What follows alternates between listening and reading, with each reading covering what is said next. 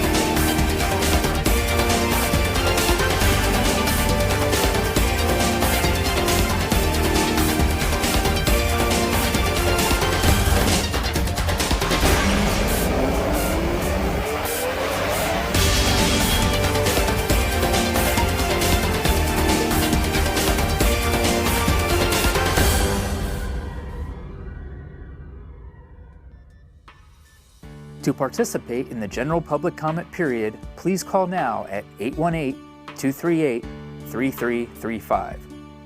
For any scheduled public hearings, please call when prompted to speak if you want the comment to be part of the record. Speaking times will be determined by the total number of public comment cards and callers in the queue at the start of each public comment period.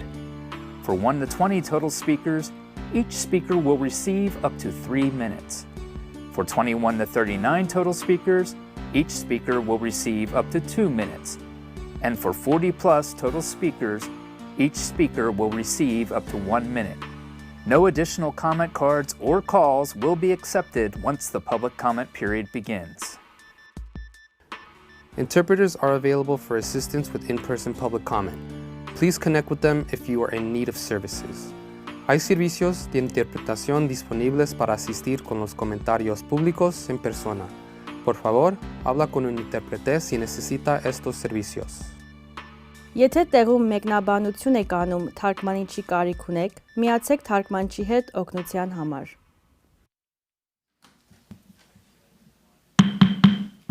Good evening and welcome to a regular meeting of the Burbank City Council on Tuesday, March 24th, 2026. Before we proceed, I would like to note that Councilmember Anthony is unable to join us this evening.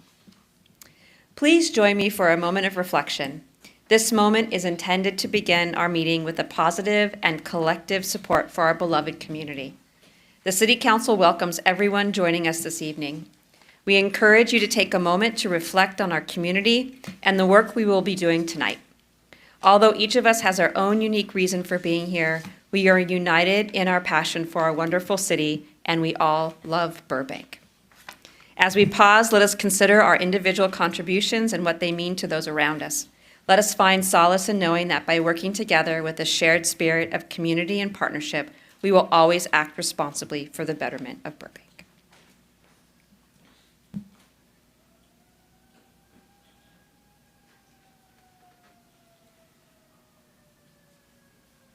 Thank you. Please join me in the Pledge of Allegiance. Ready, begin. I pledge allegiance to the flag of the United States of America and to the republic for which it stands, one nation, under God, indivisible, with liberty and justice for all.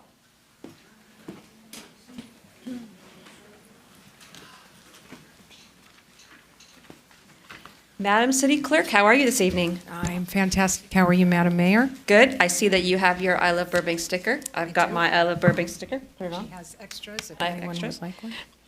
Please do the roll call.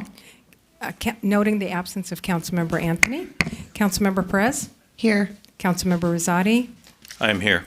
Vice Mayor Mullins, Here. and Mayor Takahashi. Here. Thank you. There will be 3 periods of public comment tonight. Members of the public may comment in person or by phone during the general public comment period and must submit cards or call before the general public comment begins. The first public comment period is for general public comment on any matter concerning city business and/or any agenda item. If you are here in person and wish to speak during general public comment, please submit a yellow public comment card to the city clerk to address the council. If you would like to participate in the general public comment over the phone, please call now at 818-238-3335. Callers will be placed in a queue until the general public comment period begins, at which time no additional calls will be taken. If you would like to participate in public comment for the public hearing over the phone, please call anytime at the same number between now and the public hearing, 818-238-3335. Callers will be placed in a queue until the public comment period begins for the public hearing, at which time no additional calls will be taken. An additional public comment period will be available following the one report to council we have this evening. Interpreters are also available for assistance with the public comment. We have Spanish and Armenian interpreters here with us this evening, sitting in the front row. Please connect with them if you are in need of services, and feel free to go ahead and walk over to them and to chat with them if you would like services. We have 5 announcements this evening. The following are announcements for March 24th, 2026. Did you know the city offers an e-comment option for written public comment? To access this feature, visit the Meetings, Agendas, and Minutes page on the city website. Once the agenda is posted, you can submit an e-comment directly from the page. E-comments may be submitted from the time the agenda is posted until 1 hour before the meeting begins, and all e-comments will be distributed to the City Council in advance of the meeting. To learn more or submit an e-comment, visit burbankca.gov. Did you know that gas-powered leaf blowers are no longer allowed in Burbank? Adopted by City Council in December 2025, the ordinance aims to improve air quality, reduce noise, and support healthier neighborhoods while aligning with California's long-term goal of zero-emission equipment by 2035. To support a smooth transition, the ordinance includes a 1-year grace period which will focus on outreach and education. Residents and landscapers are encouraged to switch to electronic alternatives with incentives, rebates, and buyback programs available.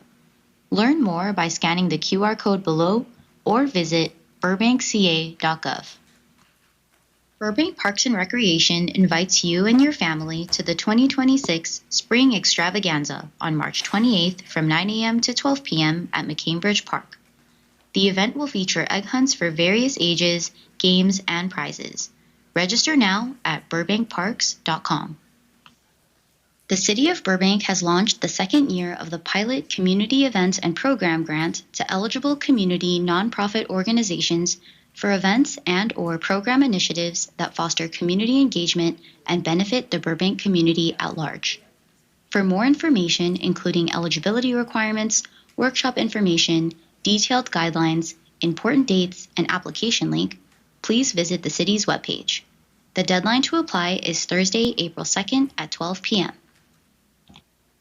The City of Burbank invites you to join one of our upcoming Downtown Sidewalk Enhancement Project walking tours on Thursday, April 2nd or Saturday, April 4th. Each 1-hour tour begins at the Palm Paseo entrance at San Fernando and Palm. Come share your ideas for a safer, more walkable downtown. Please RSVP by scanning the QR code or by visiting the project website at burbankca.gov. This concludes the announcements for this evening. All right. Good evening, everybody. Is it on? Do you hear me okay? Okay. So our first presentation this evening is a presentation of certificates of recognition to Cannon and Barrett Nelson as part of the Piper's Pals Adaptive Sports Program. Please join me in welcoming Cannon and Barrett Nelson, along with their mom, Tiffany Nelson, to the podium.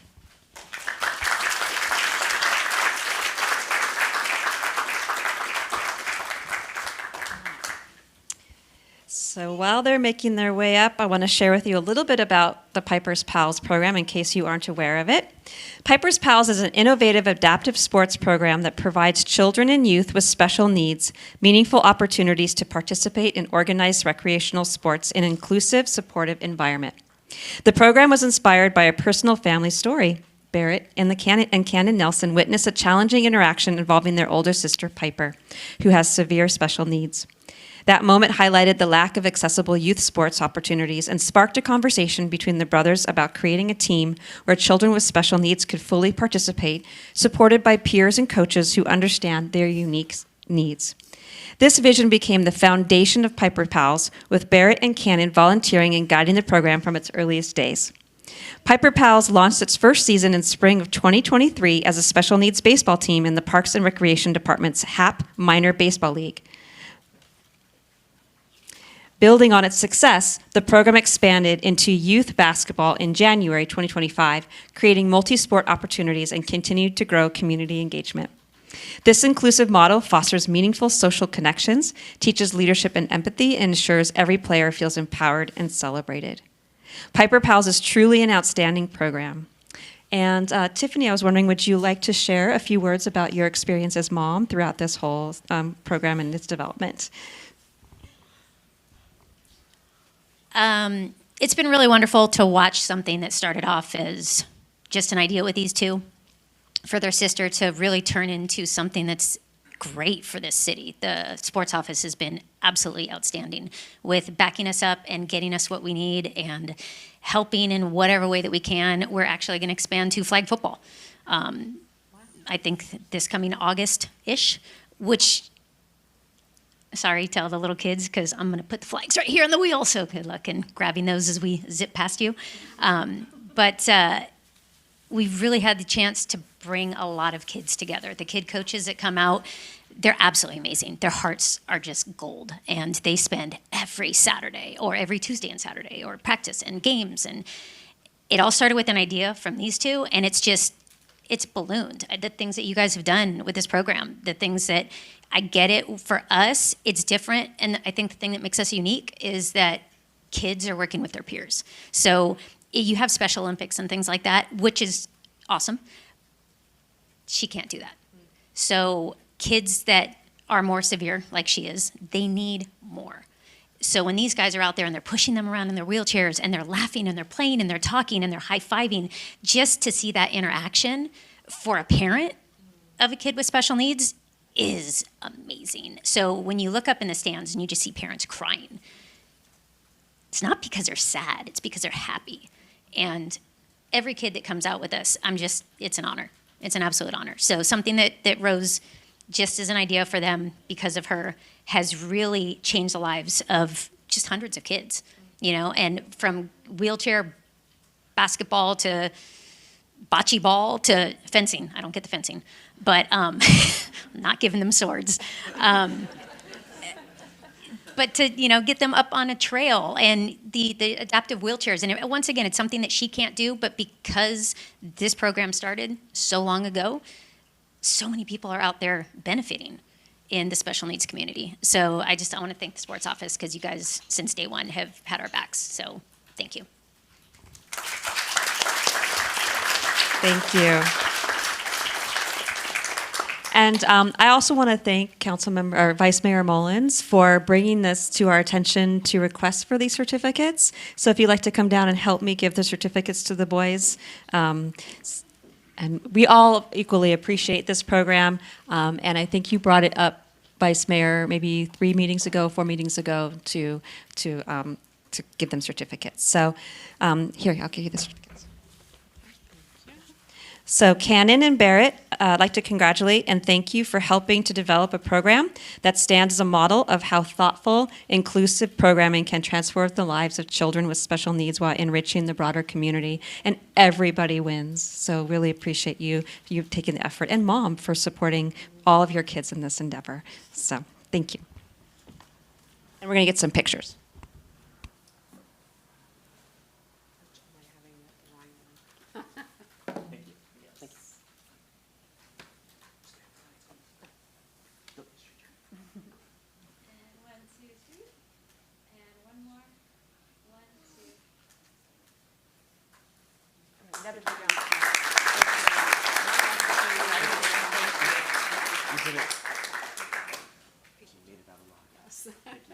Thank you. Congratulations. Thank you. And if you want to see some of them in action and the kind of the result of it, the Citavan parade and event is a really great place to see them be the whole softball team be able to be. I think or is it baseball? Softball team be recognized for their effort, and all the helpers too. Okay, the next presentation is a proclamation declaring March 29th to April 4th, 2026 as Property and Evidence Professionals Week in the city of Burbank. Please join me in welcoming Senior Property and Evidence Technician Tut Lee and Property and Evidence Technicians Tara Igler and Sarah Manukian and anyone else from the department who wants to come up.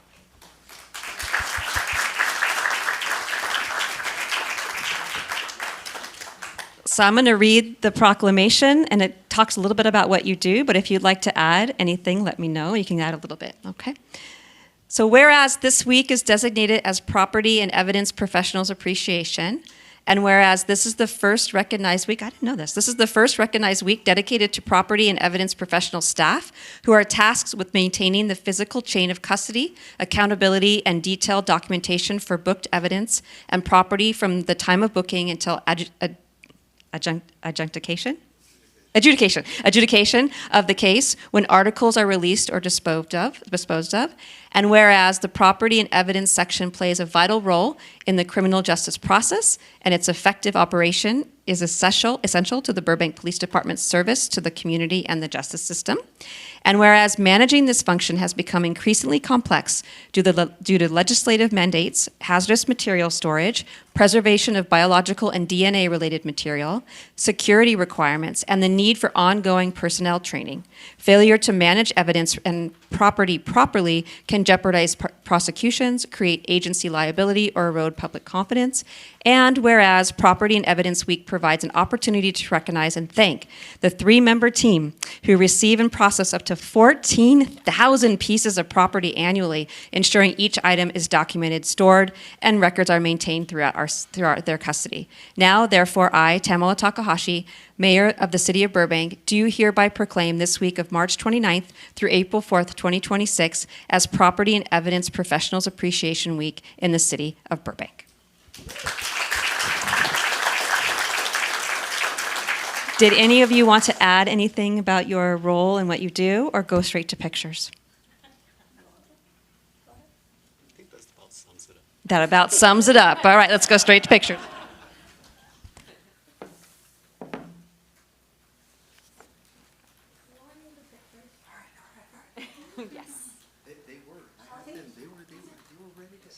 Oh, were they? She was. Sarah said she was ready. I didn't want to go above senior. Okay, right here. One, two, three. And one more. One, two, three. Thank you. Did you want to go on a little bit? I appreciate it. Thank you. Congratulations. Thank you. I appreciate you. Thank you so much. Yes, thank you for all you do. 14,000 individual pieces a year. Oh boy. Oh boy. Thank you so much. Thank you.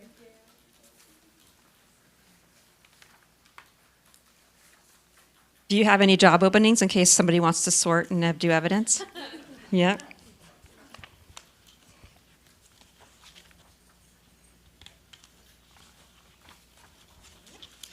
And our final presentation tonight is the presentation of a proclamation declaring March 2026 as National Developmental Disabilities Awareness Month in the city of Burbank. Here to accept this proclamation this evening is an outstanding athlete who I got to meet, who has participated in 9 different Paralympic Games in 3 sports and was the first U.S. woman to win medals in both the Paralympic Games and Paralympic Winter Games. She won 8 gold medals and had 84 career first-place marathon finishes. Please help me in welcoming Miss Candace Cable.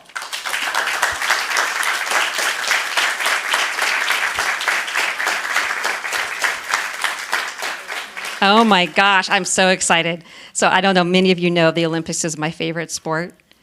And this year I was able to watch some of the downhill wheelchair skiing that you did wheelchair skiing, right? Some. It's called sit ski. Sit ski, sorry, my error. Yes, please, feel free. Yes, I'm still always learning.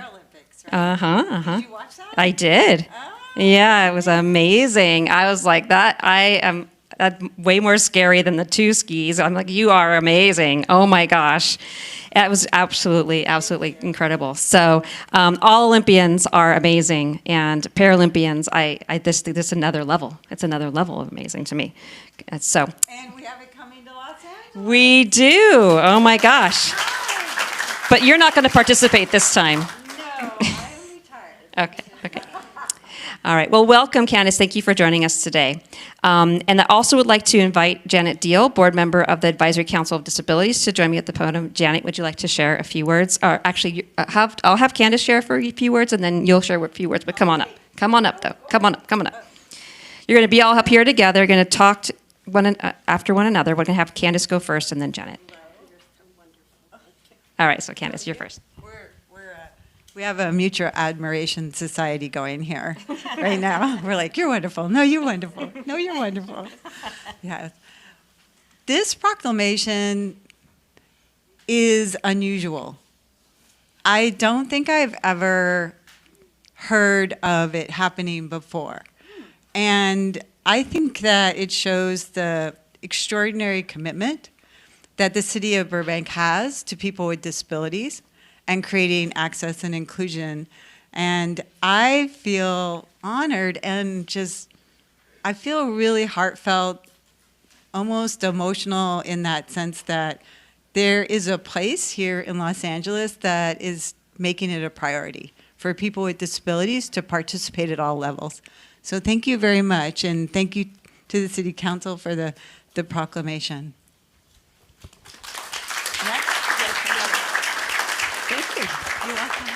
Thank you, Candace. You're wonderful. Absolutely. I'm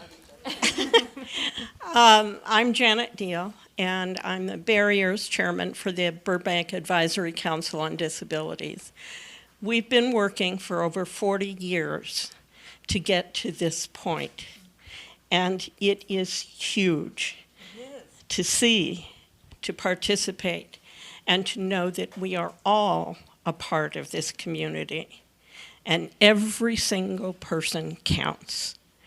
Our meetings are the 4th Thursday of every month on Zoom at 1:30, and the email address to contact is BACOD16, BACOD16. Please join us, because we're always looking for people who have their eyes and ears open and can see that there are areas that need to be addressed in our city to make it more accessible and usable for everyone. Well said. Well said indeed. Yes.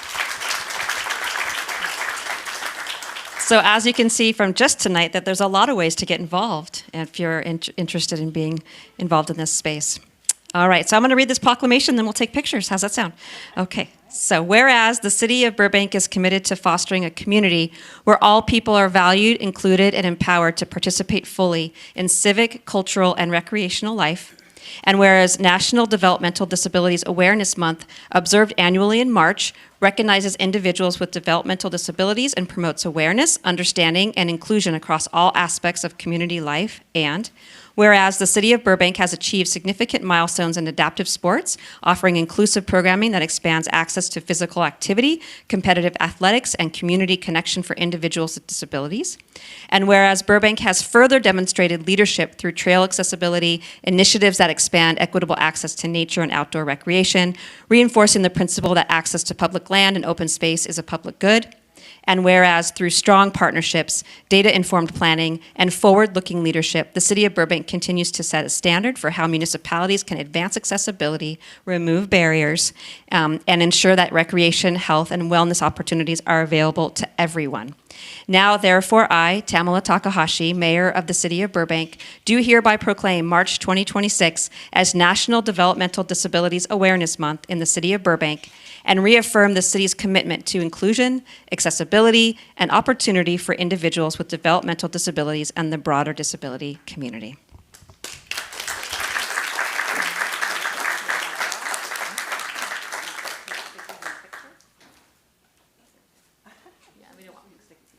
Since you're in the middle, why don't you hold it? All right. Okay. Yeah, got it.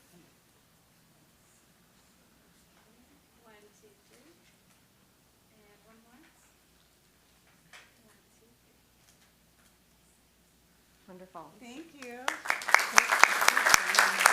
You can keep it. Yeah, why don't you keep it? Oh, Okay. You can take turns. We'll take turns. You need to have coffee and then take My turns. people will call your people, we'll call my people. We'll hand it back. Okay. Thank you. Thank Yes. you. Thank you, yes, of course. To everyone who is here for the proclamations and certifications, thank you for being here tonight. All right, that's the end of our presentations. City Manager, do we have any City Manager reports? Thank you, Madam Mayor. I do not have any report for tonight, nor could I even compete with the last three presentations, so I'll defer.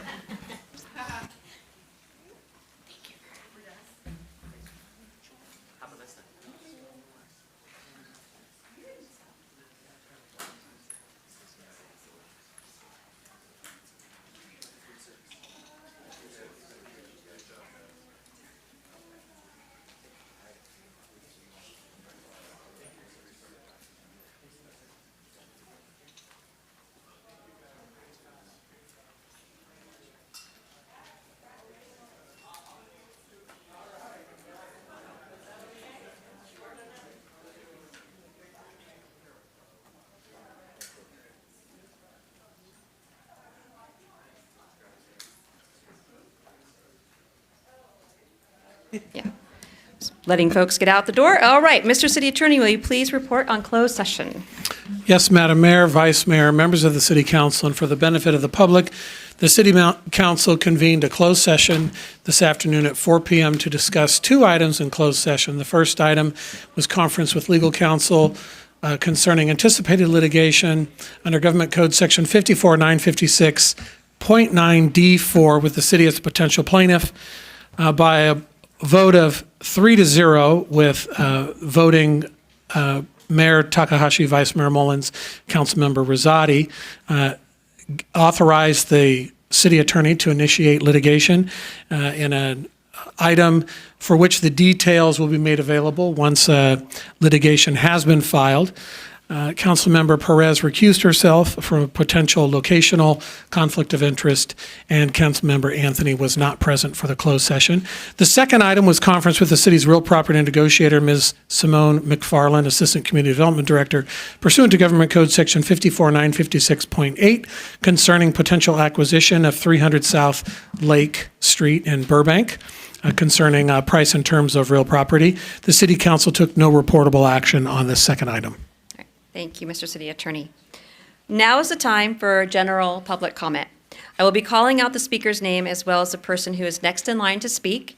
In order to keep public comment moving in a timely fashion, we have a designated seat in the front row for speakers who are next up to the podium. A timer is available on the podium. This is also the last call for anyone who needs an interpreter, or those staff will be released. Interpreters, have you received any requests? All right, then you're free to go enjoy the rest of your evening. Thank you for being here, being available. Persons may choose to use the first period of public comment to address an agendized report, but will not be able to speak on that item following this segment. Please state your name for the record when you speak. And the general public comment period is now beginning, and no additional calls or cards will be accepted. Madam City Clerk, how many public comment cards do we have for general public comment, and how many callers do we have? We have 18 cards and 6 callers. Okay, that's good, actually. Well, that's actually okay, time-wise. So that's 24. All right, so 24 means 2 minutes per person, 2 minutes per speaker. Okay. All right. Based on the number of speakers, the time limit for the general public comment is 2 minutes. Our first speaker is Nina Kevorkian, followed by Ron Bax. Ms. Kevorkian, okay.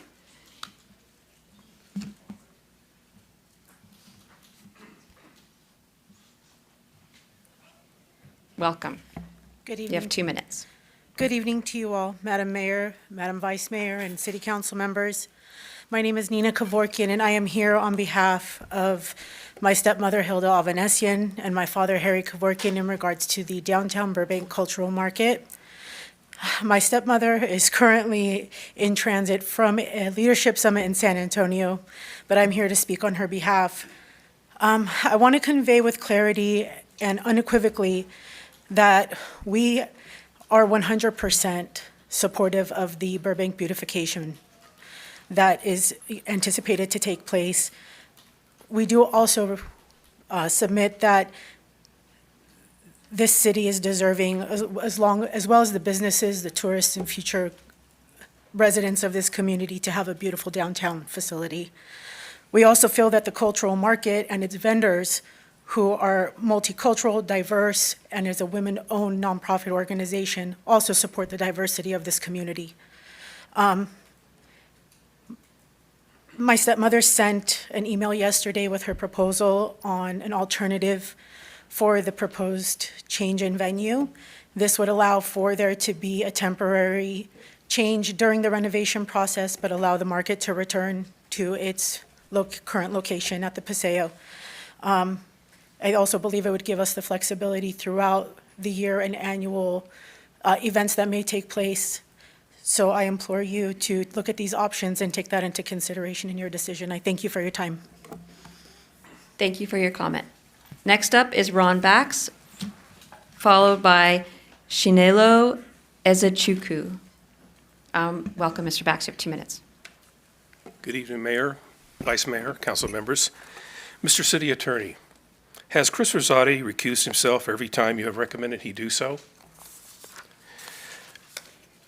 Now the original. My father-in-law passed away shortly after the last council meeting. As trustee, my wife has decided to sell his rental property. Her motivation is her awareness of the discussions and actions in this chamber over the past 3 years. This sale will remove one more affordable housing unit from the rental market in Burbank. What delayed this decision until now was a significant capital gains tax that would have applied if sold during his lifetime. I believe many mom and pop landlords in Burbank face the same situation. They intend to pass down a legacy that includes providing stable housing for our community. However, the City Council's shifting tone, repeatedly criticizing and imposing burdens on housing providers, has eroded that vision. Heirs now see the realities, the challenges of being a landlord, the limited financial return compared to low-risk alternatives like bank accounts or other investments, many of which weren't accessible when their parents first planned their retirement.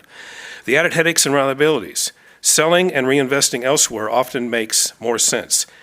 In the most recent City Council meeting focused on rental housing, it was openly acknowledged that the proposed measures would have little impact on large corporate providers, but would be particularly onerous on small independent ones, the very mom and pop operators the council claims to want to protect. Despite this, you proceeded. Your actions continue to contradict your stated intentions. In that same meeting, Councilmember Mullins, along with the city attorney who is obligated to remain impartial, pushed back against some cherry-picked, highly questionable assertions of fact by a council member, gaslighting the public. And I'll skip. I urge the City Council to recommend the cumulative effects on these changes and small business providers before moving forward. Thank you for your comment. Next up is Chinelo Ezechukwu, my apologies. Yes, Thank you perfect. for Thank writing you. out the pronunciation, followed by Pearlie Miller. Welcome, you have 2 minutes. Thank you. Good evening. My comment is in regards to the beautification of the downtown area of Burbank. My name is Chinelo Ezechukwu. I go by Nello, as in hello, Nello, and I'm the owner of Butter Babe Brownies. I make rich, fudgy, homemade brownies, and one of my favorite parts of being a vendor at the downtown Burbank Cultural Market is watching people light up when they try them, and I end up smiling alongside them each and every time.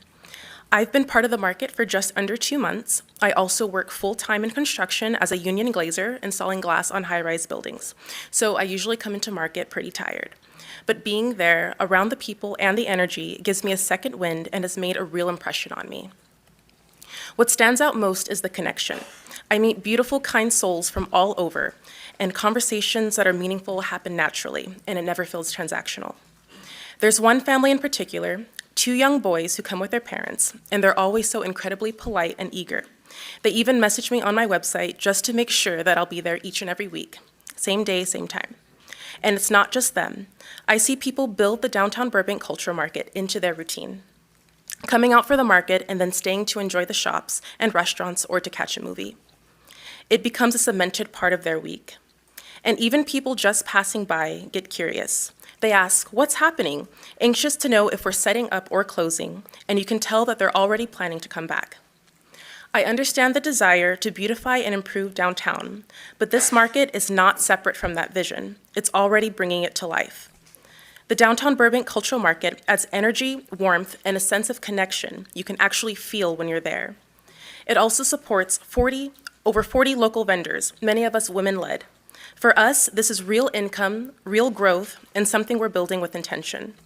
And the current location is a big part of why it works. It's walkable, visible, and naturally a part of the flow of downtown. From what I've seen, the success of this market is tied directly to where it is now, and keeping it here is key to preserving what makes downtown Burbank so special. Thank you. Thank you for your comment. Next up is Pearlie Miller, followed by Jim Lane. Welcome. You have 2 minutes. Hi, excuse me, have a little laryngitis. My name is Pearlie Miller, and I'm a member of the Burbank Chamber of Commerce. And Tamala, she came to my ribbon cutting ceremony, and I'm glad that you were mayor, you were vice mayor there, so congratulations. But I'm also a part of the downtown Burbank Cultural Market, and I'm what you call a filler. And that means when someone can't make it, they call me and say, "Hey, Pearl, can you come down and sell your products?" I'm the owner of the Skin Butter Store. It's a physical store. And the reason why it's in North Hollywood, but the reason why I joined Burbank is it's such a well-run city. And the market, the location is fabulous. The people are nice, kind, diverse. They love all the new products that you can't find in regular retail stores. And we love the location. And we understand about the beautification of that area. But we would like that area back after it's beautified because we want to share in the tax dollars that were spent to make it beautiful. So what I am here to do is ask you, please consider us and consider us vendors, consider us small businesses, and consider the areas that are surrounding Burbank because we bring a lot of business into Burbank, and that please allow us to come back to that area. Thank you. Thank you for your comment. Next up is Jim Lane, followed by Mark Scroggs. Welcome. You have 2 minutes. Welcome. On February 24th, a public speaker came up and talked about accountability and facts. Let's talk some facts. Mr. Rosati last fall said that he put LA residents in Burbank every day. And then on February 24th of this year, he said he raised $100 million over 30 years with other groups. Hyperbole? Yeah, perhaps. Are there rules about telling the truth while you're sitting on the dais here? I know you take an oath to, abide by the Constitution, but anyway, when he came to my house in the fall of 24 and he had a confrontation with me on my front porch, in the middle of this bizarre exchange, he said, "I know everything." And I said, "You know everything about me?" And he said, "I know everything." Just like that. And I said, "I think you need a therapist, frankly." That's what I said. Another, prone to hyperbole. So apropos to all this, when we had our little argument on my front stoop, I was asking him about his involvement in Young Life, a Christian organization that treated people in the LGBT community like second or third class citizens. He went on to try to convince me, "Oh, no, I don't feel that way." And it was so tortured, he could see I wasn't buying it. And he got in my face, and then I got in his face. And at that point, he said, "Oh, you're close to me. Do you want to kiss me? Do you want to kiss me?" And at that point, I just sort of said to myself, this is a person who was trying to convince me that he doesn't have issues with the LBGT community. So I don't even really want an answer from him because I know how he feels about it. And I really don't want to be told that some of his best friends are in the queer community. Thank you. Have a good night. Thank you for your comment. Next up is Mark Scroggs, followed by Catherine Zorister. Welcome. Okay. My glasses on. Good evening, everyone. I'm Mark Scroggs. want to say with all the talk and the action that's been taken to rebuild and retain the entertainment industry has been great. But we still have one major obstacle. The biggest one is just the cost that California is way too expensive for way too many people, just the cost. And the competition with the other states and countries won't, make it still more appealing. That's why I've been telling people, I've been encouraging everyone to make sure they're registered and they verify their voter registration by May 18th for the primaries and then for the future. On PBS in April, I want to just share, the Broadway musical Suffs will be airing. They're airing the play. They filmed it. It's about the hurdles and sacrifices women made to get the right to vote. It's great. I saw it in New York and I saw it here. It's very entertaining, and there's so much that you don't realize that people went through just to get the right to vote. So I want to share that. My recommendation tonight, I also want to recommend the play, the one-person show Guac, which is returning to the Kirk Douglas Theater in Culver City next month. It's amazing also. It's the best one-person show I've ever seen. Manuel Oliver, whose son was a Parkland school shooting victim, is the basis of the story. With everything else going on, we overlook gun violence and gun safety. I mean, it's like, can't hear because we drive by gun stores every day, and that's just how it is. And a lot of these people are good and whatever, but there's still problems. I have a longtime client who's in a wheelchair for life due to a shooting a couple years ago. I just think the play is great. It really encourages people to think about things as interactive. So I just want to share that with you. Here's a little button, change the ref, so I can share some information, but it's well worth it. So I just want to share that. Thanks a lot. Good night. Thank you for your comment. Next up is Catherine Zorister, followed by Jamie Keyser. Welcome. Hello. Good evening, Mayor Takahashi and Vice Mayor and council members. My name is Catherine Zoroaster, and I am here tonight as a member of the Burbank Cultural Arts Commission to highlight the impact of the Burbank's Community Arts Program. I've been an arts commissioner since November of 2016, and this is definitely the most exciting and most impactful thing of which I've been involved with. So just to give you a little bit of information, the program launched as a 3-year pilot in October of 2023. And it is done through City's Parks and Recs Department. And the goals are just really simple. It is to support local artists and nonprofit arts organizations to expand access to arts experiences, encourage community participation, and to celebrate the community diversity in Burbank. The program is open to professional artists and nonprofit groups across Los Angeles County with projects required to take place in Burbank. Applications are reviewed by an independent panel based on artistic merit, community impact, viability, and inclusion. And Burbank-based artists do receive residency credit to ensure local creatives are uplifted. Just some of the statistics are that with the recent announcement of our 3rd cycle, we have now supported 51 projects and we've awarded $160,000 with more than 60% of those going to grants going directly to Burbank-based organizations. And so it's been really great, and just wanted to let you all know about it. Also, for any of you who are interested or want to get more involved, you can go to our website, which is burbankarts.com, and there's a calendar there, and you can sign up for the newsletter and just learn more about the grantees. So thank you very much, and thank you for your support. Thank you for your comment. Next up is Jamie Keyser, followed by Eddie Paulin. Welcome. Good evening, Mayor, Vice Mayor, council members, and city staff. My name is Jamie Keyser, CEO of the Burbank Chamber of Commerce, and I serve on the board of the Burbank Hospitality Association, which manages the Tourism Business Improvement District with a focus on Visit Burbank. The T-Bid is one of Burbank's most effective economic tools. It directly drives visitation, supports our hotels, and generates revenue that benefits the broader local economy. What's most important is that it delivers measurable results.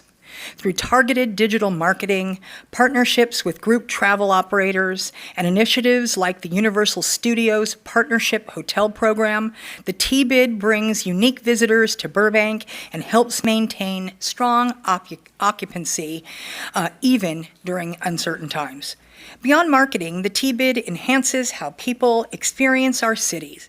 Programs like the complimentary hotel bike program, public art installations, and partnerships with events like Muse Expo which just is taking place now, creates a more vibrant, engaging environment for both visitors and residents.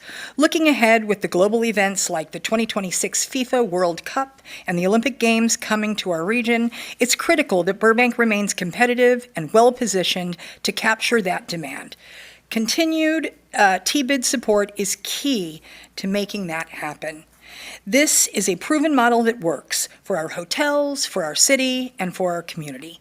I respectfully urge the council to approve the third amended and restated agreement for services administering the Burbank Tourism Business Improvement District between the city and City of Burbank and the Burbank Hospitality Association from July 1st, 2026 to June 30th, 2036. Thank you for your comment. Next up is Eddie Pollin, followed by Dan Kay. Welcome. Good evening, Mayor and City Council. My name is Eddie Pollin, a Burbank resident. I'm speaking tonight in support of the Burbank bus proposal that you'll be voting on this evening. It marks a significant step forward for our city transportation agency, opening up service to really a lot more of our community, the hillside community, the downtown community, and really better aligning with the needs of our residents and our businesses. But also important to note is that this is not an off-the-shelf solution. This is a solution that's arrived at with city staff, with outside contractors, consultants, and also the Burbank Transportation Commission, which played a significant role in this report and this plan, actually suggesting, and actually one of the commission members actually did a 30-page research report on the Burbank bus, which added policy suggestions that were incorporated into this report. So what I think as the real comment here is vote yes, but also note that this council spent a lot of time talking about the cost and the makeup and the duties of our commissions. And this is an example of, if you do a cost-benefit analysis, of where it works. This is, had the commission not gotten involved, the plan would not have been at the degree it is. That they included variables that the contractors, an esteemed international firm, were not even going to include, and that we, through the commission and then through staff, pushed them to include a key variable, which is not just looking at where trips start and end, but also looking at who in Burbank would actually use the bus. And this is a significant shift of an important city service that really is going to be working for our city and not just one specific need of a first last mile from the Metrolink or the Universal Station, but now truly serve our community. So it's a great work. I urge you to support it, and I thank you for your attention. Thank you for your comment. Next up is Dan Kay, followed by Diana Pulver. Welcome. Thank you. Good evening. My name is Dan, and I'm currently involved in an effort to recall Burbank City Council member Christopher Rosati for his statements and behavior on City Council. Our goal is to collect over 12,000 signatures to get the recall question on the November 2026 ballot. We're circulating the recall petition for signatures as we speak, and this past weekend we launched the recall campaign at a local park. Councilmember Rosati showed up to the launch event this past Sunday, harassing us, starting arguments, and trying to steal campaign materials. We played tug of war as I tried to teach him not to take things that don't belong to him. Coincidentally, shortly after Rosati left, a former Burbank City Council member named Michael Hastings visited our event.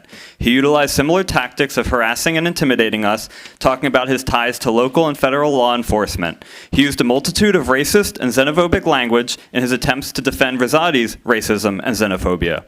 Birds of a feather flock together. Hastings made multiple mentions that he leads the Burbank Police Foundation, which made us uneasy to see him meddling in Burbank's democratic and political process. Aside from that, it was a productive and joyous day with friends and mobilized community members. We had a couple dozen volunteers show up to help out the effort, and I'm hoping this weekend we get even more volunteers. Unlike Rosati's corporate-funded city council campaign, we don't have corporate sponsors. This is a people-powered movement, and we would love more volunteers to join our effort. If anyone in this chamber or watching online is interested in joining the effort to recall Rosati, please come see me or send an email to recallrosati@gmail.com, and we'll get you set up. We'll be out and about all week and this weekend collecting signatures. We're a welcoming group participating in the democratic process, and we'd love your help. Good vibes only, haters stay at home. Thank you for your comment. Next up is Diana Pulver, followed by Marcia Ramos. Welcome. Good evening, Mayor, Vice Mayor, and Council members. My name is Diana Pulver, and I am a housing provider and proud Burbanker. AB 1482 is sufficient rent control for both renters and housing providers.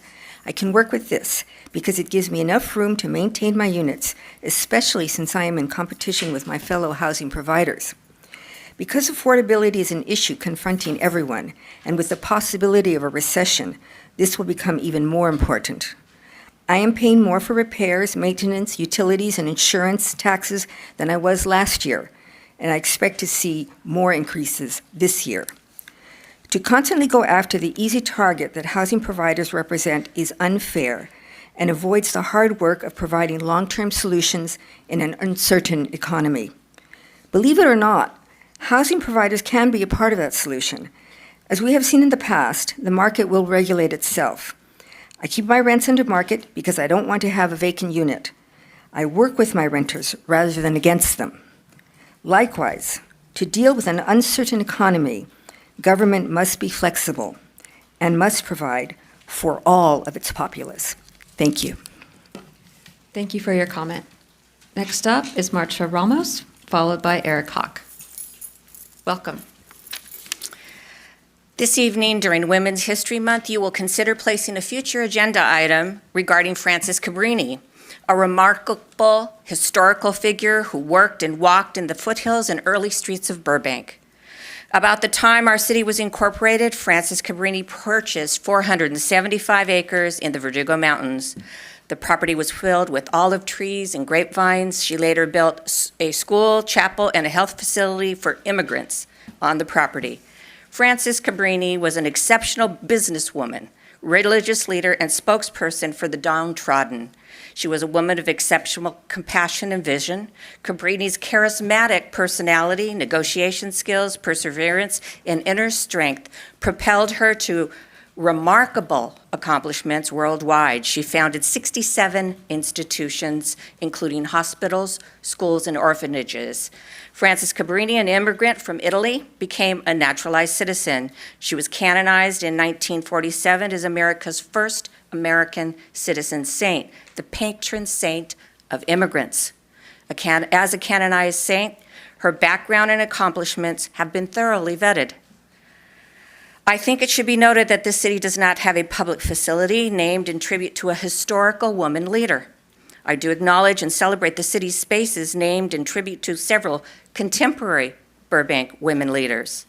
Last month, Chicago's mayor announced the city will place a Cabrini statue in Arrigo Park. New York City and state have recently done the same. And in 2021, the state of Colorado declared a paid state holiday in her honor. In 2023, a successful movie, Cabrini, was released and previewed here in Burbank. We can build on our reputation as a welcoming city for immigrants. I believe the time is right for this naming action, be it in a park, plaza, a community garden, or a statue placement. Find common ground and support this issue. Thank you for your comment. Next up is Eric Hawk, followed by Joe Pimienta. Welcome. Hey. Hey to the terrific members of the Burbank City Council, wonderful city staff, team members, and others who've taken time out of their evening to participate in tonight's meeting. My name is Eric Hawk. I am the current president, board of directors of the Burbank Community Band. I am so happy to announce that as our concert in April is drawing closer, we've made some wonderful additions to the concert that's going to make this a real fun event for the Burbank community. The Burbank Community Band will present its Milestones of Freedom concert on Saturday, April the 11th 11th at 2 p.m. at Dolores Huerta Middle School. The band and I are incredibly grateful that this performance is being supported in part by an award by the City of Burbank 2026 Community Arts Grant. The support from this council and this city certainly helps your community's band share music here in Burbank. Starting at 1 p.m., 1 hour before the concert, there will be an art exhibit by local Burbank artists in the courtyard in front of the auditorium, as well as within the lobby of the auditorium, thanks to the incredible team at California Creative Arts. Also, representatives from Burbank's own Stretch Lab will have trained flexologists offering sessions for individuals who may wish to improve their wellness prior to or after the performance. Burbank's recently opened Capitol Grill restaurant will be providing free cookies to persons coming to our free concert. And all of this will start at 1 p.m. And at 2 p.m., the Burbank Community Band will present Milestones of Freedom, a concert celebrating the 250th anniversary, the signing of the Declaration of Independence, as well as 175th anniversary of California statehood. The band has also recently secured the incredible talents of Abiodun Koya, an internationally acclaimed classical soprano singer who will bring her extraordinary voice to join the band's songs and highlighting a number of pieces, especially pieces celebrating California history. Oh, goodness. Well, I hope you can all make it. It'll be April 11th, Saturday at 2 p.m. at Dolores Huerta Middle School. Thank you. Thank you for your comment. Correct. Next up is Joe Pimienta, followed by Corey Mensing. Welcome. Good evening, Mayor, Vice Mayor, council members, staff, and everybody present in the chamber. A couple of things. I do hope that we get to keep the Paseo Market because, as mentioned, it is a great contribution to the, by the way, there we go. It is a great contribution to the city, and hooray for all the vendors. It's wonderful. Secondly, I just want to ask the question of, do we have an exact date into when housing is going to come back into the agenda? We know that we had that long conversation on October 28th, and we are waiting for the agenda item to return in order to continue the conversation. That's not what I wanted to talk about today. What I'm here to talk about today is continuing what I was talking about last time is into why it's important to have some options like the BRT going through Burbank. Now, as I mentioned lastly, I am a new parent and I like to take my child everywhere. So if I want to come downtown, I have to walk all the way from Alameda Alameda and Lake all the way to Olive. Now, in order to get from the west side into the east side, I can either go crossing the tracks all the way back to Verdugo, making a big roundabout just to get back into downtown, or I have to take the Providencia Bridge, which, judging by your facial expressions on the last time, not exactly the best option. Or I can do the wonderful option of going across the bridge, the Olive Bridge. Yeah, there you go. That's exactly, you see my point. Or I can wait for the bus, which in order to do that, it's the 155, which comes every hour. Once an hour. So again, terrible options for someone who is trying to do more pedestrian walk and try to take their child everywhere. So these are really important. These are reasons, and I'm not sure that I'm not the only one, of why it's important to have multiple forms of transportation for people who are trying to step away from using the car. As I said, the only way to provide safer streets is by stop prioritizing the automobile. Other than that, thank you for your service. That's pretty much all I wanted to bring. Oh, and I did want to say just one thing because I spend way too much time on the internet sometimes. The most recent post by the Burbank Instagram account celebrating the work that Public Works does. Wonderful video, incredible work. So as always, thank you so much for everything. Once more, thank you for your time. Thank you for your comment. Next up is Corey Mensing, followed by Param Yedidzian. Welcome. I think, can you hear me? I did this wrong last time. About a month ago, I flagged the email from ChargePoint that they're implementing that per session fee starting March 1st. So I reached out to BW. I was like, oh my gosh, this fee's coming. What are we going to do? Then I come here. I'm like, oh my gosh, this fee's coming. What are we going to do? So thank you for following up on that because they did let me know they weren't aware of the fee until it was brought up. They were just as surprised as I was. They did reach out to them. They confirmed it would impact all of the city-owned charging stations, but they were able to have that start date postponed to April 1st. So now I'm here saying, it's almost April 1st, this fee's coming, what are we gonna do? And I don't wanna speak on behalf of them, I just wanted to bring it up today again because I'm very grateful for the postponement. Just in case anyone is hearing this for the first time, they've been great, they've kept me in the loop. It's just if they cannot do anything about implementing the fee, we may wanna look at the current guidelines, like the 2-hour limit because it is going to impact how people use these charging stations. I just don't think the fee with our current guidance is compatible, as I mentioned last time. So I just wanted to bring that up again. Really grateful for the outreach and the fact that they were able to postpone that to have the conversation with them, which is great. Thank you. Thank you for your comment. Next up is Param Yeditsian, followed by Christine Deschênes. Welcome. Good evening, Mayor, Vice Mayor, and council members and staff. My name is Param Yeditsian. I am a director on the Burbank, downtown Burbank PBID. And I also happen to have quite a bit of stake in bringing tenants into downtown Burbank, mostly on the commercial side of it. The first thing I want to chat about is in regards to the beautification of the Palm Paseo and the AMC Walkway. It's really the core of downtown, and it's something that we are all very proud of, but it's weathered, it's dated, and it's time. It's time that we invested in our centerpiece. The other part that I wanted to chat with you about is the market that is going on that started off kind of as a project where it wasn't supposed to be permanent. And then it expanded into being 3 days a week, every week, with all sorts of different vendors. I'm speaking on behalf of quite a few different property lessees who have businesses, that they have brick and mortar businesses. They are paying rent. They're paying taxes. They're paid hundreds of thousands of dollars in TI build-outs. And now they've got these tents that are just sitting there in front of their businesses, competing with them in certain cases, and not getting really the benefit of, well, why am I paying rent then?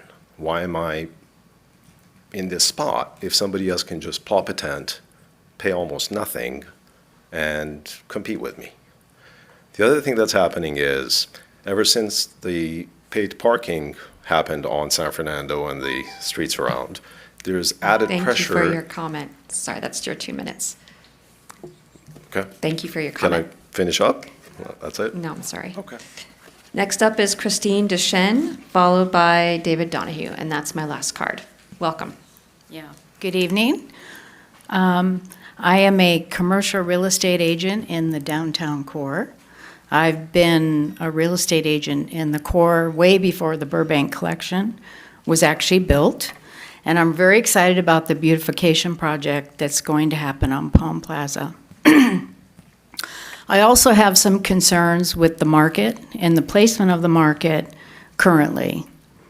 And one of the concerns is we are currently looking for tenants such as Google, Apple, Restoration Hardware to come into the downtown core. These tenants scrutinize areas very carefully and decide if a trade area actually works for them. So far, Burbank's done a really great job of upgrading the trade area since I've worked here. But we have more tenants to attract, more retail tenants to attract. And one of the concerns I have is having the market on the Palm Plaza at this time is sort of a real estate 101 play, which is what is going on there. And the existing tenants that are there are very good credit tenants that have made downtown Burbank what it is today. So I'd like to encourage the market to look for alternatives which have been presented to them and thrive in other areas.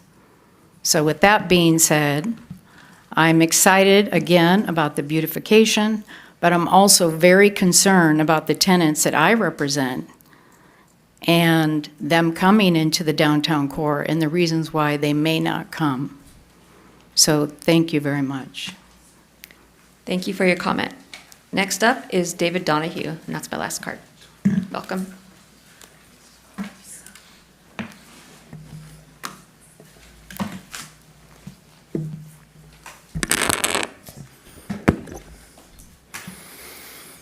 Good evening. My name is David Donahue. I'm the president of Burbank Fair Housing.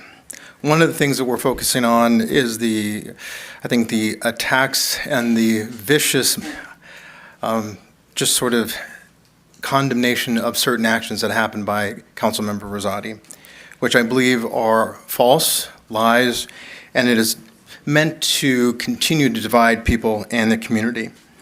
I've watched the video that is often referred to as defending ICE. It did not defend ICE. I've listened to Mr. Rosati comment to public speakers about how his family are immigrants. How could he be anti-immigrant? He is a registered Democrat and not a Republican, so how could he be MAGA? And if he refuses to recuse himself, we have an extremely talented city attorney that would address that fact, and it has not been addressed. The interesting thing by somebody here at the podium that spoke to the dais said that they are not corporate sponsored. You've got to be kidding me. I did the research. Burbank Leader ad, one page that was posted is $7,200. To be able to do a recall, you have to hand count each one of the ballots, and you know the cost is per ballot? $5. For 12,000 ballots, if you do it, $60,000. To the speaker who came here moments ago, show me how you're not a corporate sponsor. You don't have it. $7,200, where did that money go? Hey, guess what? I think if I wrote down the date someplace, it's going to happen in the summer where they're going to do the reports. He goes, you know why? It's political. We have a political action committee. We have to do our 410s and our 460s. That's why a person who is in this chamber today can say, I saw where the money came from. Here's what they're doing. And this is where it's coming. Well, guess what? Our day's coming. We're going to see where your money's coming from, and we're going to come right back in this chamber and say, thank you to the state of California and the FPPC. Thank you. Thank you for your comment. We have calls on, that's the end of in-person public comment. Ms. City Clerk, do we have any calls on the line? We have 6 callers waiting. All right, please send them through. The first caller is Michael Burke. Welcome to council. You have 2 minutes for your comment. Good evening, Honorable Mayor and council members. My name is Mike Burke. I'm a Burbank resident. I'm here tonight to speak in strong support of the downtown Burbank cultural market on the AMC Walkway. For my family, this market has become really a bit of our weekend routine. We often just go to dinner at our house and then head over to the Walkway to enjoy the market. My 7-year-old son absolutely loves it, whether he's just picking out a hat or some type of activity or any of the neat things that they have there. He just loves making the slime.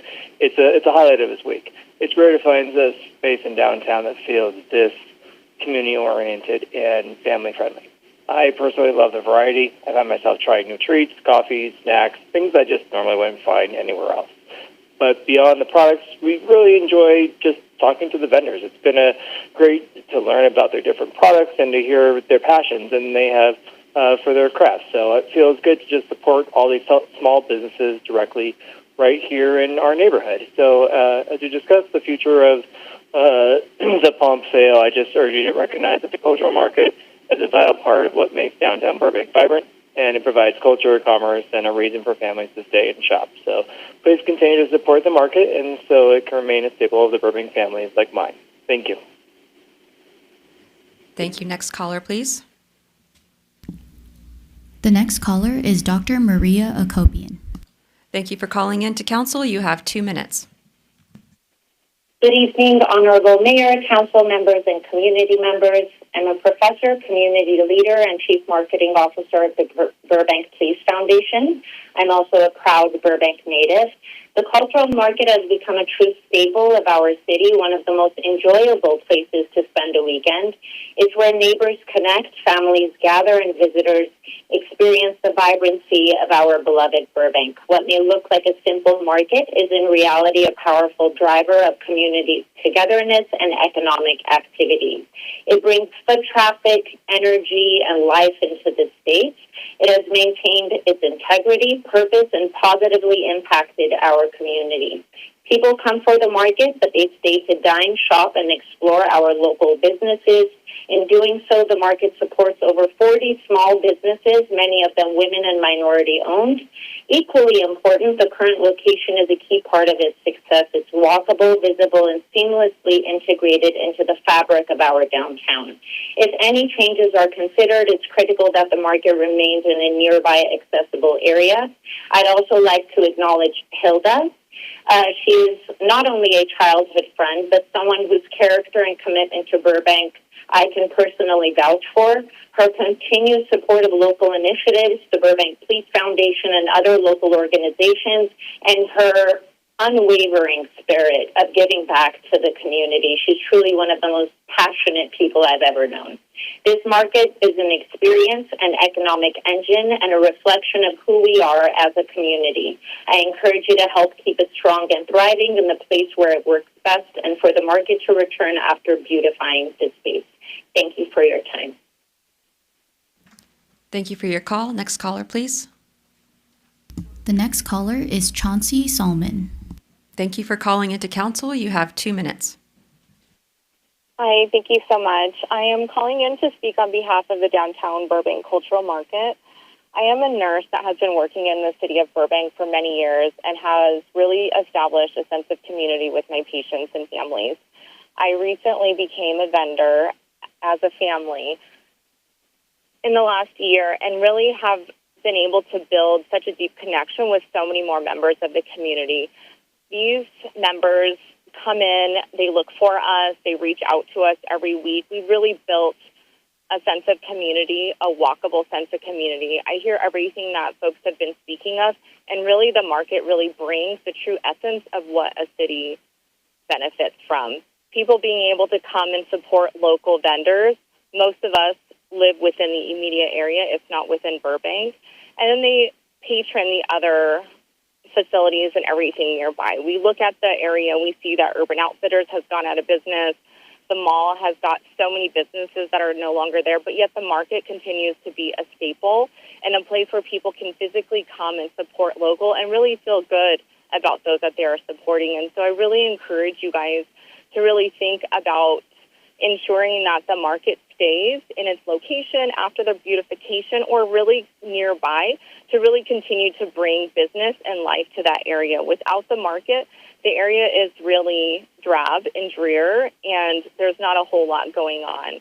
The city spends money annually on activities like Jackalope to really bring that sense of community to show that they are supporting local when you're already doing that every weekend with the downtown Burbank Cultural Market. So again, I just really encourage you to keep local, keep supporting small businesses, keep supporting your community.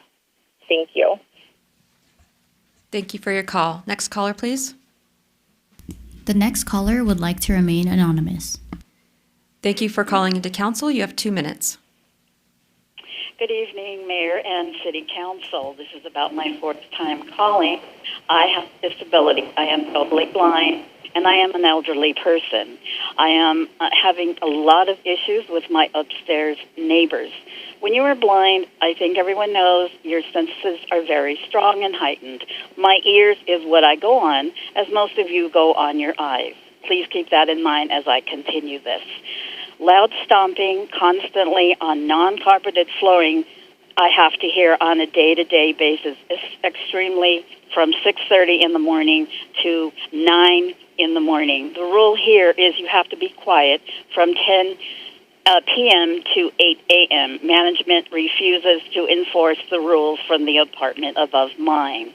Possible spyware is a very big concern due to the fact that when I go into my bathroom or bedroom, I hear my neighbors above me come, and I can hear them stomping as they're coming to wherever I may be in my apartment. This is constant. When I eat my meals, very loud, constant stomping from above my head and above my dining room table starts as soon as I start eating and doesn't stop until I am done. When I am on the phone, neighbors constantly sit right up above my phone area because I can hear them the entire time that I am speaking. And my equipment just recently last week went down once more. I don't know how many times I've had the phone company here, but plenty. Yes, they have suspicions it could be them or thereof. They're not sure.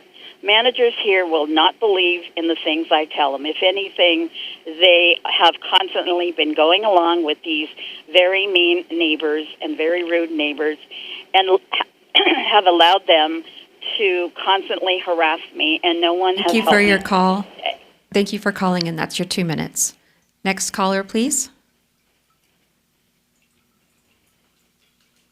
The next caller is Sherry Sprosty. Thank you for calling into council. You have 2 minutes.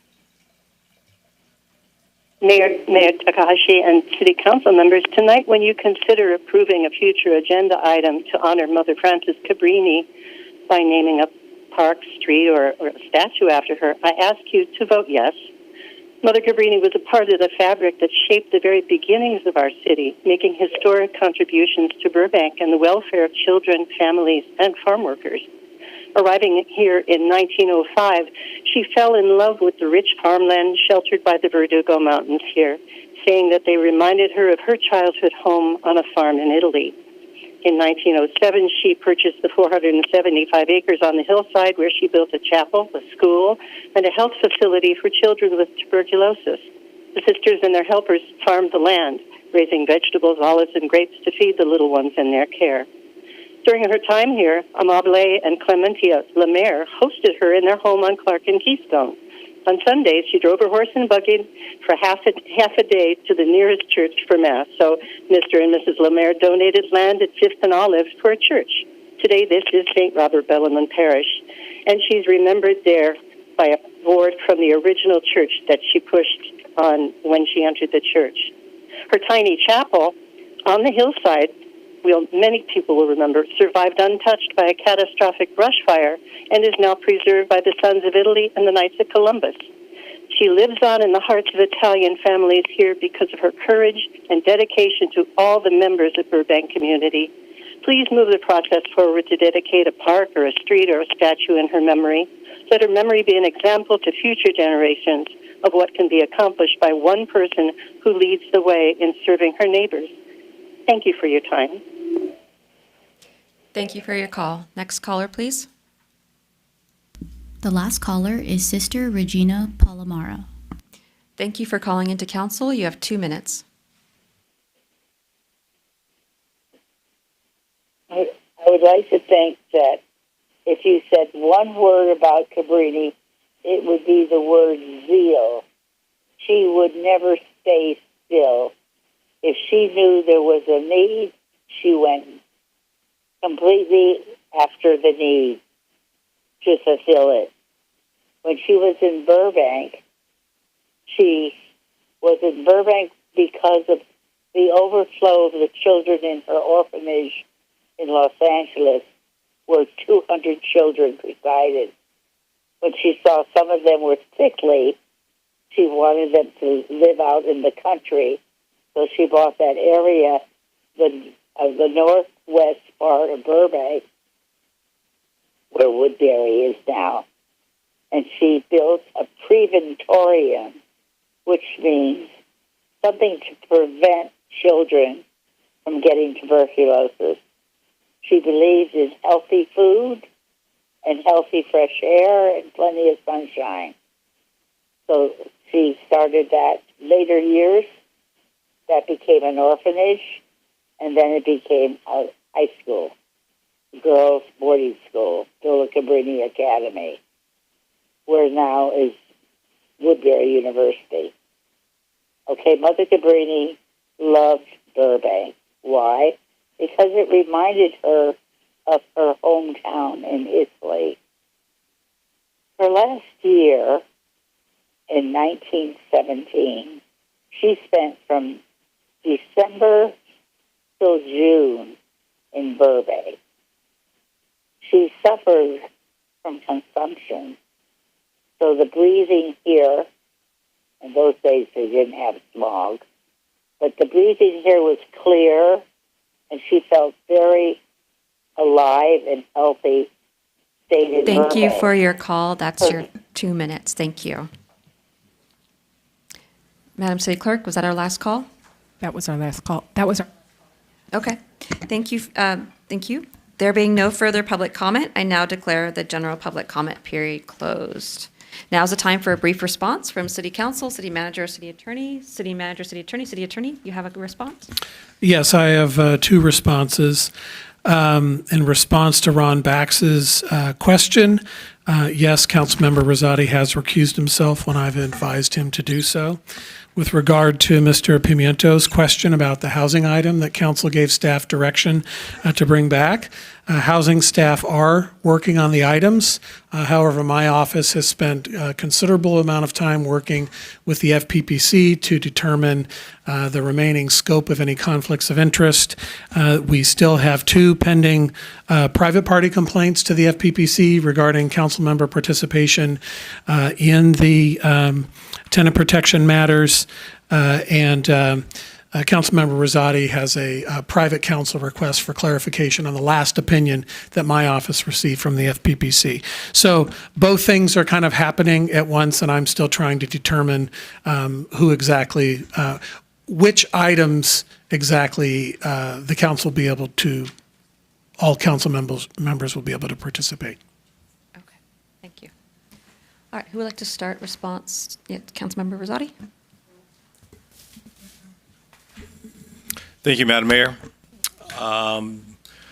To the recipients of Piper's Pals, we are so proud of you.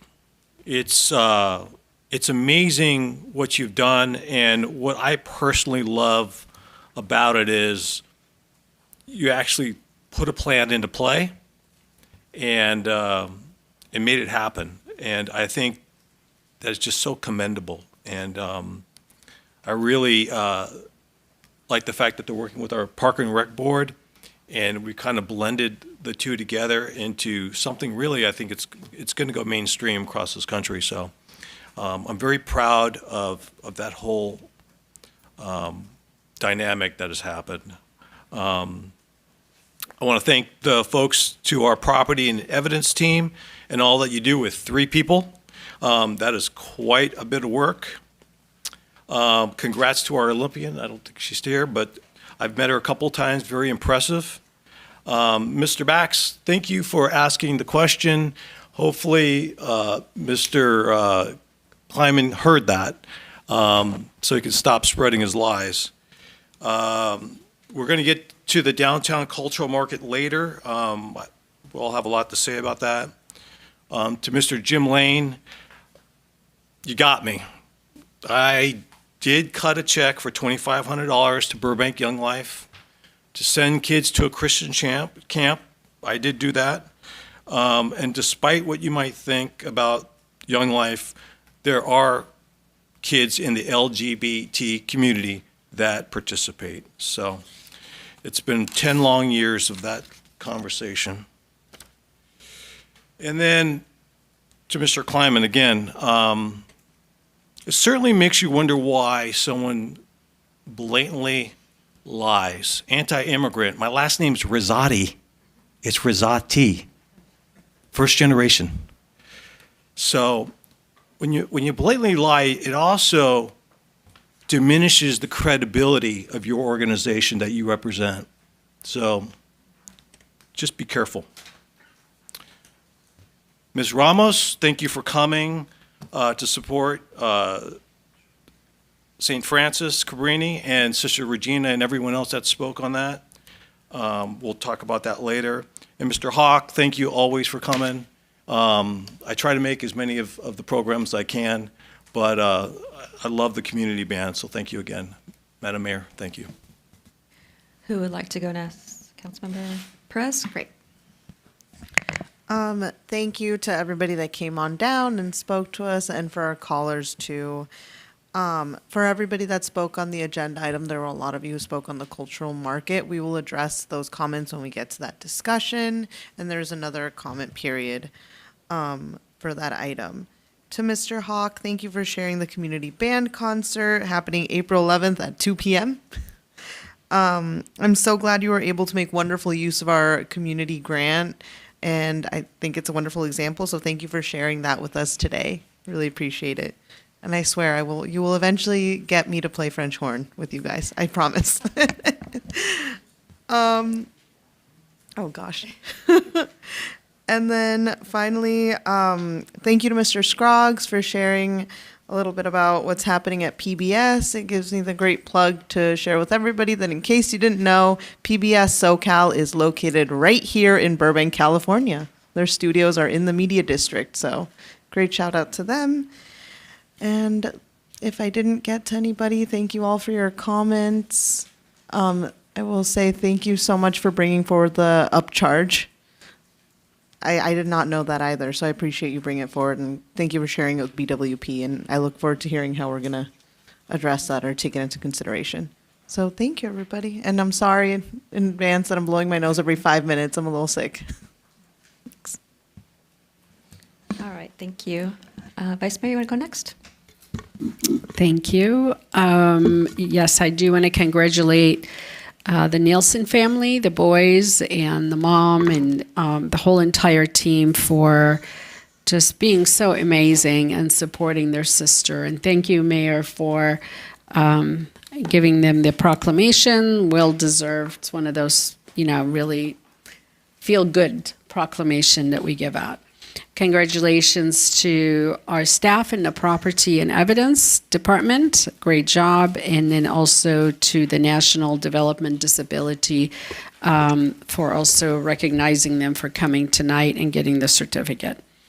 I'm going to thank Ms. Kieser for coming down tonight and talking about the T-bid, and thank you for bringing that also to light so everybody knows what we are going to approve tonight. Ms. Marsha Ramos, we're going to talk about that agenda item when it comes tonight, but thank you for making the time to be here with us to speak about it. Mr. Hawk, again, thank you. That same day, April 11th, and I don't know if I'm supposed to announce or not, the same time going on the chili cook-off event by the Chamber of Commerce. So we have a competition between the band and the chili. So I don't know. Well, let's see. I'm going to try to make it, but I'm also a judge at that chili cook-off. Yeah, maybe you can come down and play at the chili cook-off. That would be a good idea. Hey, we're looking for somebody to play. He's thinking. Okay, thank you. Everyone that spoke regarding the market, we will address that on the agenda when it comes up. And Sister Regina, if you're listening, thank you. Thank you for calling.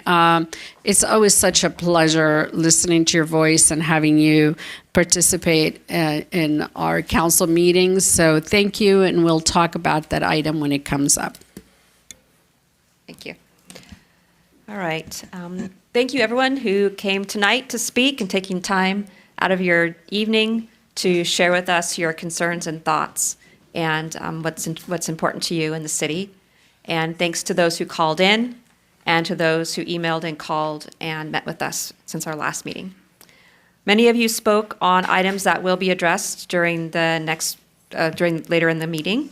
And just a reminder that if you spoke on an item that we're going to talk about later, that you can't speak again on that item at public comment. But we did take note of what you said during general public comment to consider during that time.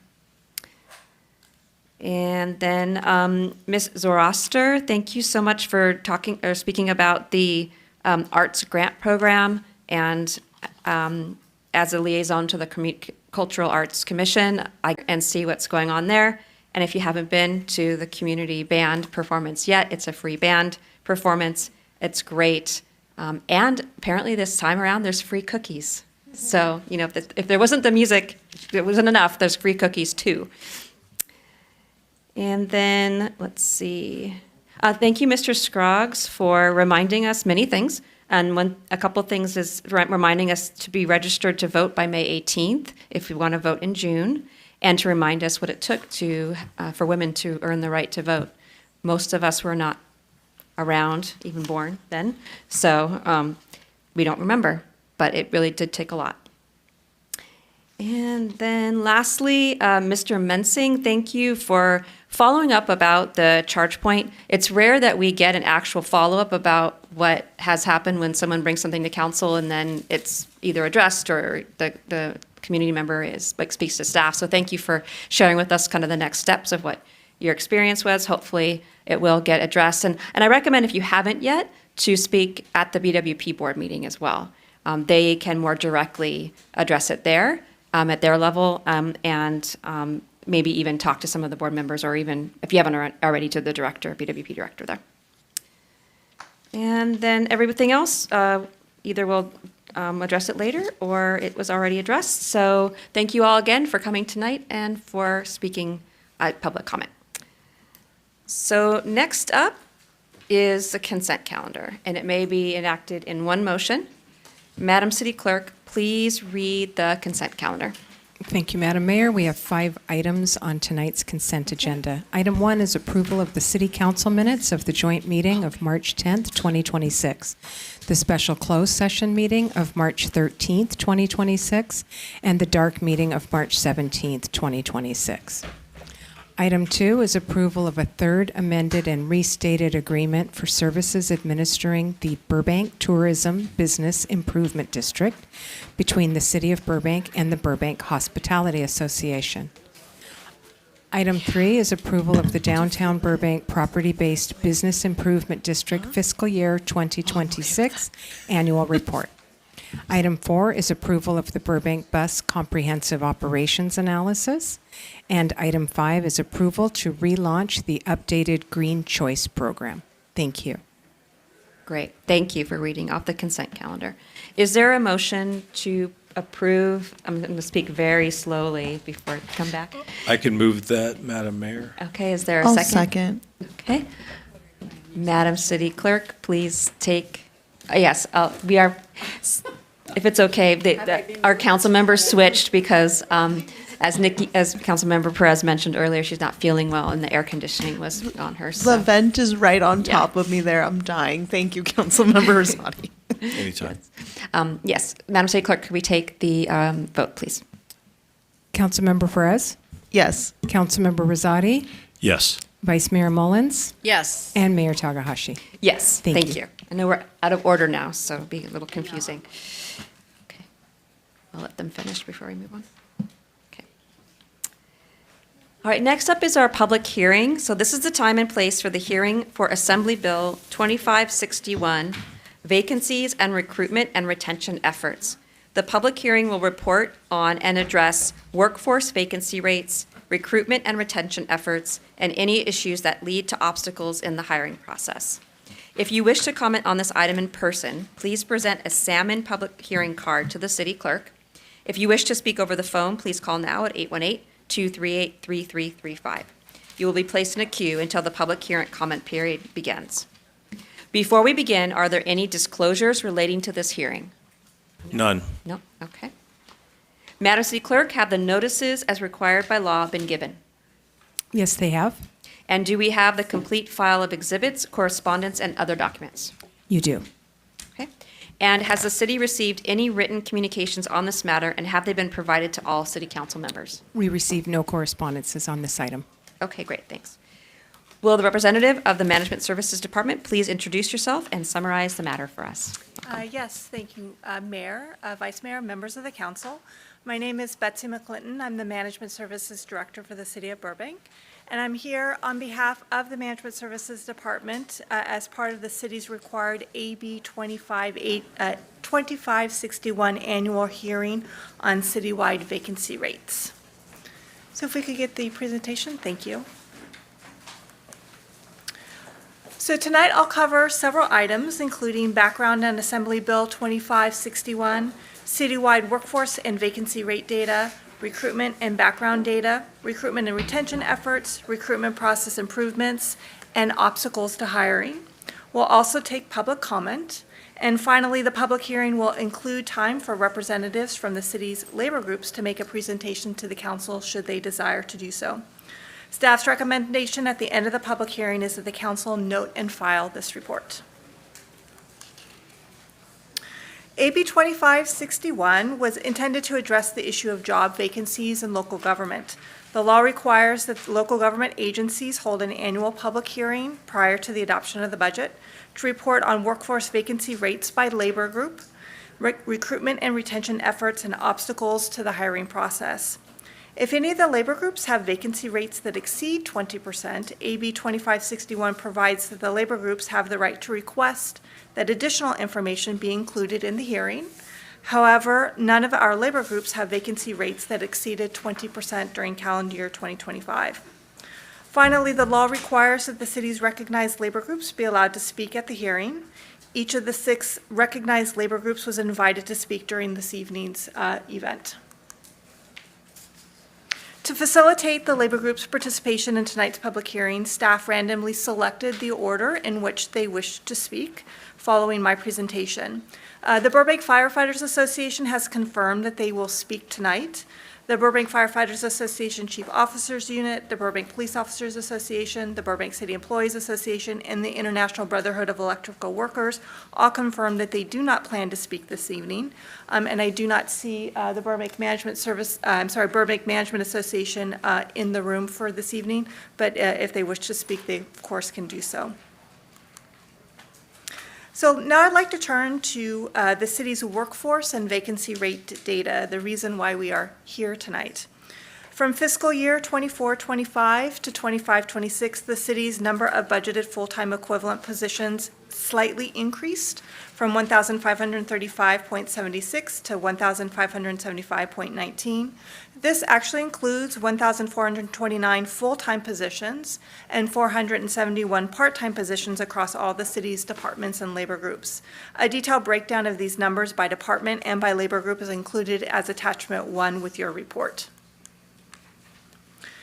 The average monthly vacancy rate by labor group for the 2025 calendar year shown on this slide. Burbank's overall average vacancy rate across all months and all groups for 2025 was 10.8%, with a high of 12.16% in September 2025 and a low of 9.21% in June 2025. Overall vacancy rates across the city have remained below the 20% threshold identified in AB 2561. Also included as attachment 1 in your staff report, that attachment further breaks down these averages and shows the vacancy rate for each month in 2025 and compares the overall 2025 monthly averages to 2024. And I am happy to say that for most labor groups, between 2024 and 2025, the vacancy rates did go down slightly. Okay, so now I'll turn to the city's recruitment and background data. During calendar year 2025, Management Services received 433 requisitions, which are requests to fill 1 or more vacancies. These requisitions covered 484 vacancies. These included vacancies across the city, full-time, part-time, temporary, seasonal, all of the different types of vacancies we have. Recruitment staff conducted 285 separate recruitments. They conducted 12 police recruit and lateral testing processes, which was 1 per month throughout the year. That resulted in hiring 20 police recruits and 1 lateral police officer. It is important to note that the overall average time from a requisition to providing the department a list of candidates from which to make a final selection was 2.4 months. Attachment 1 of your staff report further breaks down this data regarding the length of recruitments by the various different types of recruitments that we conduct. During 2025, Management Services staff completed the background process for 637 new employees, which included 351 new hires, 165 promotions, 37 rehires, 58 transfers, and 26 other position changes. The background process can vary widely depending on whether the new employee or the employee is a new hire or an existing employee moving into a new position. This background process took on average 35 days to complete, which is about 2.5 weeks for the actual background and medical. The remainder, or about 2 weeks, is spent assisting candidates and departments complete needed paperwork or other items, as allowing candidates to provide notice to current employers or salary negotiations. Okay, so now I'd like to turn to the city's ongoing recruitment and retention efforts. The most effective recruitment and retention effort over the last several years has been the City Council's adherence to its adopted compensation policy, which states that when financially feasible and in order to recruit and retain a well-qualified workforce, the city will pay the average of Burbank's relevant market. In addition to compensation, Management Services has expanded outreach efforts to increase visibility of city employment opportunities, emphasizing the city's digital recruitment presence. For example, the city's use of LinkedIn grew measurably. Over the last year, the number of followers on the city's LinkedIn jobs page increased by almost 23%, and engagement with recruitment postings increased over 94%. What engagement means are likes, reactions, comments, shares, posts, clicks on posts or links. The city's also expanded its use of Handshake, a recruitment platform widely used by colleges and universities. This platform allows the city to connect directly with college students and recent graduates who are actively exploring career opportunities. We've promoted our youth employment program on that platform, and we've promoted a wide variety of entry-level positions like our apprentices, our apprenticeships and trainee programs.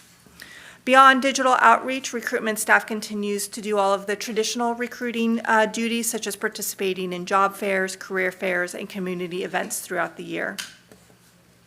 I do want to mention, I noted the city's youth employment program. We continue to have a robust youth employment program.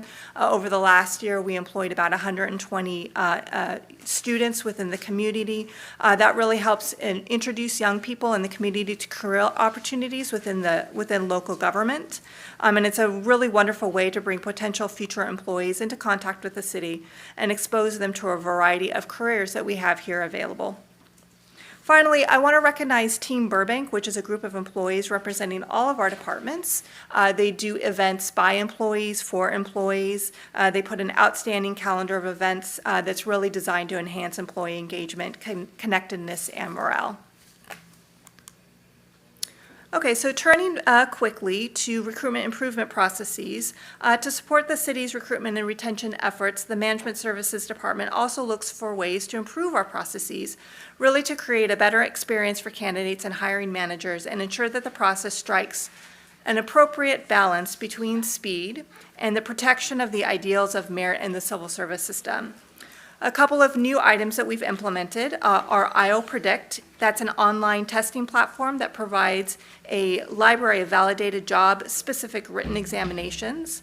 That platform allows staff to administer tests and exams more efficiently and ensures that the testing materials used are professionally developed and align with the competencies that we're looking for each position. It also helps, using that platform also helps to reduce the time to design and administer written tests. The city also has recently implemented a SureHire, which is a background screening and employment platform that integrates directly with the city's NeoGov recruitment system. So prior to this integration, much of the background process required manual coordination and data entry between systems, which has now been far reduced. So all of these newer tools build on several previous improvements that Management Services implemented over the last few years, which are outlined in your report. They include, for example, Test Genius, Spark Hire, and the ongoing candidate pool agreement with BCEA. So the final topic for my presentation tonight is the identification of any obstacles to the hiring process. So the primary challenge that we face from a process perspective is that the city's human resources software systems are not integrated with each other, and some of them are reaching the end of their useful life. So the city's enterprise resource planning system, or ERP, that's really the financial and human resources backbone for the city. It's over 25 years old, and it just does not integrate with all the various systems that we use throughout the city. So to address this challenge, in fiscal year 25-26, staff included a multi-year funding plan to replace the city's ERP, and I am very excited. I know this doesn't sound exciting to those of you who are not in this process, but for us, it's very exciting that the beginning phase of the ERP replacement project began in earnest in January of this year, and staff plans to award a contract for new ERP system during the second half of this calendar year and start full implementation in 2027. So ERP systems, new one are on the horizon, which I think will help dramatically with our processes. So at this point, I'd like to conclude my presentation by sending a thank you to the entire management services team for all their hard work, particularly the staff in recruitment and onboarding, as this presentation really showed the work that they do day in and day out. So I'm obviously available to answer questions following the labor group presentations. Thank you for your presentation. Do we have any labor groups who would like to speak other than BFF?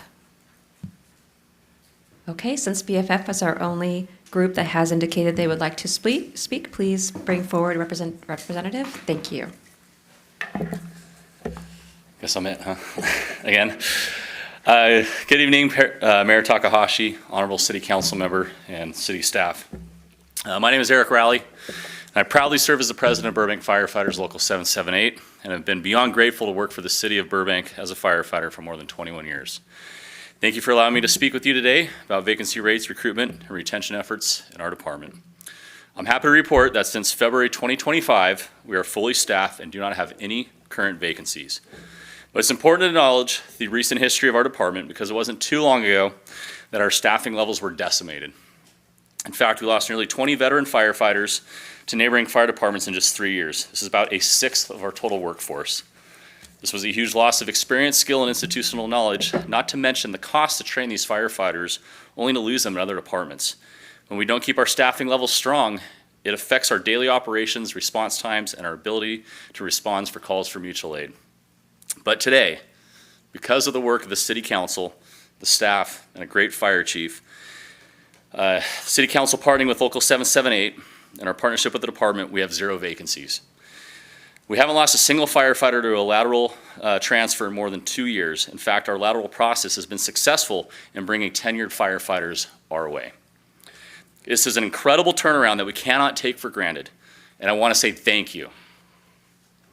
Because this stability didn't happen by accident. It happened because the council made a commitment to public safety by providing a fair compensation package, because you brought a fire chief who supports his rank and file firefighters and gives us the tools we need to be successful.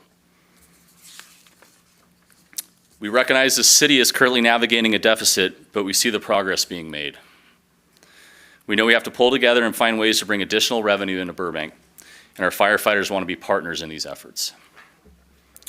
Because of your commitment, we've moved beyond just patching holes to building modern infrastructure. This includes piloting a 4th full-time rescue ambulance and adding a dedicated logistics chief.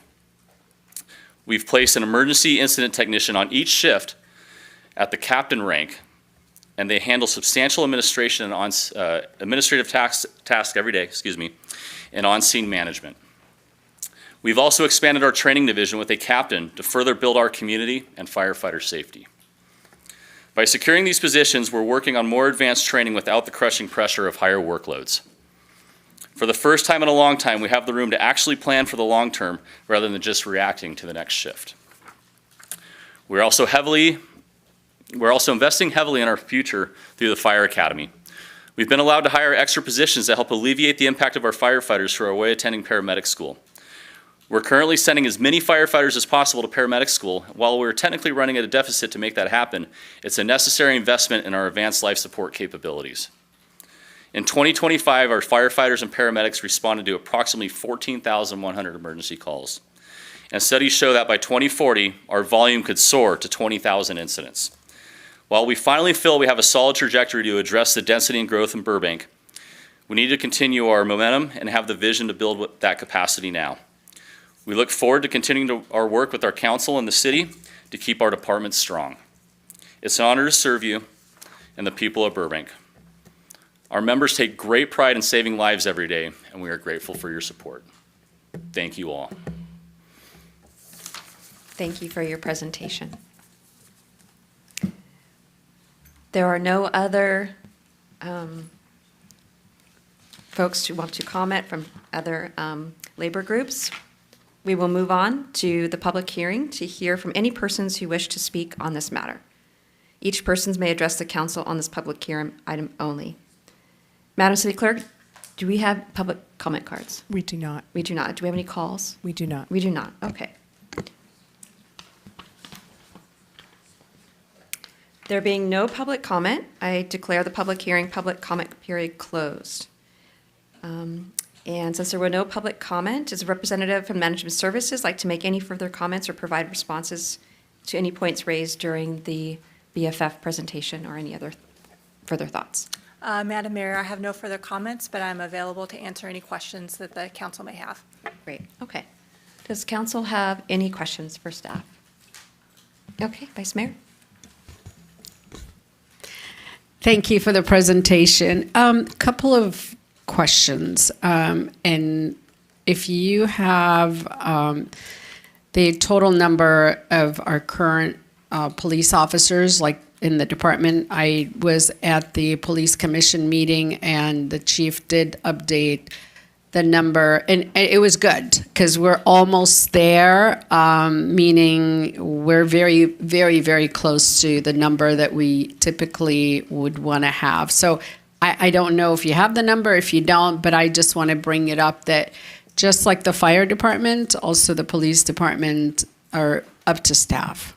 So if you have that. I believe the last I heard was that we were at 150, which was the highest I think that we've been, or 160. Yeah. Yeah, so we're budgeted for 160 sworn officers, and we are very close. It changes sometimes, but we are in the high 150s, close to 160.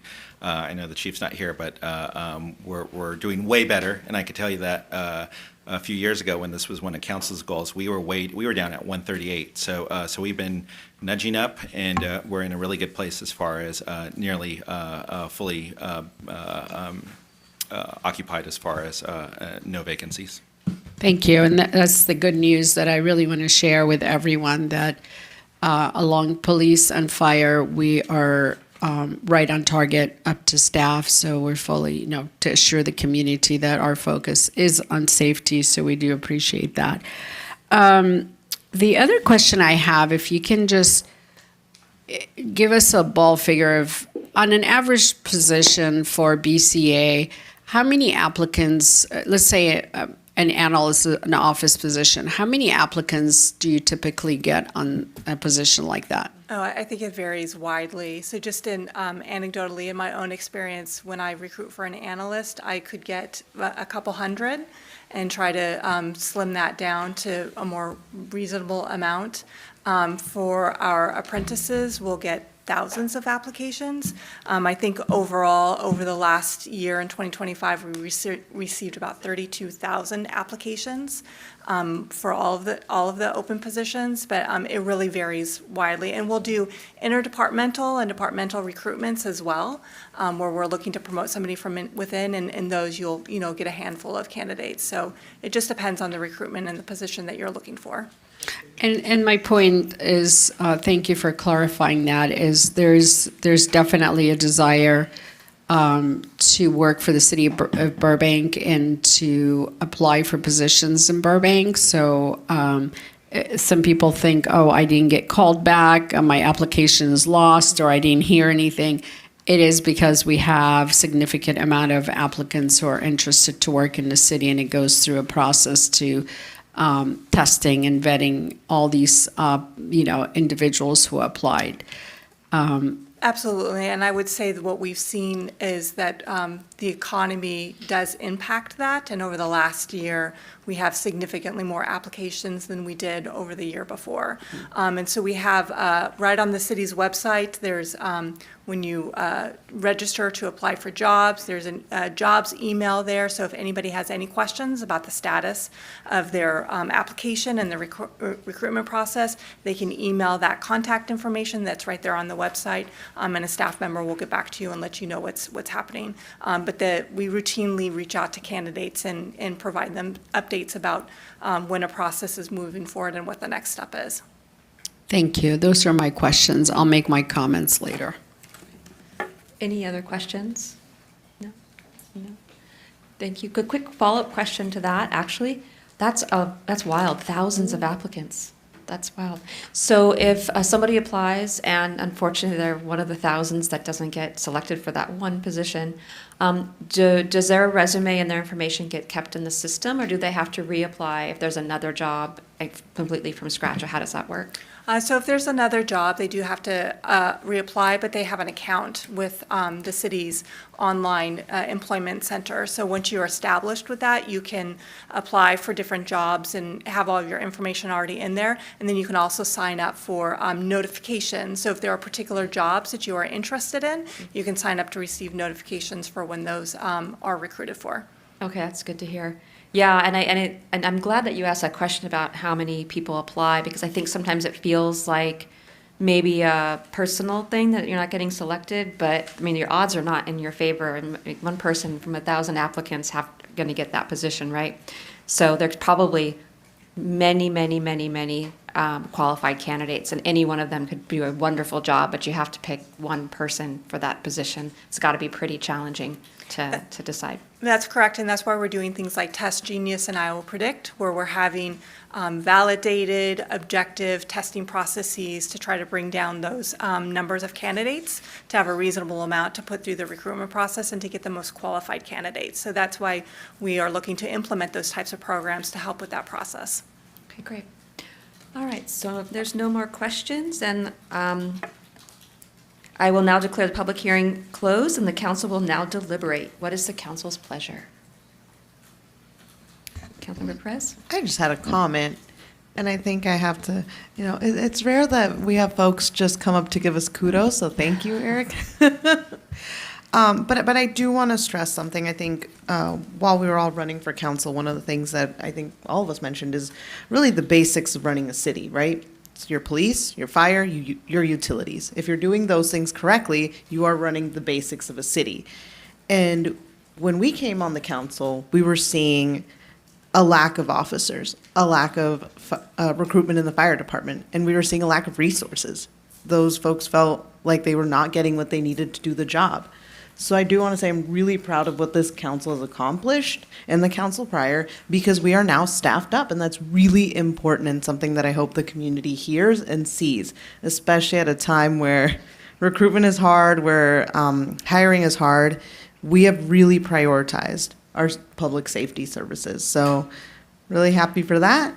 And if you are a quality candidate wanting to join the best police and best fire in the nation, you can apply. So thank you, and I love to hear what we're seeing. Great. Okay. Councilmember Rosati? Thank you, Madam Mayor. I wanted to just reiterate what Councilmember Perez just said. And Mr. Raleigh, I think, beautifully laid out how important recruitment and retention really is. Not only is it important to our taxpayers that we don't lose great employees, but the institutional knowledge that you lose when you do, you could potentially set a department back 5-10 years, depending on how many people leave. So I think that was very eloquently said, and we obviously concur that it's very important to our city and our community. So thank you. Vice Mayor? Thank you. Since we're giving a lot of kudos here. So thank you for your leadership. I know it's not easy leading, being the president of the firefighter union, whether it's BCA, IBW, police.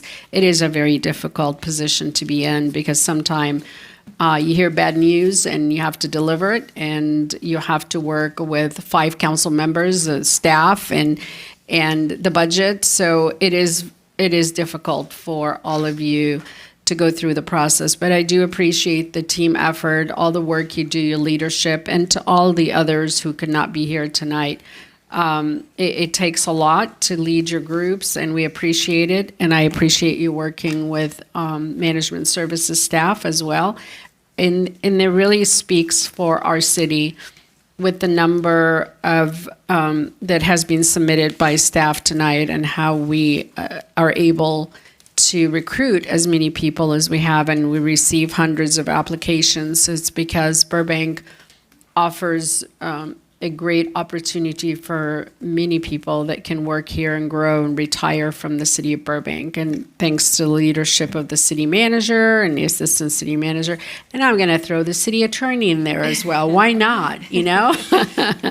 But seriously, I think it takes a lot of effort, and I do give my own commitment that we will continue working with staff and with all of you to make sure that our employees are treated fairly and being compensated fairly. So thank you. Great, well said all. Yeah, just echoing what my colleagues have said, and that I remember back when we first started on council, when we first elected, but we were having some very, very challenging conversations at the time. And it took quite a bit of work and back and forth and a collaboration with all of us, the labor unions, the staff. Miss McClinton and her team did so much work on this. Finance, city manager, everyone all collaborated together to get to where we are today. So these numbers are incredibly encouraging, and it's great to see the results of all the hard work that's went into making this happen. And to all of your points about the importance of our police and fire and power, and making sure that we have staff for the safety of our community is priority one. We're there, which is great. So the hope is we keep it there, keep going, keep working through it. Ups and downs of the world happen, that we keep going on. And I also want to add that one of the things too that I noticed the difference between when we first started and now with all these departments is just kind of the vibe and the morale and the kind of general, when you chat with staff, it's quite a positive feeling talking with the fire folks and the police department, and that's a vibe we want. That's what we want to have when we're talking with our folks and staff. So that's a good sign. So thank you for the presentation. And this one I'm noting is we don't have anything to vote on. This is a note and file required by law to have this report. So thank you for the presentation. Thank you for your comments. Thank you to staff and all. And this item is now over. I guess we're moving on. Until next year. Until next year, right. Keep up the good work, all. All right. We have one report to council this evening, and we are ahead. Great. So after staff's presentation, the City Council will proceed with in-person public comment only. Speakers will be allowed to speak on the item at the conclusion of the presentation, as long as the speaker has not spoken on the item during the first period of general public comment. Please be sure to submit your public comment card now to the city clerk, as no additional public comment cards will be accepted once the comment period commences following the presentation. So now's the time, if you'd like to speak on this and you haven't already, to submit your cards. Got a few of them here.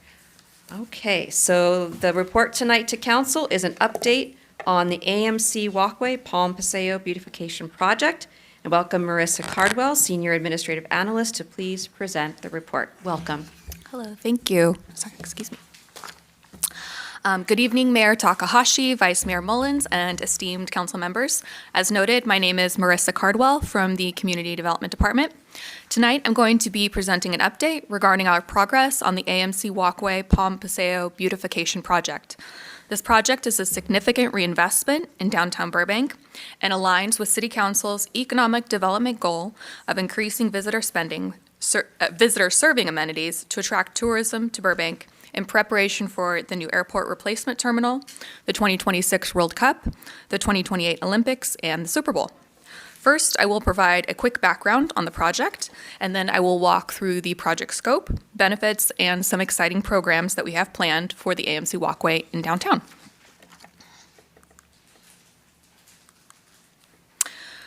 Okay, so downtown Burbank, as you all know, hopefully, is a vibrant mixed-use urban district with more than 600 restaurants, retail establishments, and entertainment venues. It's anchored by the Burbank Town Center Mall and IKEA, and is home to the highest-grossing AMC theaters in the nation and the top 3 AMC theaters globally. Downtown Burbank also hosts several popular annual events, including the Summer and Winter Arts Festival and the Winter Wine Walk. At the core of this activity is the AMC Walkway Palm Paseo. It's a heavily used pedestrian corridor connecting San Fernando Boulevard to First Street and serving as a central gathering place for the downtown. Downtown Burbank's more than 4.9 million annual visitors are largely attributed to having the highest grossing AMC theaters in the nation, the largest IKEA in North America, and the popularity of our many restaurants. Back in 2020, the city developed initial designs for the AMC Walkway Palm Paseo project. The project was put on hold at that time due to some funding challenges.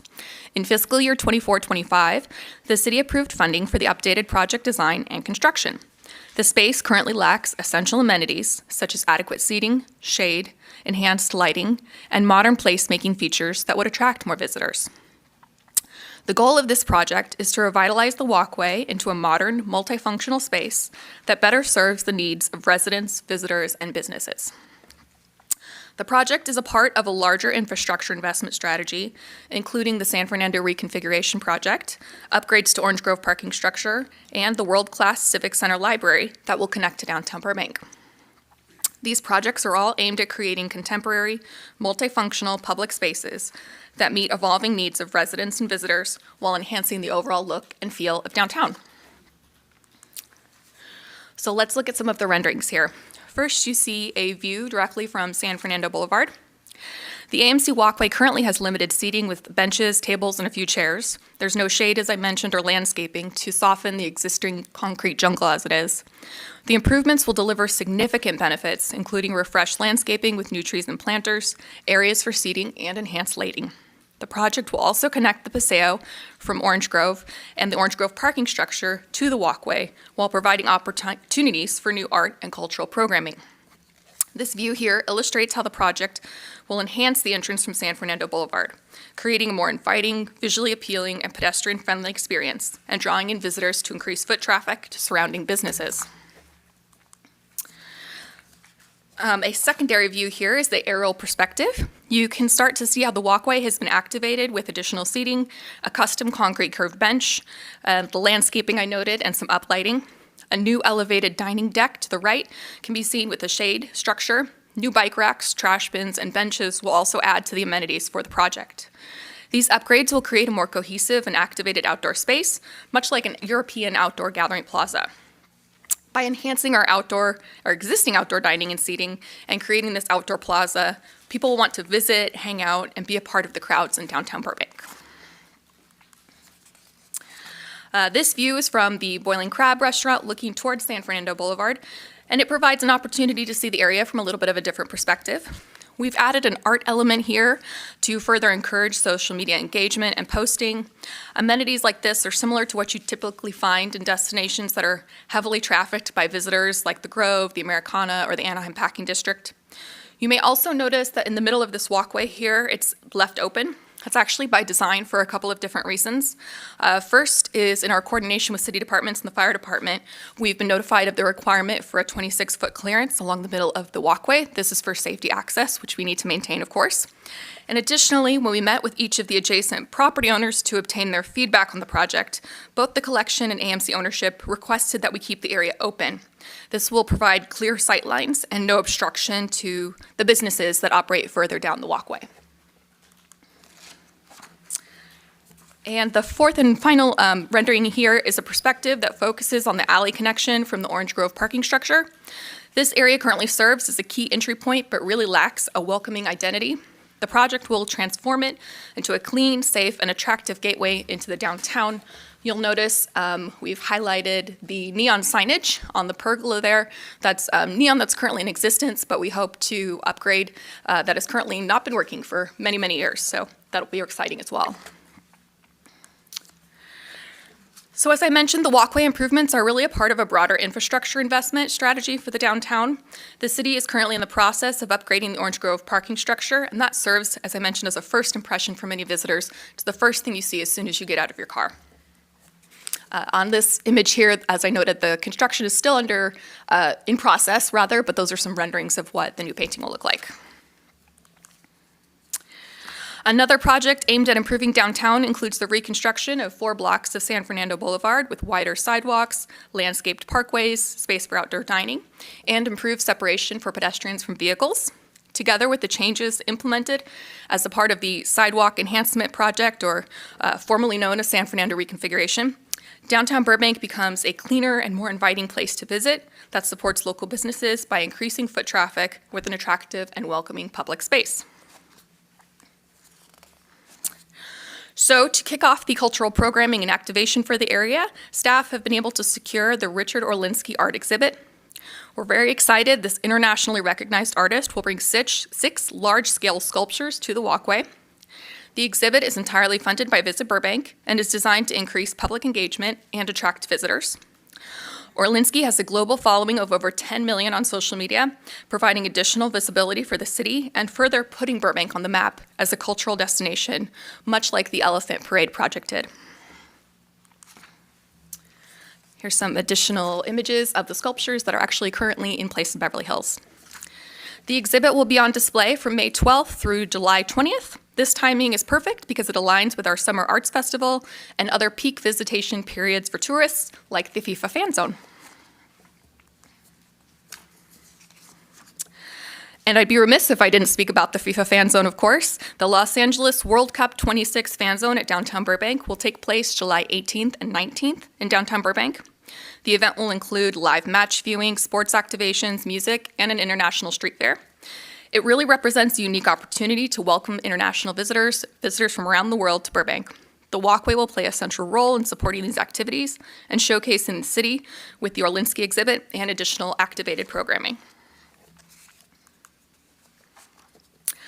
Since 2024, the city has been working with the cultural market to identify alternate locations, recommending the parking lot adjacent to City Hall as the best option for relocation, as it provides more space, parking, and flexibility. The Burbank Certified Farmers Market currently operates a highly successful weekly market in the city-owned parking lot behind the Community Services Building. This market is a great indication of how community marketplaces can thrive in alternate locations throughout the downtown Burbank. Here, you'll see on the left-hand side a map highlighting the location of the City Hall parking lot, which would keep the cultural market downtown, provide easy access for visitors, and support a more functional space on the Walkway. On the right, you'll just see a picture of the farmers market that's always highly trafficked. Of course, if you've been there, you'd know that. Staff remain committed to supporting the transition to a new location and will provide communication efforts and signage to support the market when the new location is selected. The renderings of the Walkway as shown here have been vetted and approved by all property owners adjacent to the project, and the Downtown PBID Board of Directors, as can be noted in the letter of support for the Walkway, included in your packet as attachment 2. Looking ahead, next steps include finalizing project construction drawings and going out to bid for the project, which is anticipated to begin in August 2026. With the Richard Orlinsky exhibit beginning May 2026, the market and other events will no longer be able to operate on the Walkway as of April 27th. Staff are happy to continue working with the cultural market to find a suitable alternative location for the market to thrive in downtown. The Walkway's opportunities for use are evolving, but the improvements will support broader public use and meaningful benefits for residents and visitors. Capital improvement projects bring increased visitation and further demonstrate our city's dedication to enhancing the quality of life for all. Thank you all for your time. We would be happy to answer any questions. Great, thank you. Okay, so first we'll do public comment and then we'll move on to questions for staff. So public comment period for this report to council is now beginning, so no additional cards will be accepted. Madam City Clerk, looks like we've got 5 cards. Okay, so you will have 3 minutes, up to 3 minutes to comment. And our first speaker is Ani Sargisian, my apologies for mispronouncing, followed by Amber Liu. Welcome.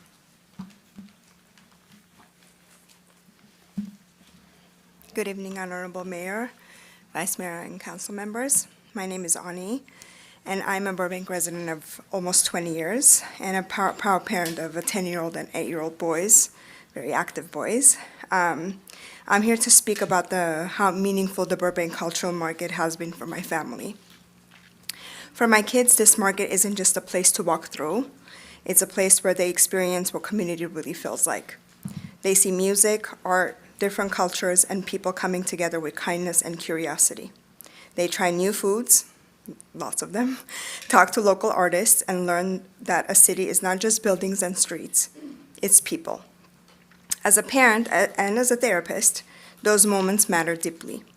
In a world where so much pulls families apart and onto screens, the Burbank Cultural Market creates a space where we slow down, connect, and feel proud of the community we live in. My children are growing up associating Burbank with warmth, creativity, home, and belonging because of spaces like this. The memories we've made there may be very small for some, but they are the kinds of moments that shape how kids see their community and their place in it, and they learn how to give back. I truly hope this beautiful space continues to exist for families like mine and so many others in Burbank. Thank you. Thank you for your comment. Next up is Amber Liu, followed by Candace Asamendi. Hello, esteemed City Council. My name is Amber, and I'm a proud vendor at the Downtown Burbank Cultural Market, something that has become a real highlight of downtown. I strongly support keeping the market in its current location, as its success is directly tied to this space and benefits the Burbank community at large. The submitted report outlines a goal of increasing activity, foot traffic, and economic vitality in downtown Burbank. This is exactly what the cultural market accomplishes. The market was created to activate downtown, and it clearly worked. People travel to experience it, and it has become part of Burbank's identity and a reason people come downtown. The report and letters also raise concerns about impacts to nearby businesses, but what's missing is any clear data showing that the market is causing harm. Instead, what we see is a space that is currently active, vibrant, and functioning successfully with the market's presence. Decisions about a public space should be based on a demonstrated community benefit, not hypothetical concerns about potential tenants. There's no evidence that the market is preventing economic growth, only clear evidence that it's already creating it. In fact, new businesses have continued to open in the area, which suggests that the market is contributing to and not detracting from downtown's growth. The market brings consistent crowds who then stay to eat, shop, and explore. The market also notably supports over 40 small businesses, mostly minority and women-owned. It provides access and opportunities for entrepreneurs who might not otherwise have a platform. The report does not demonstrate why the market cannot continue to coexist within this space, especially given how successfully it's been operating. I respectfully ask that you preserve the current location of the market and welcome us to return should any beautification move forward. Relocating the market to a parking lot would fundamentally change how it functions and disrupt the current ecosystem that has been built in this space. If relocation is absolutely necessary, it is critical that it remain in a comparable high-traffic walkable area like Palm Avenue. The idea that Burbank's culture can be improved by eliminating a cultural market that has become a touchstone of the city and reflects its identity and core values is deeply concerning.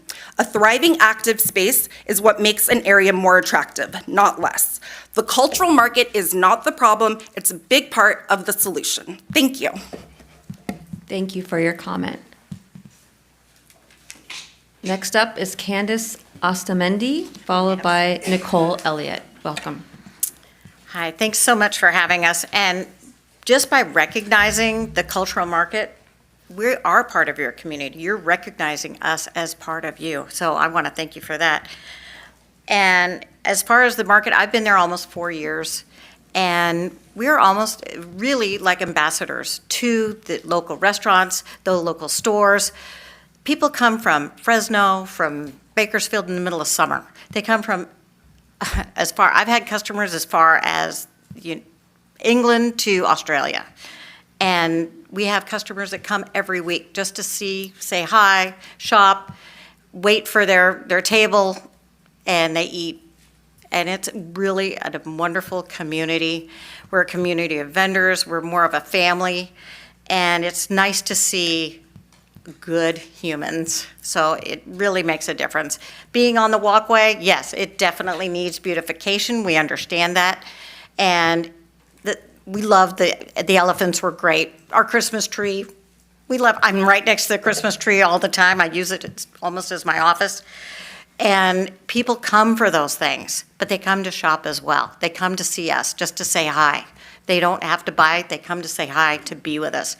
And the reality is, there is room for us to go back in the market. If I've looked at the demographics of where everything is, the schematics show, yeah, we can spruce up our tents. We could go all white and make it beautiful. We could do exactly what 3rd Street Promenades and all the other markets that are doing and grabbing more people in do. We also, if they were to move us, how would they create signage to help us grow? And that's very important as well. But there are 47 women-owned businesses there. We are storefronts. There are every Friday, every Saturday, every Sunday, there are up to 30 storefronts every single night. So we give everything we have to it. And if we were going to the City Hall parking lot, I know they talked about the itinerant vendor fee coming into play.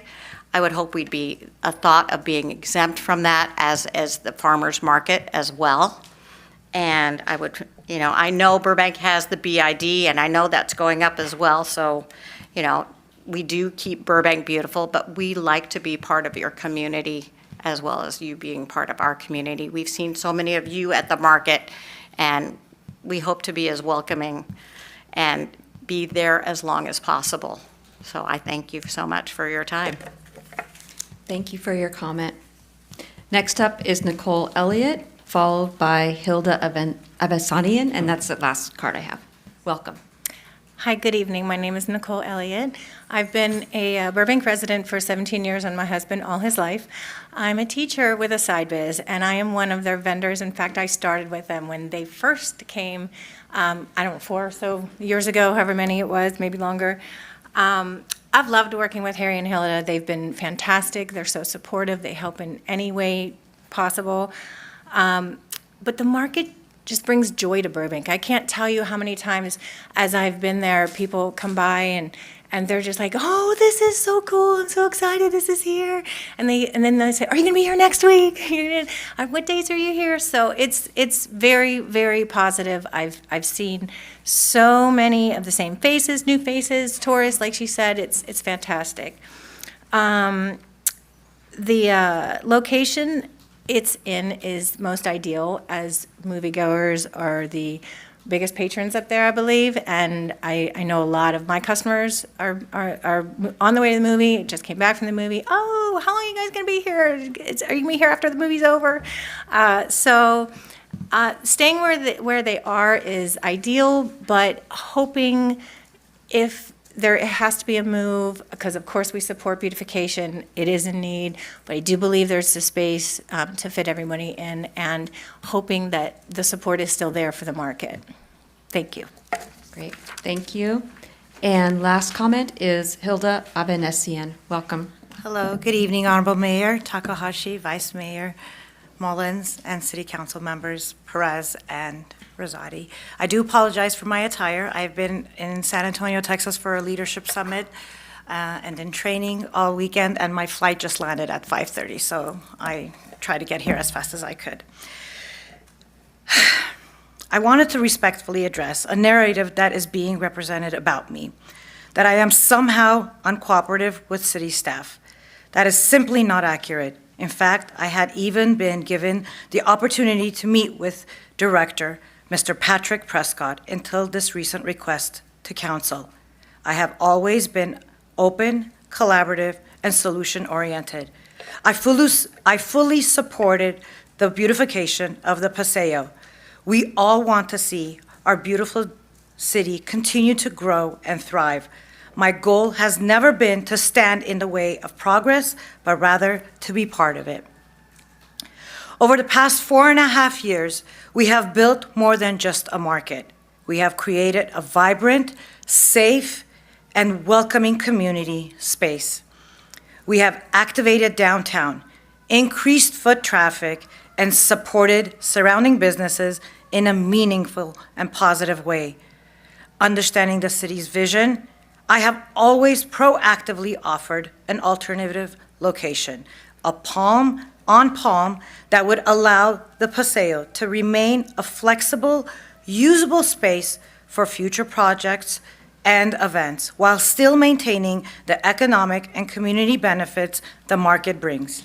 And most importantly, this is not just about booths and vendors, this is about families. Every single vendor represents a household, a livelihood, and a story. These are hardworking individuals who rely on this opportunity to provide for their families and contribute to our local economy. I respectfully ask the economic development that you refrain from continuing to mischaracterize my name, my reputation, and my beautiful family, the downtown Burbank Cultural Market vendors. The narrative that is being presented is not only inaccurate, but it is also detrimental to the years of my hard work, my collaboration, and my reputation in the community building that has taken place.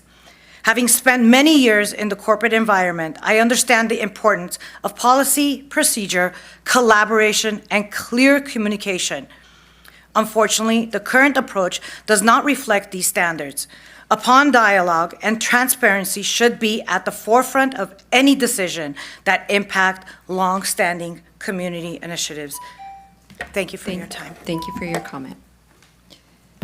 Okay, we have completed public comment for this report to council. Council, do you have any questions for staff or? Yeah, we'll start with questions. Who would like to start?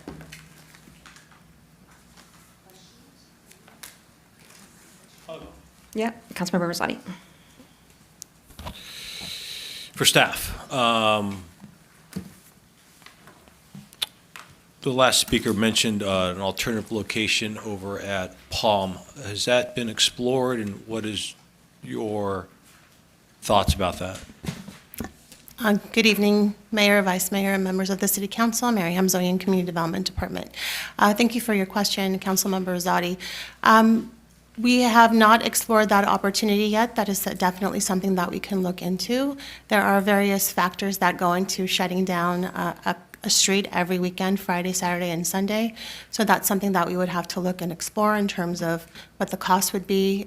We would have to speak to police and fire and traffic and transportation to see if we would be able to reroute the streets. But it is an option that we can definitely look into.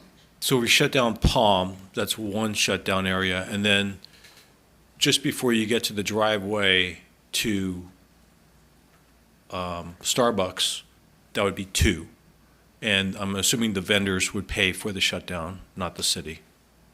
So it would depend on how traffic would like us to shut down the streets. Typically, it's not a short area that we have to close off.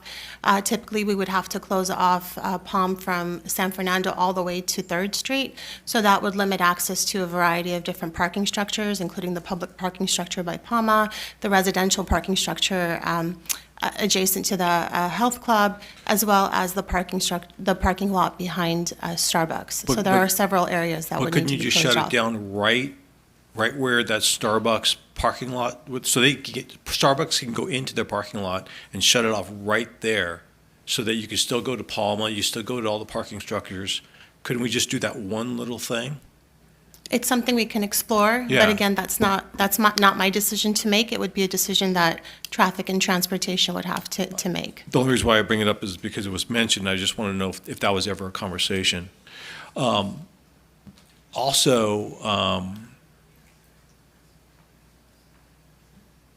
I also just want to mention there would be meridian barricades that would have to be deployed Correct. every week. Right. So again, it's something we can definitely explore. There may be a higher cost for the market than what they're currently paying right now. And is there flexibility as far as, do you know if there's flexibility? Does it have to be done every Friday, Saturday, Sunday? Could it be Friday and Saturday?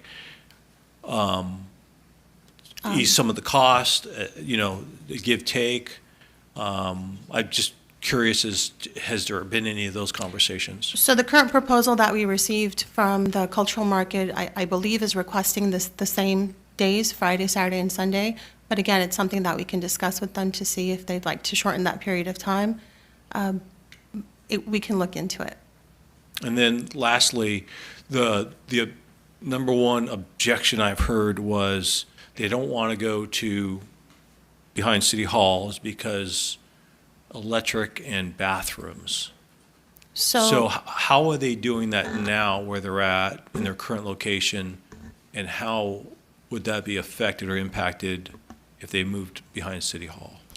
So we haven't really discussed electricity or bathrooms in any detail because behind City Hall has not been an option that the cultural market has requested staff to look into any further. So currently, right now, I'm not sure how they're handling the bathroom situation, the restroom situation. I'm assuming they're utilizing the adjacent restaurants for that. But the power, they are tapping into the existing power outlets that we have on the Palm Paseo, on the palm trees. And I believe there's also some generators that they bring to the market as well. And do you know offhand, is there power out in the parking lot? There is. I would have to verify, but I believe we do have power in the parking lot. We have electricity there. We did have a huge ice rink that we brought to the parking lot, so we put a huge electrical box, spent a couple $1,000s. The downtown bid paid a lot of money to put that in, so we do have a huge electrical box there that can be utilized. Okay. Well, that's the end of my questions, Madam Mayor. Thank you. Okay, thank you. Councilman? Just to follow up on Councilmember Rosati's questions, one of the other issues they mentioned with the back parking lot, and those were definitely brought up, but the other one I heard was it's not a high-trafficked area, which I would agree. This is either utilized as a lot during the weekends, and it's only full when we have high-volume weekends. Otherwise, it's pretty dim compared to the rest of the traffic in the downtown area.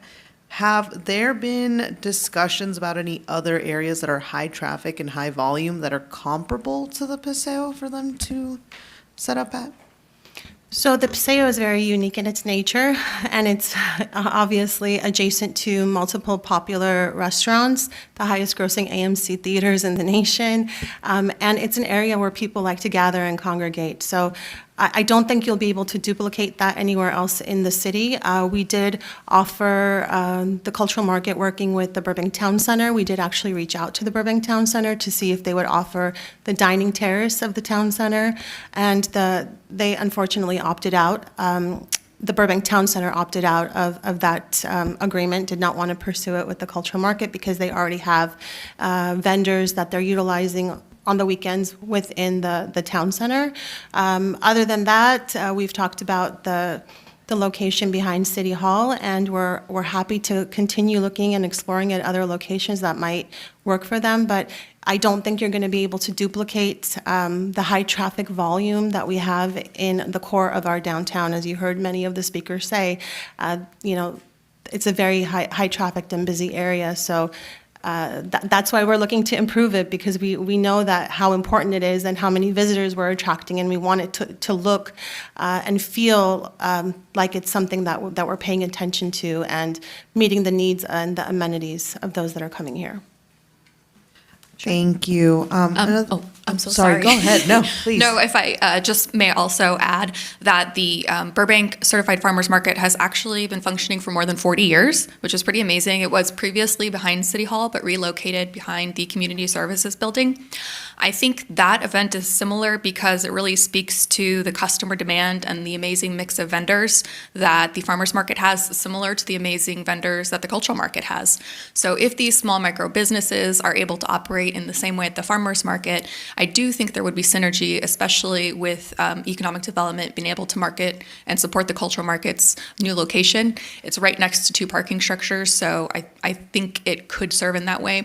And again, our initial intent with this location was the low barrier of cost to entry for the space, but there are, as Mary mentioned, other locations we can pursue on behalf of the market.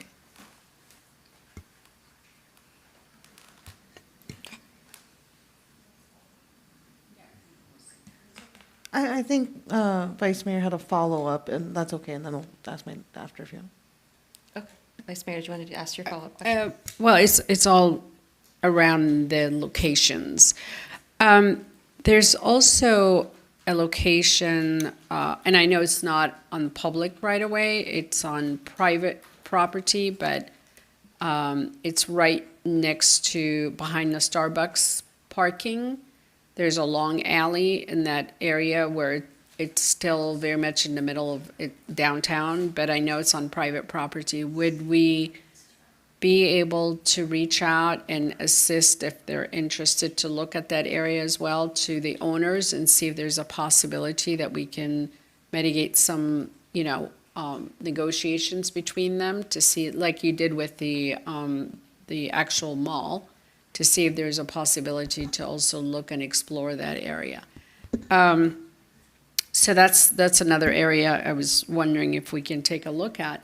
But I do want to go back to Palm and the feasibility on Palm and seeing if this actually can work. Because I'm trying to picture what Councilmember Rosati was talking about.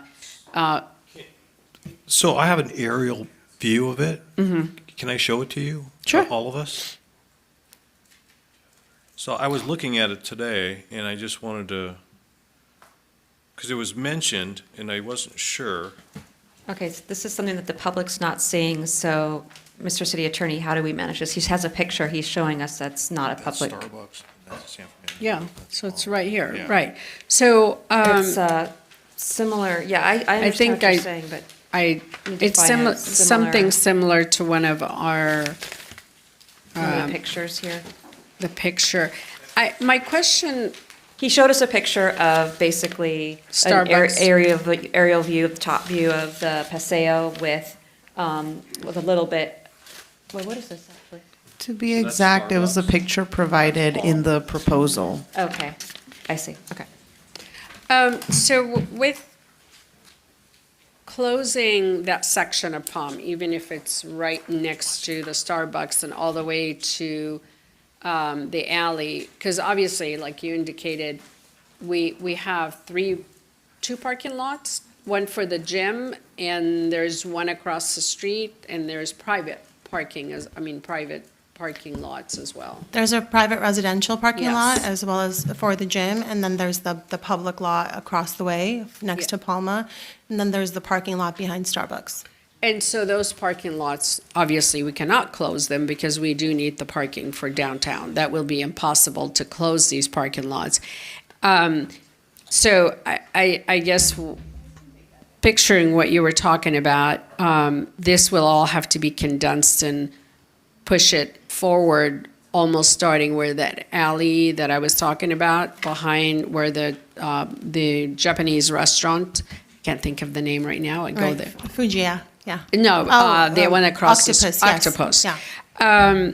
But there's another concern or something that we have to take a look at. When you're driving on Palm towards San Fernando, that's the only way you can make a right turn into San Fernando, because the only way to go in and out of San Fernando is through Olive, making a left turn, and then making a right turn from Palm to go straight to Magnolia. So trying to picture how with that, the market would actually be in that area, that would prohibit anyone driving to make a right turn on San Fernando going into Magnolia. So the only way in and out will be from Orange Grove or Olive, driving straight down to Magnolia. Right, and so that's why something like this, we'd have to do a traffic plan, and we'd have to have it vetted for the street closures, and that's typically what we do for all of our events. So anytime we close any streets, we have to have a traffic plan that's put into place.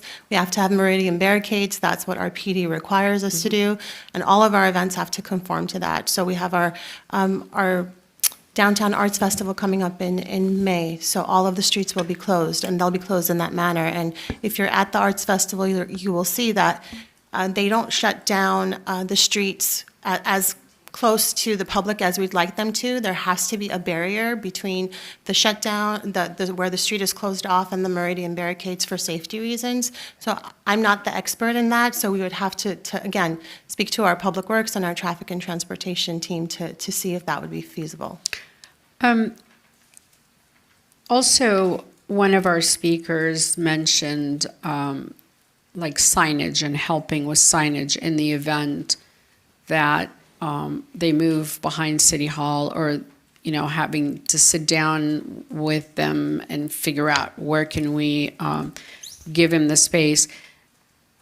Signage is something that the city can do and help assist to redirect the patrons to know that, they've been relocated to a different area. So I just want to say this out loud, that's a good point that you brought up during your public comment period. And it is something that staff can work with definitely the market and all of them to trying to redirect to the new area, wherever this new area is going to be, to ensure that the people know where they have been relocated. So I want to make sure that we're okay with that. This is something we need to talk about. Absolutely. Okay. For right now, I'm going to wait on questions and see if you have anything else. Okay. Councilmember Perez, did you have more questions? Yeah, I had a few. One more about location-wise. I just want to be crystal clear. So there haven't been discussions yet about closing that street with the market yet, right? That hasn't been a discussion. There have not. Because my only concern, I think it's feasible even with the extended street closure. My concern, and where I think we're going to run into a problem, is because that discussion hasn't happened yet. I don't know that they're aware of the costs that it would take, because we have seen in Magnolia Park with Holiday in the Park, those costs always exceed expectations because of those pesky meridian barriers and the overtime PD officers that you need to have when you close down a street. And that is beyond us. That is additionally state law that requires us to have certain parameters, given, unfortunately, some of the incidents we've seen around the state and around the nation with threats, with people driving cars into crowds. So that's one of my concerns, because I wonder how much this would raise the cost for one of the vendors trying to sell at the market. So I understand why street closure might not be the best option. That being said, the rest of my questions are more thinking about the long term. I understand that, the beautification is going to be temporary, but my understanding from the staff report is that the expectation is that they don't return. And I'm wondering why. So you can start if you like. Okay. Sure. The main reasoning for that is that the improvements will not allow events that occur in the same way, the same quantity of tents and programming. So we could have some programming. I even referred to art exhibits, cultural experiences, one-off events. But the cultural market and the arts festival and other events that we've asked to relocate as they currently stand have, as noted, 20 to 25 vendors per evening, sometimes even more. And the space just will not be able to have that capacity of vendors with the improvements and the required fire lane access that is being placed on the area. So if there's any indication that the cultural market wanted to change their footprint or have a very small market, of course, we could discuss that as well, but I don't think that's of interest at this time. Yeah, and I'll just add, so the current configuration of the market, the current layout will no longer fit once we have the improvements in place. We are adding additional amenities, seating, plants, trees, a raised elevated deck for outdoor dining. That's the location where their tents are currently placed right now, because they too have to leave that 26-foot fire lane in the middle as required by the fire department. So once you put those amenities in place, there's no more room to put, not just the cultural market, our vendors for the arts festival utilize that space, our vendors for the wine walk utilize that space. We use that space for our Christmas tree, which completely interferes with the cultural market every weekend. So, we have a 36-foot beautiful Christmas tree with booths up against it every single weekend. So that space is highly coveted and highly popular for a reason, because it's utilized by millions of people on an annual basis.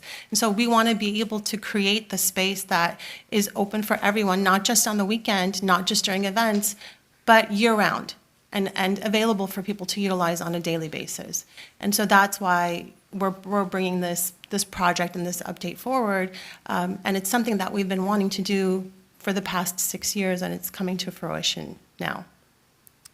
And that begs another question, my other concern, right? Because as we heard from residents in the calls today, and as I'm sure all of us have heard in the ether, folks really like when we have events, whether we host them, whether it's a cultural market, whether it's Holiday in the Park.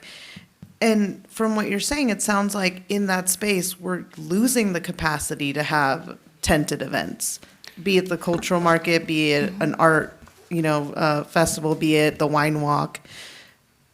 Have we reconsidered? Because it feels like at a space that we kind of want to keep utilizing for things like this. So just to clarify, it doesn't limit the ability for the arts festival or the wine walk to utilize that space, to conduct their events, because they're utilizing that space just in a small portion. They closed down the entire street. They shut down all of downtown for their event purposes.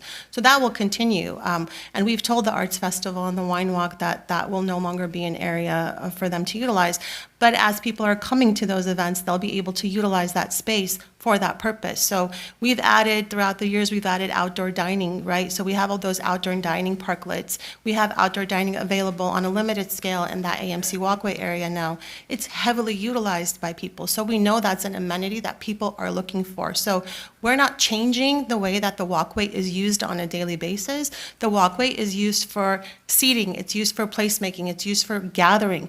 We're just elevating the look and feel of the walkway and adding additional amenities so that everyone can utilize them. Right now, we have a couple of broken benches that aren't even, put in place because everything is movable right now. So we're not changing the way that space is used. We're just reimagining it and making it modern and better for people to be able to utilize. So yes, the cultural market in its current footprint will no longer be able to be in that capacity, but there is an opportunity to continue programming it differently, and that's a conversation we can have with Visit Burbank, with Downtown Burbank. As you saw, the Richard Orlinsky exhibit is a huge way for us to activate that area. It's a $150,000 investment from Visit Burbank because they are very confident that it's going to bring foot traffic and it's going to bring tourism and it's going to add culture to downtown even more than what it has. The market is great, and we have nothing negative to say about the market. We've been a avid supporters of the market from the very beginning. As you'll see in the report, I was one of the ones that helped bring the market to downtown. And from the very beginning, they've known that this location is temporary, and so we want to find them a home in downtown Burbank. This is just no longer the space to be able to utilize a market of that scale. Maybe one or two vendors can be there on a weekly basis. We can put a tent once the improvements are in place, and they can also help to attract people to their new location. So that might be a compromise that we look at for the future. I definitely would love to hear more yes and in that space, right? Because I know, and I hear you loud and clear, the primary use is dining, but it's such a gem to have a space that you can also use for something like the cultural market. And I hear staff concerns, and I hear some of the businesses and the realtors that were here that shared that, hey, maybe 3 days is a little overkill. And I know, don't look at me like that, I know. but I hear them. I hear that concern, and that's where I'm looking for a middle ground.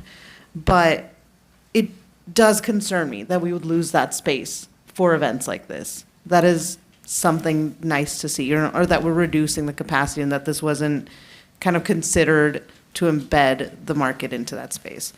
But I guess my last question is in a different line of questioning, just because this didn't fully make sense to me. So do you all know, and then let me know if it's a question for the market folks themselves, but what are the current cultural market tents that sell food that are supposedly competing with the restaurants? Because I got to tell you, my family's down there every other week. I don't really see that happening. Right. So I'm not sure exactly whose their tenants are right now. I don't have a list in front of me. We did request that the cultural market remove a majority of their food tenants in February of 2024. It was a request that came from the Public Works Department because there were a lot of competing establishments that were selling on-site prepared foods. There are still a few vendors that are selling prepared foods, but I'll give you an example. So if I'm going to downtown, and I know that your family frequents the market, and I go and I buy a cup of strawberries with chocolate and I pay $18, right? So am I going to go and buy ice cream from, Cold Stone and pay another $12? Maybe, maybe not. But that in itself is a direct competition, and that is something that we've heard from multiple businesses in the downtown. So there is a little bit of that direct competition that is coming into play. Because if I'm walking through the market and I'm buying something, I'm going to be less inclined as a food option to buy it from somewhere else in downtown. And I think we both have, I guess, anecdotal evidence here, but I would venture to say that if I'm going down and I'm buying that as a dessert, it's probably because I was eating at one of the restaurants earlier. But, so I think there has been that mutual benefit. And I know some of the restaurants have even grown from the cultural market. So I guess I was just concerned about that and wondering, as one of the speakers said, if we have clear data showing that there's harm. We have feedback from businesses that have indicated that their sales have dropped and have reduced their staffing on Friday, Saturday, and Sunday evenings. As you mentioned, that's anecdotal.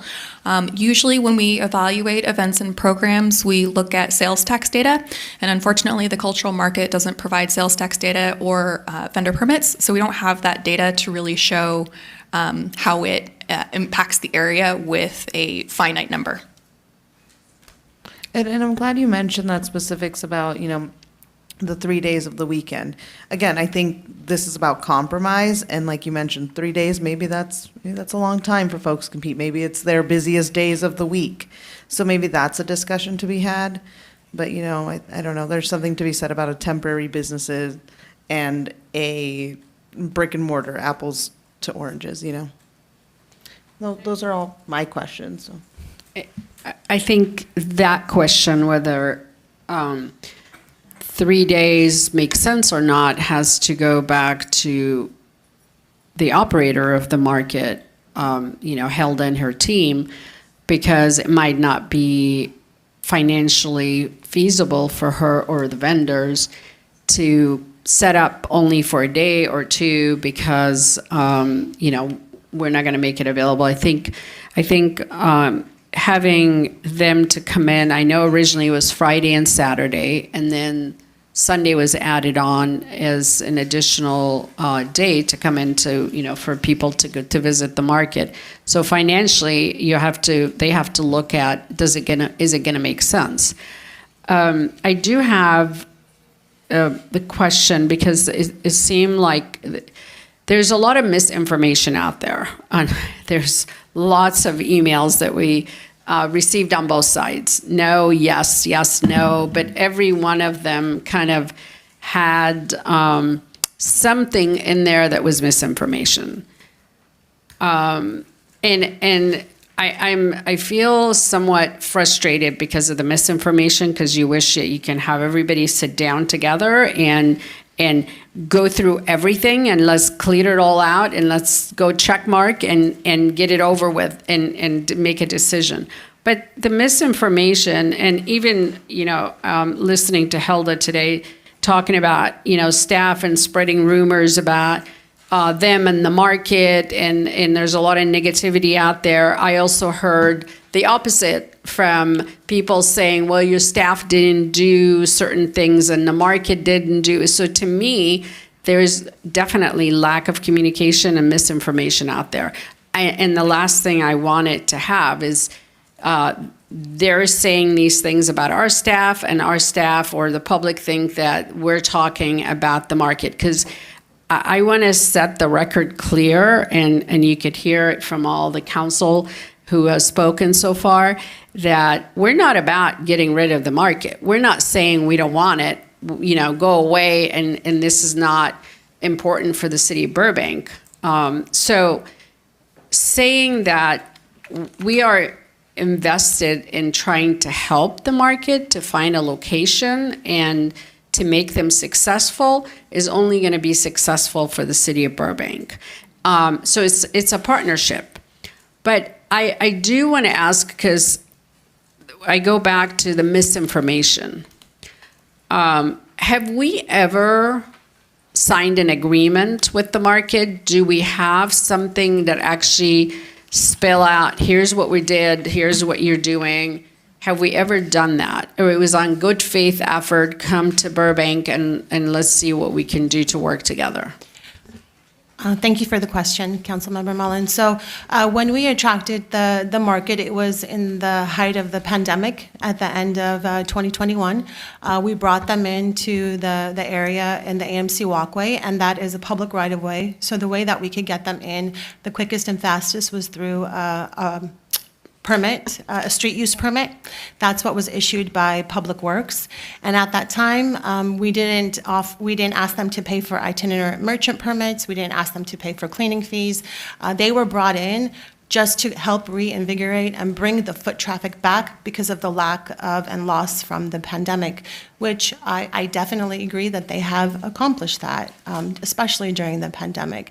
And it was always meant to be on a temporary basis. So we never entered into a formal agreement with them because we knew that the project for the AMC Walkway was going to move forward. And so they just obtained a street use permit on an annual basis. And so they wanted to have all of the weekends for the market. So they would come in and pay for a street use permit through Public Works for every single weekend that they could possibly get, other than if there was an event that we had in downtown and they weren't able to utilize it for that opportunity. But there is no formal agreement in place with the cultural market.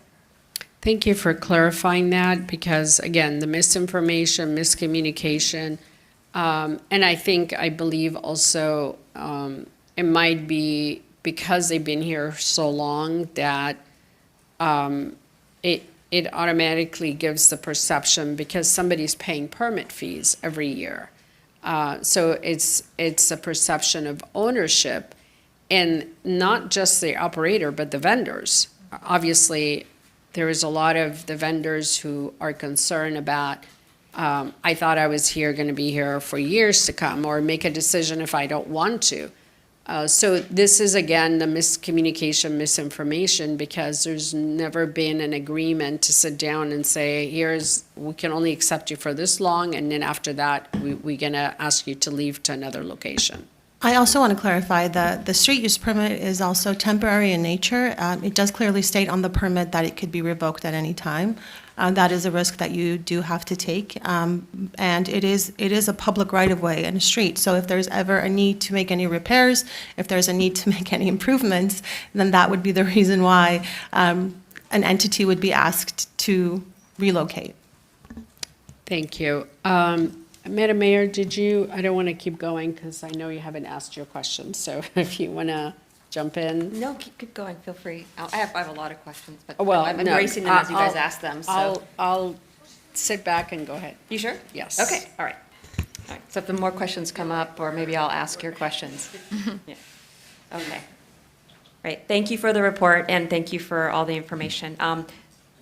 So when, assuming that things move forward after tonight, when do you expect the project to begin, the beautification project to begin? And how long will it be out of commission and unavailable for anyone to use while it's being remodeled? So if things move forward today, we would hope to utilize the AMC Walkway beginning of May for the Richard Orlinski exhibit, which would be there from May through the end of July. That would also incorporate FIFA. And then we would hope to start the construction project pending documents and moving forward with the bid August. So it won't be done before FIFA? It will not, unfortunately, no. Okay. Okay. And then for the exhibit that you just mentioned, the placement of the art, is it going to be in the middle of the paseo? Is that the idea, or where's the placement of the art going to be? The placement of the art will be on the sides of the paseo. As we mentioned, we have to keep that 26-foot clearance in the middle for fire lane access. So it will be along the sides of the paseo, starting from San Fernando and all the way to city limits. So I just want to also clarify that the city is kind of landlocked in that area. We don't own all the property adjacent to us. We only own that small area from the sidewalk to Silver Lake Ramen, right? The rest of the area is all privately owned. So whatever improvements we do, whatever we do, we have to get their permission, and we can't really change the way that area functions because then that also limits the accessibility and the access to the businesses along Palm Paseo. Okay. And the project, the beautification project, is not just that one section that you just described, but also the strip that goes towards the parking lot as well. Is the idea that once that's beautified, that can also would be potentially for future art exhibits, that art would go down there too? Or is that going to be utilized and engaged as well? Or is it just simply a beautification to make it more updated? Yeah, it's all of those things. So we want that as you're coming out of our newly renovated Orange Grove parking structure and you're stepping down into the Palm Paseo, you'll see all of the improvements there that will connect you as a walkway to come into the AMC, what we call the AMC walkway area. So you'll see that it's beautified and it's connected. That part of that area, again, is private property, part of it is public right-of-way, so we are planning on doing art on the ground. So as you're entering the Palm Paseo, one of the images showed you that kind of sign that we have, that neon sign. So there's an art piece that's down on the ground that's called Burbank's Sunset? Yeah, Burbank Sunset. Because we don't have the funding or the ability to pull out all of the concrete in that area, we're being very creative with what we can do to kind of update and upgrade the amenities and look and feel of that space. And I think all of us can agree that that alleyway behind Calaveras is in dire need of restoration and love and care. And so we're planning on doing a mural on the ground floor and then hopefully adding another art piece on our public structure there. Okay. And is that section there that you're just talking about, is that also a fire road that needs to be clear to drive through? It is an access road for fire, yes. Okay. I noticed in least of the drawing here, that it looks like there's a couple bollards that are going to be there. Mhm. So are those going to be the twisty bollards that are easily removed in and out? Yes, the bollards will be the same as the bollards placed on San Fernando and Palm currently, and they can be unlocked by Public Works and Security. Okay. Yeah, that's, okay, I was thinking about that, thinking about moving, or when we were talking about the potential of using Palm north of San Fernando, I'm still in favor of the removable bollards for that whole section of San Fernando, and that's something to consider too, if we're looking at costs for closing down that street, is that if we're doing it anyway for this, we can install some, but it would be the opposite, where normally there wouldn't be bollards there, and we'd only install them when we want to block it off, versus the other way around, which would be this one, right? So that's another thing to consider if you're looking at costs, and we're thinking that if we go that direction, if we're thinking of closing off that part of the street, that there may be an option for alternatives besides every single time it's closed off to put those other blockers there. We can do something like that. Okay. Sorry, Madam Mayor, just want to say, to your point, we close this street in that area a lot for other events, so it may be an investment for the city. That's what I've been saying. I think it'd be amazing to have that in each section. But yeah, go ahead, council member. Yeah.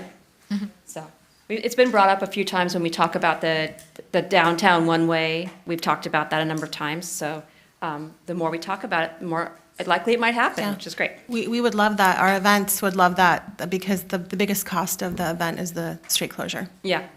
Yeah. So especially, I think when, oftentimes our street events are multi-streets long, but if we have those screw-in bollards then, and this is kind of getting off topic a little bit, sorry, Mr. City Attorney, is that we can close just one block at a time versus having to do the whole thing. So it'll be a little bit easier, more accessible. Sorry.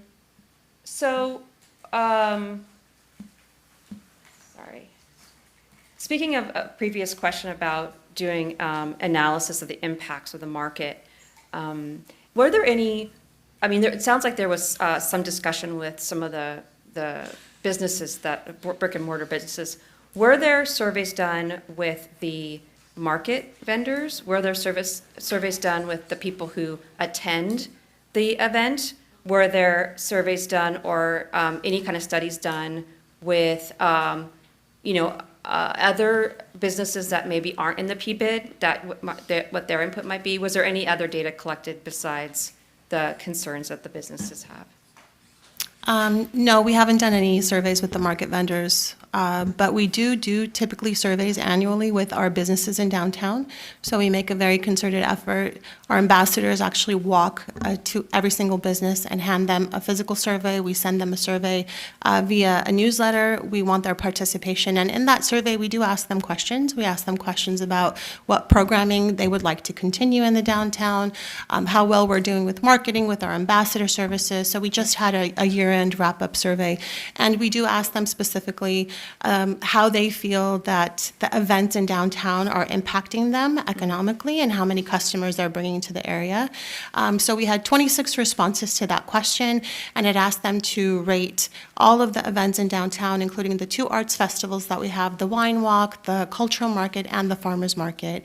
And unfortunately, the farmers market was one of the ones that they mentioned did not bring as much foot traffic or visitation to their business.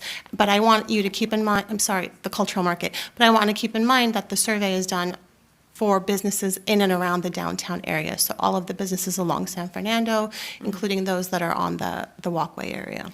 Yeah, so was that included in the packet, the results of that survey? No, the results were not included in the packet. They were shared with our downtown Business Improvement District Board. Is that proprietary information? Is that why it wasn't shared with us, that information? If I may, I think we wanted to do our best to highlight the positives of the cultural market, and so didn't feel it necessary to bring that information. Okay, so, because all the letters we got in the packet were all letters, businesses that were not happy with the cultural market, and so I was curious to see if there was an example of a business that maybe did like it or was neutral to it, and if there was an example of that, because with the letters that we received, it sounded like it was potentially universal opinion, but it sounds like maybe, while it may be overall or generally that's an opinion, that there might be other opinions too. And I'd be interested to hear what the kind of varying opinions were of it. Because maybe, for example, the businesses that have a direct competition, like the ice cream store, might have quite a frustrated opinion, whereas another business that's like something else, another kind of vendor, retail store will be happy because there's foot traffic. I don't know, that's just as an example. So it would have been nice to have seen kind of a variety of responses from businesses rather than just the few that seemed to me that there was a handful that were negative. So that I'm just want to make sure that we have an accurate understanding of what their viewpoints are versus just a small sample size of some that were unhappy.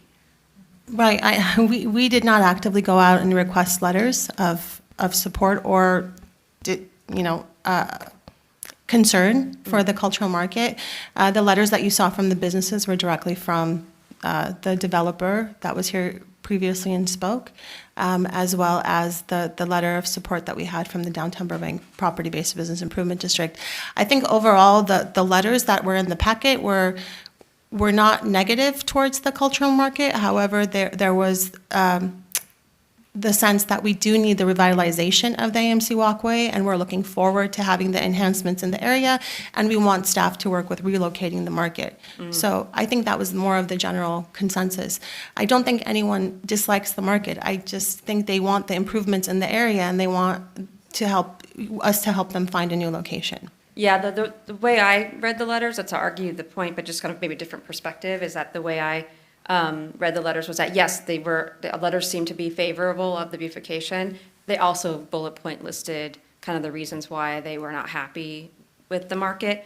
And so I'm curious, how did those letters get into this packet? If you didn't ask for them, how did they know to send them to you to be put into the packet versus, say, somebody else who is not? I mean, I'm just curious how they got there. So just to make sure, again, we're getting a good sampling of the. So we met with all of the adjacent property owners to share with them the renderings of what we're proposing to do in the area. And we also shared that the cultural market is currently there and that we need to help relocate them. So that was where those letters came from. So the letters of support were to the Business Improvement District at the request of the Business Improvement District Board of Directors that are a part of that organization. So we did bring this item to the Business Improvement District as well, the Downtown PBID Board, and that's where the conversation took place. Some of our most vocal businesses and property owners that are unfortunately not in favor of the cultural market in their current location, we've been working with them for several years and have kind of been keeping them at bay with the understanding that the improvements would happen and the market would be relocated. But when there was a general consensus that that might change, I think that disrupted their feelings about the market and perhaps were some of the reasons that they sent a letter with that information. Okay. So speaking of working with them for a while and getting their feedback, so I remember when the market was first brought in, and that in the beginning, anyway, that it didn't seem to be that there was this negative sentiment. In fact, I was looking through some of our past documentation, and in the downtown PBID for 2023, it even highlights the cultural market. And this is not specifically, from my perspective, the questions I'm asking is kind of more the thought about the value of having events and having kind of things happening in the Paseo. So like the cultural market was highlighted in their marketing material to attract people to downtown. So at least in 2023, they felt it was positive. And then again in 2024, same thing, and I can show you again in this one, same thing, it was the same thing. So I'm curious, how did that come from a place of where they were marketing it, they were thinking this is a positive thing, we really like the fact that this area is engaged, we have people coming, and even listed next to the picture of the downtown market, it lists 80,000 people come. It's like an example of why people come. So I'm just curious, like, did you notice a shift somewhere, or did something happen that you saw that became from a positive for 2 years to a negative perspective on? I'm curious, because I didn't see it, and it was kind of a surprise to me to hear that there was such a negative sentiment, because for me, in these materials, it seemed like it was positive. So I was curious to see if, on your end, if you noticed any of that or where that came from.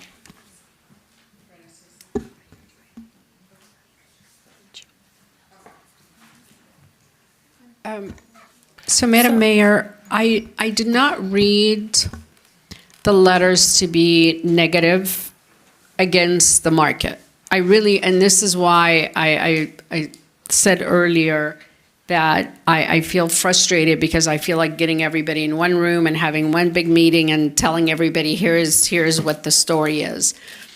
What I read is, yes, we do need beautification in the area.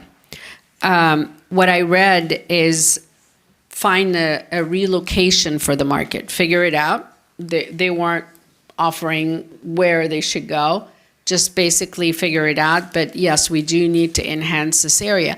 And in some letters, in reading in between all the letters that we received and a lot of the emails, there was concern about the impact on the current businesses in that area, immediately in that area.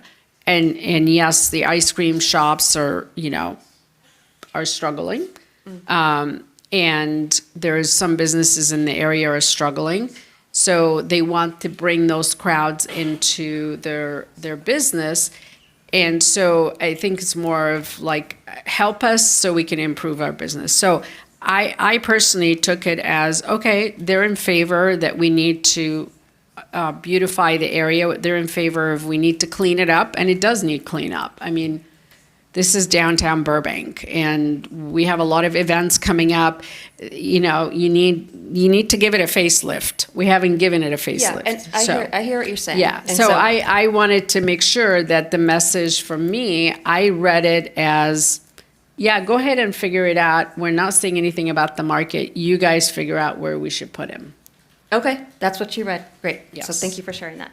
Because in the current one that we received, it was no mention of the cultural market. So maybe the shift is from we don't want it here, but when did the shift happen of whatever the shift was. It did feel like there's a bit of a shift. So do you have a sense of when that was or what it was? So I'm not sure what you're referring to in terms of the shift, but I will tell you that over the past 4.5 years, there have been issues and concerns with the cultural market that have been brought to the attention of the board. And we have reassured the board, as well as those concerns that have come from the businesses, that the market is temporary and that we are working on an AMC beautification project. And once that project comes to fruition, that the market will be relocated. So that's the message that we've been giving to the board of directors and also the businesses that have complained previously and continue to complain intermittently regarding the market. And so again, I just want to reiterate that we are committed to helping the market relocate and find a new location in our downtown. And we will continue to market and promote them as we always have on social media and other avenues to ensure that they are successful in their new location. And we will still be able to utilize the existing space on a smaller scale to have events. Okay. And then, based on your experience, you know, the market, but also the Jackalope Arts Fair and the Wine Walk, what are the benefits to having these kinds of events and these kinds of things in existence downtown in general? Do you see a benefit to having that there? Yeah, absolutely. We see a benefit to having events in the downtown and continuing to have events and bring more events. Okay, great. And then,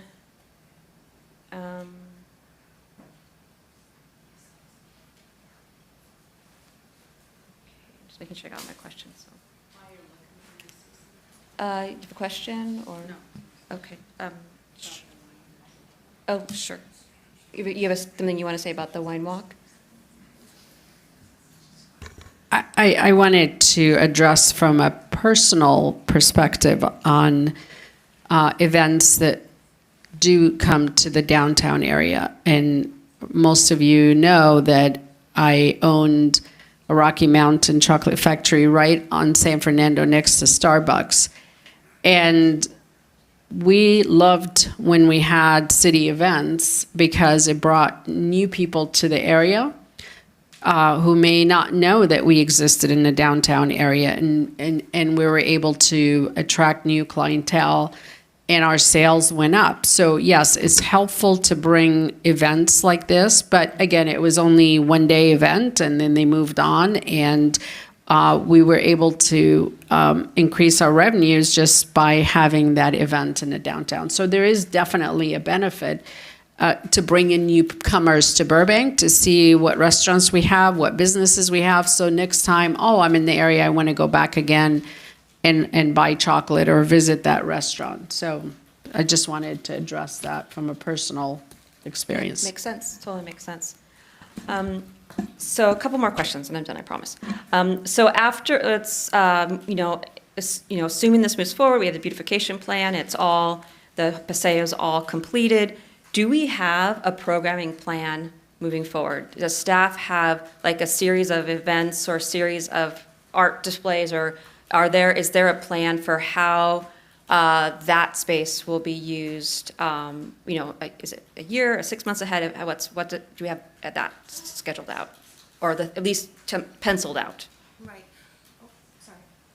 Sorry about that. We currently have the art exhibit coming for Richard Erlinski, and we also have the FIFA event. We have our Winter Arts Festival coming in December, but we really need to sit down with our downtown board of directors as well as our tourism board to figure out what the best option is for continuous programming on the Walkway. So programming comes with a cost, so we also need to figure out what that budget would be if we want to bring performers, if we want to bring additional amenities or other event type structures into that area. That's going to come at a cost. So we need to sit down and figure out what that programming would be and what the cost of that would be. But it's something that we can definitely do. Yeah, okay. And then my last question is related to the kind of reshaping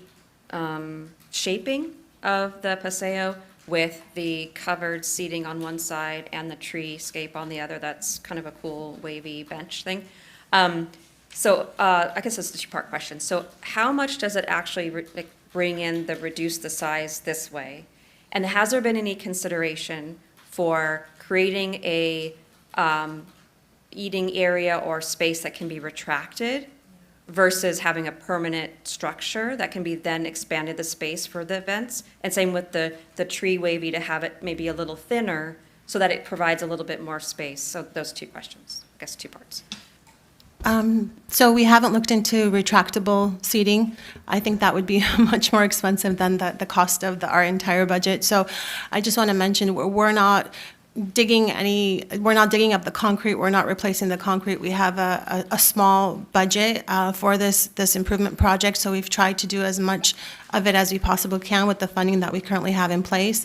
The seating, the bench that you see, that kind of curvy bench, it's a custom bench that's being built with uplighting. That was actually pulled out a little bit more, and one of our property owners in the area asked us to push it back, again, to keep the clear lines and the accessibility in the middle of the area. When you have those tables and chairs, when you remove those tables and chairs, again, it allows for more people to be in that area. So if we did want to have like pop-up events in that area, we would be able to do so with the space that we have in the middle. Okay, just quick follow-up. So the retraction can be like physical retraction, but it can also be like you can scoot it back, like so the tables aren't like permanently attached to the ground, but are movable, or they're movable. Maybe not easily movable, but they are movable. That kind of idea where the space is not a permanently affixed space, but can be, So the tables and chairs in the middle that you saw in the renderings, the red ones, those are all movable. Mm-hmm. So those are not affixed. Same as the tables and chairs on the elevated deck, they will not be affixed. Yeah. The current tables and chairs that we have on the walkway right now are ambassadors. Pick them up, put them out every morning and put them back every evening along with the umbrellas. So it would be a similar setup in that capacity as well. Okay, great. All right, thank you. Any other questions that popped up, or maybe I asked the questions you had? Yes, Councilmember Perez. I mean, it sounds like one of the issues seems to be the elevated deck. If that wasn't there, would it be able to accommodate the tents that currently exist? Do we need the elevated deck? I'm just looking for options. So the elevated deck, I don't think the problem it would be only the elevated deck. We are adding an element of shade that currently doesn't exist in the AMC walkway. So it's creating that shade along with the trees. Even if you had the deck removed, you still have the seating coming in from the other side, and you still need to leave that walkway. It still limits the ability of the number of tents in the area. So I don't think that's the only concern, but the elevated deck does add an additional amenity and an element that's not there, which is the shade, which is something that's definitely lacking in that area. Sure, and I wouldn't say only concern. I'd say, like one of the glaring ones I think that could be edited. I wouldn't want to take away the seating on the other side or anything like that. I guess my question is just, we're looking at a fact here that there isn't really another area in Burbank where they could have the foot traffic that they do.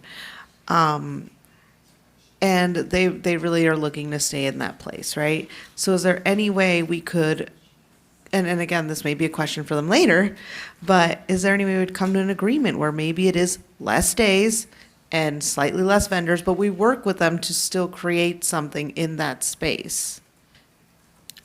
We are committed to working with the cultural market to find them a suitable location or alternatives on that walkway if after the design there's an ability to move them back in that space. But I don't want to give them false hope to think that once the improvements are in place that we're going to be able to accommodate the same number of vendors at that large scale that they currently have right now. Again, we may be able to accommodate a couple of tents in that area, but the scale that they have currently with their 25 to 30 tents, that way that they access and they bring in their vehicles and unload with the improvements that we're going to make in that area, it's not going to work. We're also going to be acid and power washing the concrete to make it look clean and nice.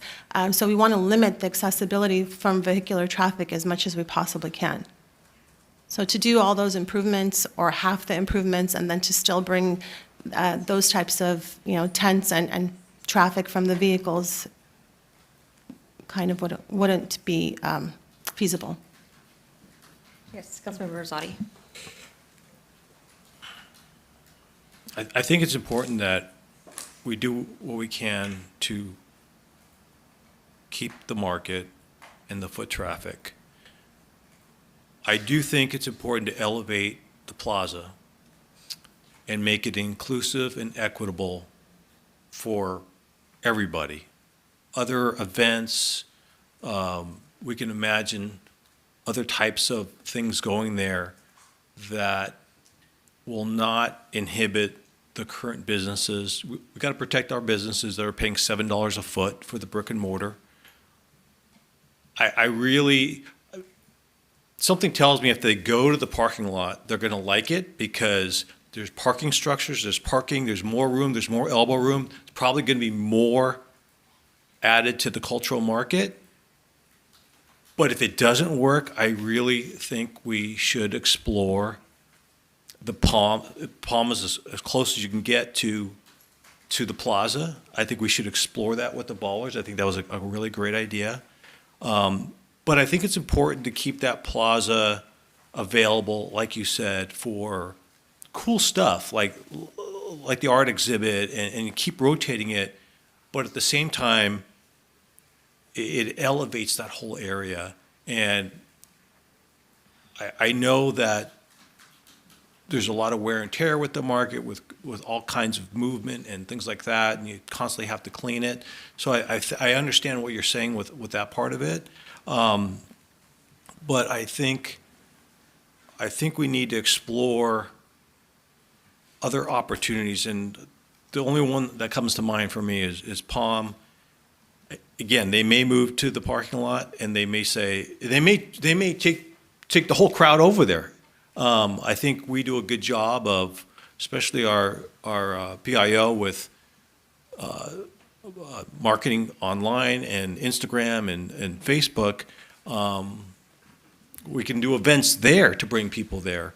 But at the end of the day, if that doesn't work, then I think we should explore potentially the Palm area. And I don't know what the rest of my council members may think about that. So I just want to mention that even if they do agree to relocate behind City Hall, that could be a temporary location, and we can still continue to look for a better location for them with more foot traffic. 100%. Right. So, Yeah. I love the idea of the bollards and the streets. It's something that we've been dreaming about for a very long time. If we're able to put those bollards in and easily close off the streets on weekends that are more cost effective for our vendors and our events, then that's definitely something that we would like to do, and have a cultural market and other types of markets also. So the cultural market would be there a couple of days. Other types of markets could also utilize the space for a few other days. So it would be something that we would be able to activate on an ongoing basis. So we love the idea, and we want to continue utilizing our outdoor spaces in that capacity. And I just also want to say, moving forward, I think we need to have a clearly stated agreement, elevated standards, presentation, and zero tolerance for rule violations. It's just that there has to be something in place. It can't be, a handshake agreement. So I think we need to have some kind of agreement in place moving forward, and what potential other locations we might put into play. Thank you, Madam Mayor. Anything else? Are we doing just clarification? Are we giving our comments now? We're still technically in questions, but it's been kind of mixed back and forth. So did you still have any more questions? No, or? no, I'm ready. You're ready? You're ready? Okay, so Are we you voting made your... on something? Well, It's a we note could file. if we want to do anything direction or Different. different. Got it. Yeah. Okay. So Councilmember Perez or Vice Mayor, do you want to do your comments first? Next? Okay, Councilmember Perez. I just wanted to say that I 100% agree with Councilman Rosati. I think, look, if we were to try the parking lot, I would like to see a temporary basis there too. I don't want to just relegate them there, and then if it works, great. If it doesn't, great. That's not fair to them and what they're doing. And look, I'm a skeptic. It may work. I may be wrong, right? But I'd love to hear from them what that experience is.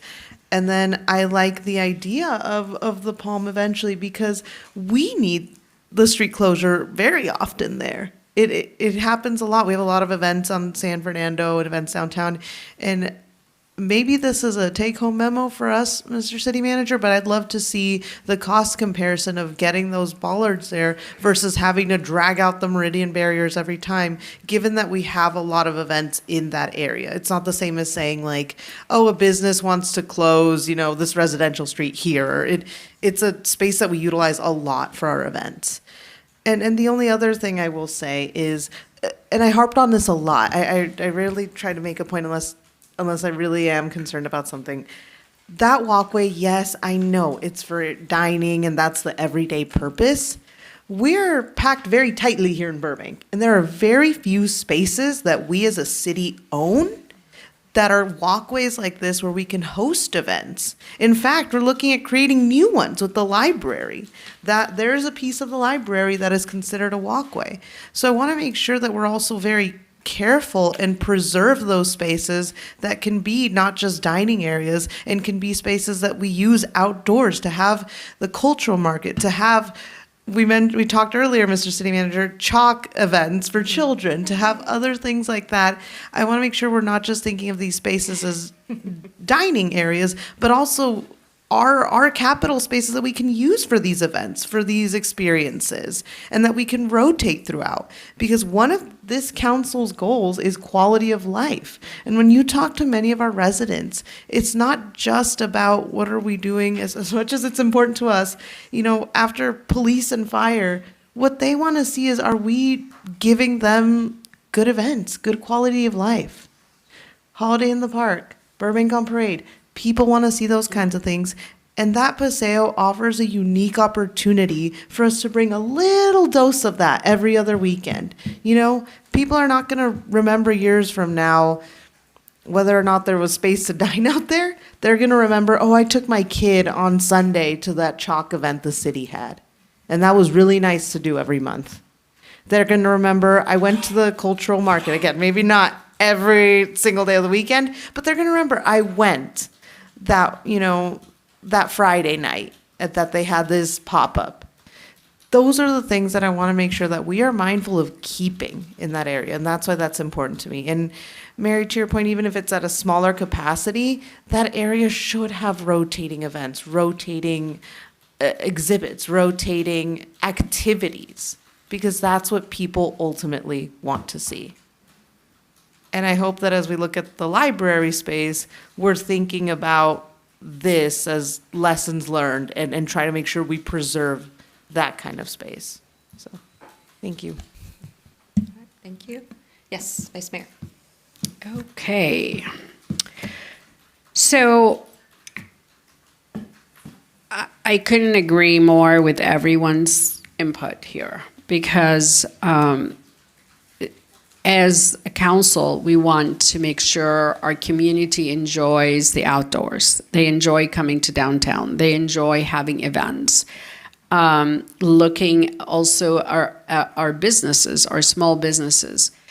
They want to survive. They want to thrive. And we want to make sure that's what we're doing for them. We want to make sure we're giving them the tools to be successful in our downtown area. We often forget to talk about Magnolia because we focus on downtown, but our goal is the same thing for Magnolia. We need to make sure all our businesses, whether here or on Magnolia or in downtown, that our goal is to make sure that we help our businesses to survive. Bringing events to the downtown area, bringing them to Magnolia, definitely does help, and it brings in a crowd, it brings people, it brings attention to some businesses that were not exposed in this before. So there is a lot of benefits for having the culture market. And yes, I've been at the culture market. I've, been there and saw Hilda and all the activities and, energy that's going on in there. And it's very dynamic and, people like and enjoy going. Do I go every week? No, because I'll be lying because I have other things to do. But, and I can't say that people go every single week too. Some do and some don't. So the ones that don't go every single week, we need to have something else for them to be able to attract them to our downtown area.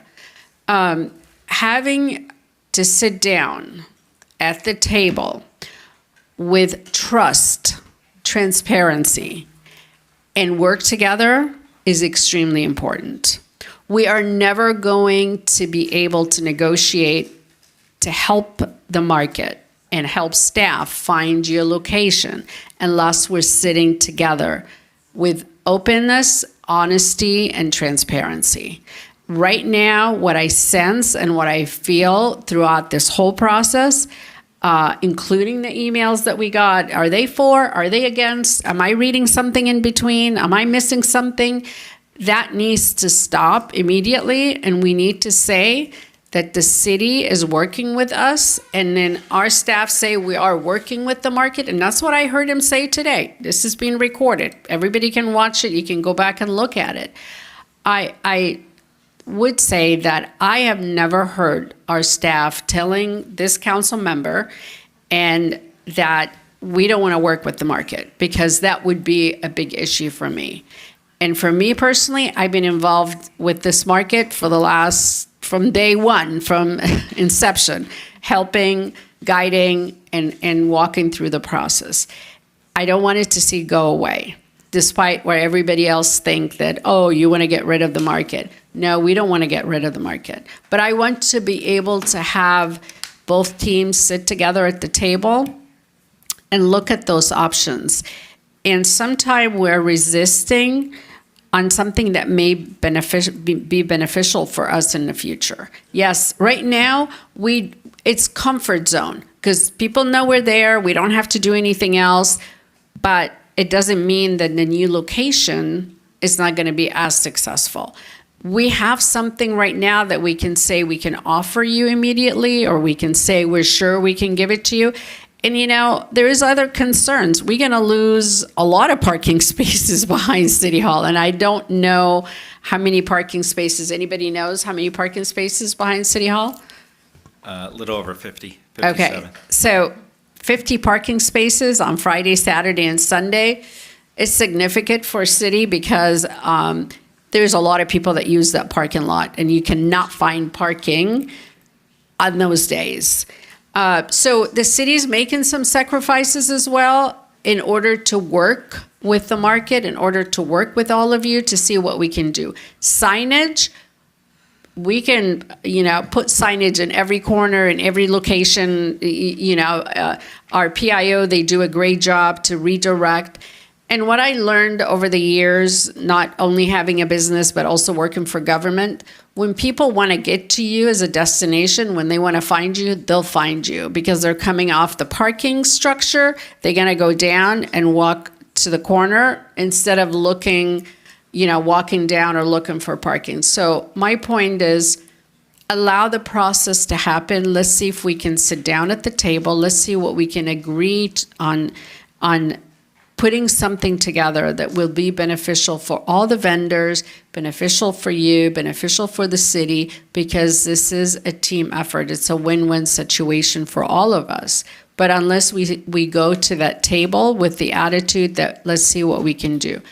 Do we want to do it in the future on Palm? Absolutely. I'm not opposing to it if they can find the cost effective, because closing the street is extremely expensive. Traffic, mitigation, they have to study. We have to work with fire, police, and figure out how we're going to do it. But it doesn't mean it's a dead end that we can't explore it while we're negotiating with you a new location to see if we can have you there. I still, I don't know, in my mind, like the idea in that alley, if we can work something out with the Ganges, I think they own that property, to see if they would allow it there. It'd still be exposure in the downtown area. So we want to work with you, but please work with us, because we do need to enhance that current Paseo area. It needs a facelift. It needs some help.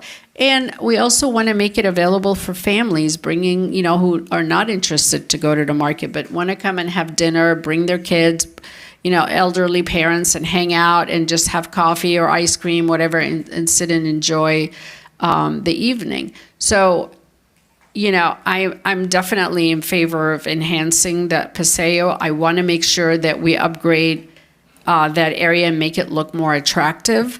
But I want to sit at the table with the market, with culture market owners, people, team, whoever they bring, and let's do an honest explore to what we can do. Let's work together on the same team to see what we can do to help them. And this is exploring future options. And maybe they come back and say, we love it, we don't want to go anywhere else. But maybe we come back and say, let's see what else we can move them to. Okay. Did you have a follow-up, Councilmember Rosati? Quickly say, as we finish our specific plans, there's going to be other opportunities. Sooner or later, that old IKEA site's going to get developed, and maybe the mall and other things, and we've got the library coming in with open space. So it's kind of an evolving process, and there's going to be other opportunities, other locations. Did you have a follow-up too? The only thing I wanted to add is, Councilman Rosati, you said something that I think was very important too, about these kind of like temporary like handshake agreements, or I think that's how we get to where Councilman Mullins was saying that we have this like, well, they said and we said and misunderstanding. I think whatever we do moving forward should have a very clear agreement. Mm-hmm. I would be turning to you guys saying, it's been there in front of you forever. I don't have that piece of paper that I can show them saying that. And moving forward, just so everybody's on the same page, I would love to see some kind of agreement. If they're going to try that area behind City Hall, and I'm just giving hypotheticals here, if they're going to try that, then it's, okay, you will try this for, I don't know, 6 months, and then we will come back and discuss how that's working for you. And we will get, to the mayor's point, feedback from you, feedback from residents. How is that working out? If it's not going well, then let's come back to this dais and look at other options.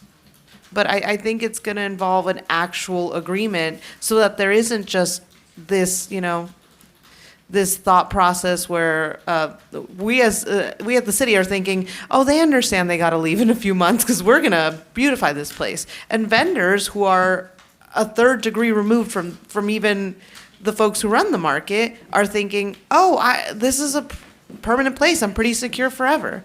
So I think it's really important that we establish something like that, so we're not in this place again, where we're questioning what could be and what was and who said what. Okay, thank you. All right, yeah, a lot of the issues that my colleagues raised, same concerns and thoughts. I agree that there needs to be a beautification process. When was the Paseo made? I want to say early 2000s. I'm hearing 2003. Yeah, that sounds about right. Okay. It's 23 years, it's time for a makeover. And I also want to just say thank you for the concrete art. I have been advocating for concrete art in the city somewhere for a while, so I'm really happy that's part of the beautification project. I'm not a fan of reducing the width. That's still a concern for me. I would love to find ways we can stay as much as possible with the width, because it's not about the cultural market. It's about the width being narrower, meaning that it just limits us on what we can do there. So if there's any way at all that we can keep the width as close to what it is now, just to keep the place, the area flexible. One of the big points that Eric at the library has been making about building a new library is flexible space. And so I think that idea in this area too is really important.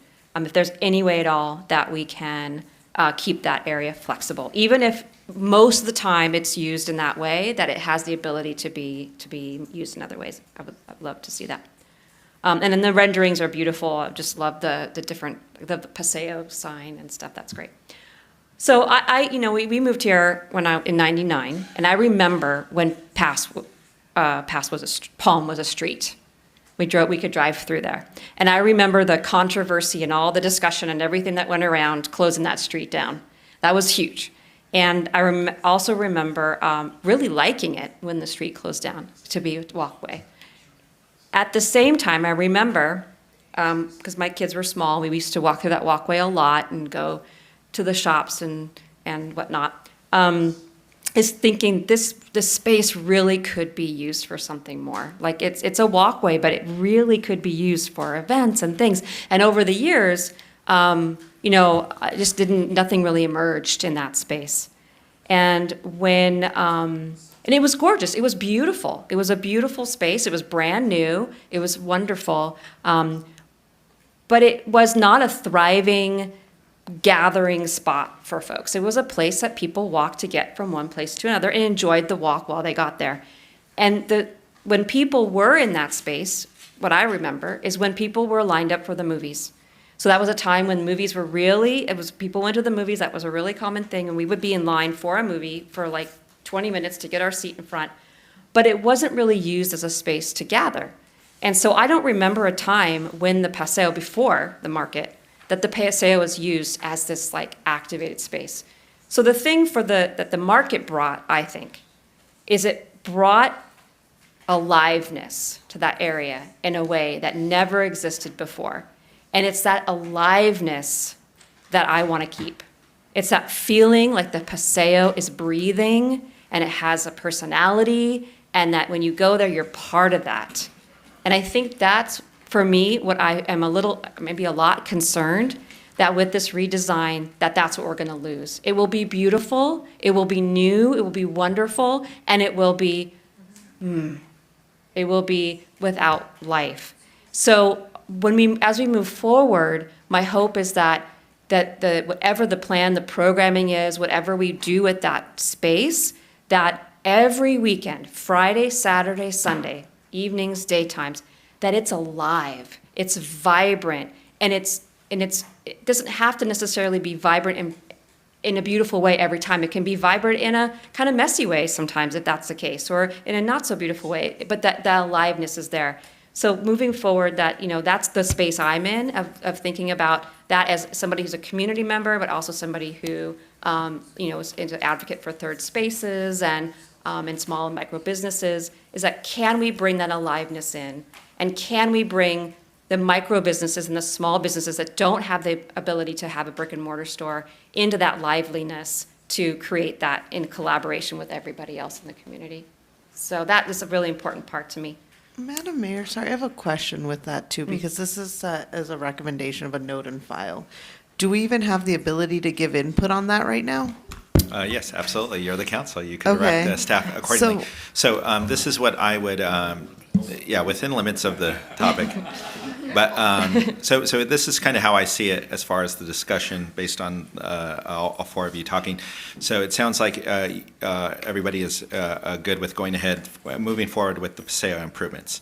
As a result, we need to do something at least temporary with the cultural market. So as a result of that, we will work with them to look at relocating them over to behind City Hall and work on marketing and all that. Unless we could agree on some other spot in the downtown, but it sounds like the fallback is at worst is City Hall, at least for the short-term duration. And we would obviously look at doing signs and marketing for that.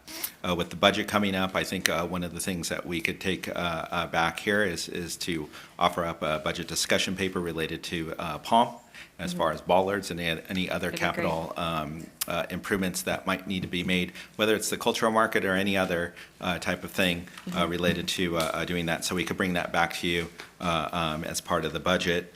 And then the other thing too is as we finalize design and things like that with the Paseo, we look to optimize the Paseo area for a variety of different activities so people could enjoy that, whether that includes the limited cultural market or not. We will try to do what we can to kind of optimize that area for a variety of things, whether that's the Burbank Community Band, whether that's chalk art, whether that's art in general, or whatever. We will try to optimize that and be able to program that for a variety of different activities. Okay. And then in addition to that, if it's okay, if my colleagues agree, that if it turns out that the move of the cultural market is to the City Hall parking lot, especially during the beautification, that they have to move somewhere while it's being updated, that we get information about the impact on the vendors during that time. That we look at sales receipts, that they could, if they're willing to volunteer, we can't do that? We don't get that? Is that, okay. Yeah. We don't have sales tax information for any of the vendors. We don't regulate any of that, or we don't have any of that data. It would have to be anecdotal data based on what they tell us in terms of sales. We don't know what their sales are now, so that's why we don't know what the economic don't want impact to. of it is, so. Yeah, or if they want to volunteer it, maybe that's a possibility. They could volunteer that information if they're willing, of their sales. And we can even look at foot traffic. We can maybe do, people counts or something. Because I'm assuming that's going to be at least some time before they would move. So maybe in the next few weekends, we can do some quick foot count of who's showing up on the Paseo, and then for the cultural market, and then just kind of in general. And then maybe do counts after they move of both the Paseo and their, so we can kind of get a really good idea of where people are and where they're moving, so that when we make decisions, we're basing it on as much as possible actual data of where people are. And if we can get some surveys done of the people who go, of like, why are you here? I know it's a lot of work, because I don't want to put a lot of work on staff, but since we're making a significant change here, so I think it's important that whatever we decide to do is based on at least some kind of information, so whatever is available. Would be great. We will do our best. That's not an easy lift, just because, we're gonna have to dedicate people there throughout the entire time, and we're not sure if they're just going to the movies or like that. That's gonna be an art, not a science. Mm-hmm. Okay, and then if we could get at the very least a memo update of the status of this once the process is happening. It'd be great to have an actual council update, but I know that's a lot to ask, but at the very least a memo of when they move, how that's going, just an update of how that's going in the negotiations would be great. Okay. Did you have something, Councilmember Rosati? I did, just thinking outside the box as a business owner. This mic doesn't work very well. Are we giving them the whole parking lot behind City Hall, or just half of it? We have given them the option for the entire parking lot, or we have given them the option to utilize half the parking lot, and the rest could be used for parking for The the reason why I was cultural asking market. is if we gave them half, and then we did an event on the other half to bring people over to say, hey, the cultural market's here, you can kind of have kind of another vibrant zone. So what event, I don't know, skating rink, whatever, but just thinking outside the box, like if you had an event or use that as another event space to welcome the market into another location, it might help. That's all I'm thinking. And I'm glad you brought up the ice rink, because that was actually something I wanted to mention, is that the ice rink was I think 3 years in a row we had the ice rink, something like that. So cool, but unfortunately it wasn't as busy as, and the reason why I believe, and maybe I'm completely wrong here, but the reason why I believe partly why it wasn't busy was because it was far away from the middle. And ice rinks that generally get put into city centers are where people already are. They don't have to go to the ice rink. So, that may not have been the reason why that it wasn't as popular, but it certainly was the reason why we didn't go as often and to it, because we had to go over there to the ice rink. I'll just mention, sorry, that the No, ice rink. I wanted to hear from Yeah. staff, really, if you know the reason. The reason why the ice rink didn't come back was because it was so expensive to bring them back, and the city was asked to offset the costs, and at the time, the council decided not to move forward with that. The ice rink was pretty popular. It was here for 3 years, and we had parking on site, so people would come in, they would park there, and then they'd skate, then they'd go down to downtown and eat and shop and dine, so it did definitely, live its purpose. But unfortunately, we just never brought them back because it was too expensive. Also, just to mention to Councilmember Rosati's point, so if the cultural market chooses to take the entire area of behind City Hall, they can elect to activate the rest of that area too. So if they wanted to have a musician, or if they wanted to have something of that sort to kind of activate that area, they would be able to do that as well. Subject to an agreement Right. for the space. And then, go ahead. Would this also change the permit for food and beverage because it's not near restaurants? It would be something that we would have to discuss. So that could, That's interesting. you could have like a beer garden, you could change the dynamic of the cultural market because it's not cannibalizing the businesses, right? With review and proper permitting, anything is possible, but I'm a feasibility magical with person. cost, ABC Careful. approval, Don't and tell them anything. I'm gonna stop. PD. I can brainstorm all night, so. Lots of opportunities, though. Yeah, yeah. And then also I want to just point out that the, both CSB parking lot, although I'm not at all in favor of CSB's parking lot, but also that and city council parking lot, is that on Friday afternoons, we work, we need the parking for people who work, at City Hall and work at CSB. So there'll be time that would be needed to set up for the market after people leave, which might be, Saturday and Sunday, I think, are feasible because folks may be parking there for other reasons, but it's not staff or not people doing business in the building. But I think Friday might be a little tricky, so that would be something to work out. But, I think that this is potentially, this is the kind of thing where there's challenges, but I think that if we approach it to Vice Mayor's point, if we approach it, and all points of everybody, if we approach it in a way of what opportunity does it actually provide us here? What can we do to open up different ideas that maybe we hadn't considered before? I would love that kind of yes and what if and what can we do versus a reduction versus a we don't want, but more like what more can we do? Let's expand if we can. It'd be great. Yeah. Any other thoughts? The only other thing I would say, and agree with everything that everybody's saying, beer garden, man, you're like miles ahead.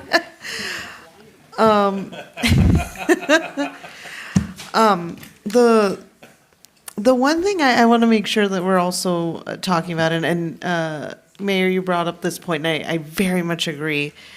I want to see the design come back to council for the Paseo, because although we like some of the niceties of it, although we're like, oh, this is nice, there are things we've all kind of said, I don't know about this, I don't know about that, and I would love to have that run by us, because I want to see, like you said, an open concept space. Right now, as it stands, it's the only open concept space owned by the city that we could actually use for events and things. And love you guys, but we could use for a lot of other events too. Mm-hmm. And I would love to not lose that if possible. Yeah. We should walk it. We should go down there and walk it. Oh, and look at it. Yeah. Yes, Vice Mayor.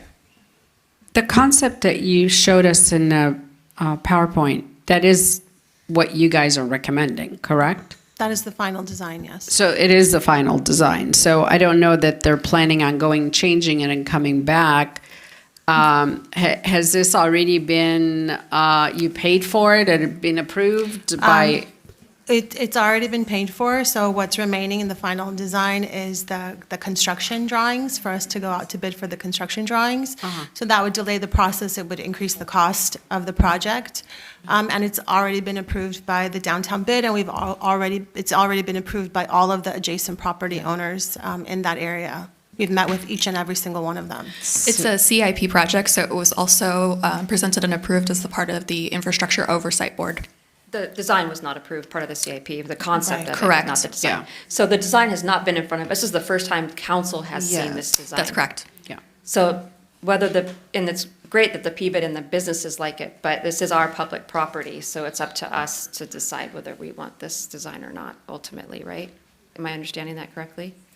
That was my understanding from what the city manager said earlier, Yeah. with, consideration to open space, because right now, and this is just one council member's opinion, but right now, I don't see that open space. And I think Yeah. we've all kind of shared a vision that involves some shape or form of events there. So I just wanted to mention that we have tried to create as much open space as humanly possible in that area. Again, we've vetted it with all those property owners, and they want to leave that middle area as open as possible. So I wish we could show you kind of the parameters of how much we're actually enclosing in the area. It's very limited. It's basically coming up to where the palm trees are, the existing palm trees on that area. So I can't tell you exactly how many feet we're coming in from both sides, but we're leaving the middle area as open as we possibly can, and we've actually moved some of the seating back to create more of that open space. I honestly thought that it was, when you look at the rendering, it looks like it's kind of too open, but That's just, that was my opinion. But honestly, we've done our best to keep it as open as possible. So without removing the curved bench or without removing that outdoor seating that we have and the shade and the trees, I don't think we're going to be able to limit that space. The curved bench would be completely removed because we've already asked our designer to move it back as much as we possibly can. So Vice Mayor. I think Councilmember Rosati, you said, let's walk it. Is it possible, I mean, maybe when we go there visually to take a look at it and see, maybe make a bigger print of it and then take 2 council members at a time, or we can do 5 of us and, stay away like we've done before in other tours? Or make it a special walking meeting. Okay, thank you. I think maybe that would be helpful to see it visually and have it a bigger drawing and then we walk there and we see what it looks like. I'd prefer to do all 5 of you at Yeah, once. that's fine. I think it's a good idea that we go and take a look and we have input while we're walking to see if there's any other adjustments, minor, that we can make that's not going to impact your budget. Okay. Good luck scheduling all 5 of us. We'll do our best to schedule that as soon as possible. All right, do I have at least 3 of you in agreement with that? Okay, we'll add that to the list. Yeah, got unanimous? I just wanted to come back. I just wanted to to your point, take a look and have it come back, because I know it's an important space for all of us. Yeah, and I have done that walk with this in mind, with the idea in mind. However, I like the idea of the 5 of us going on, because we're having a walkabout for the San Fernando one-way for the community.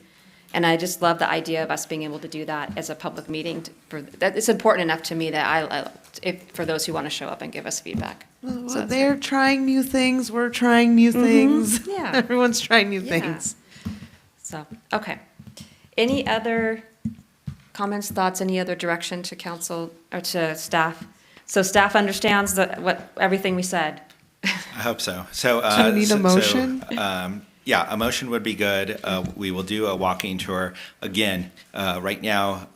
And, I apologize for putting you guys in a tough spot, but if we end up changing any of the design, that could impact cost as well as time. So, that's certainly your prerogative. I don't like putting you guys in that spot, but that's kind of where we're at. So hopefully when you see it, we'll be in a good spot to be able to move forward. But again, there are consequences if we end up making changes. So I just wanted to preface that, but hopefully when we go out there and do the walking tour, we'll be in a good spot.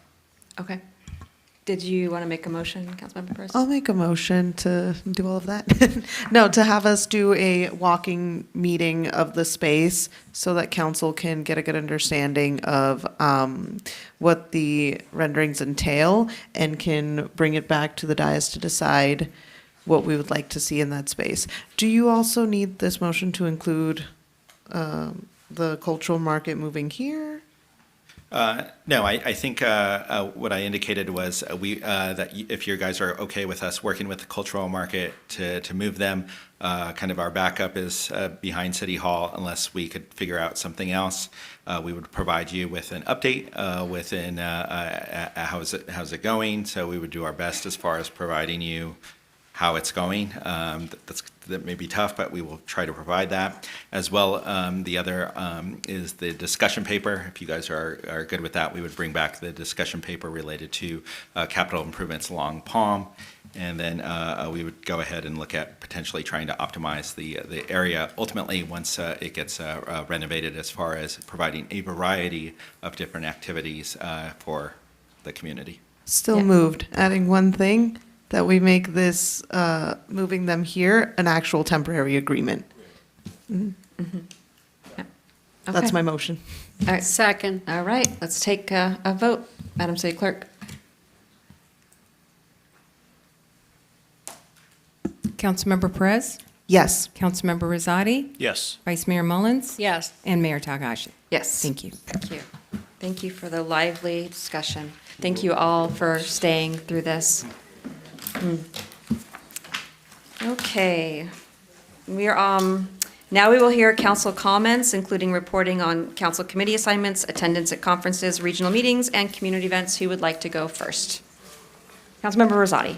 Okay, on Thursday, March 12th, I went to the Park and Rec Board. On Friday, the 13th, we had a special closed session. On Saturday, the 14th, I also went to the Pinball Pizza 50th anniversary, and that was just a wild outdoor event with lots of stuff. Cars and T-shirts and all kinds of fanfare. And then on Sunday, the 10th, I went to Civitan St. Patrick's Brunch, which benefited all the Little Leagues and ball teams. And then that afternoon, I went to the Recall Rosati Kickoff, where I did try to take a sticker that said Recall Rosati, but they rebuffed me, so that wasn't aggressive. I just wanted a sticker. And then on Monday, the 23rd, I went to the Muse with Councilmember Vice Mayor Mullins, Muse Expo Luncheon. And that guy, was it Culture Club? Yes. Man, that guy could sing. He could sing. So that was a yeah, he was great. And then at that day at 3 o'clock, I met with the chief and regarding the film permits. That's it. Okay, thank you. Who would like to go next? Councilmember Perez. Okay, on Wednesday, March 11th, I went to the Board of Library Trustees meeting. They talked yet again about the library project. Really? There's a lot to talk about there. And then on Friday, March 13th, man, I didn't realize it was Friday the 13th that we had our special closed session. And I also attended the IKEA Burbank Women's History Month mixer. Very inspiring for our female business owners, and got to welcome them to the city. And then on Tuesday, March 17th, I attended the Affordable Housing Subcommittee meeting with the mayor. Friday, March 20th, I had the privilege of attending Senator Schiff's public hearing here in our council chambers. We're very excited that he hosted it here, and we got to hear from folks who work in different facets of the industry and how they feel they will be impacted by the Paramount-Warner merger. It was very insightful. I know the video is available because our staff was recording it, so I would definitely give it a watch. And they brought up a lot of concerns that we have shared and others that we've yet to hear. So Monday, March 23rd, I got to meet with our chief of police and Gina Kozai regarding film permits in the city. And the future's looking bright for film permits in the city. If anybody's wondering, we do not use Film LA. We are our own independent entity, come Film Burbank. And then on Tuesday, March 24th, that is today at 8 a.m. bright and early, I attended the Women's History Month celebration that Supervisor Lindsay Horvath hosted down at Kenneth Hall. It was a very, very beautiful event. Sorry, thank you. Vice Mayor, you want to go next? Thank you. March 12th, I met with the chief and Gina to discuss the film permits. They're doing a great job, and had some feedback about some of the fees.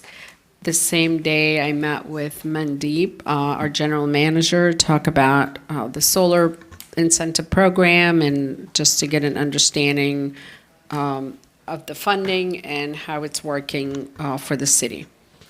And on the same day, well, March 13, we had a special closed session here at City Hall.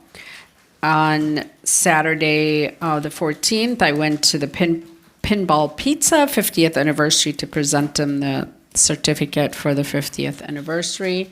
They were extremely busy. The line was way out the door, which was really nice for them. They teamed up with the donut shop next door, and they had donut that was shaped like pizza. It was all good. But congratulations to the new owners. Wish them a lot of success.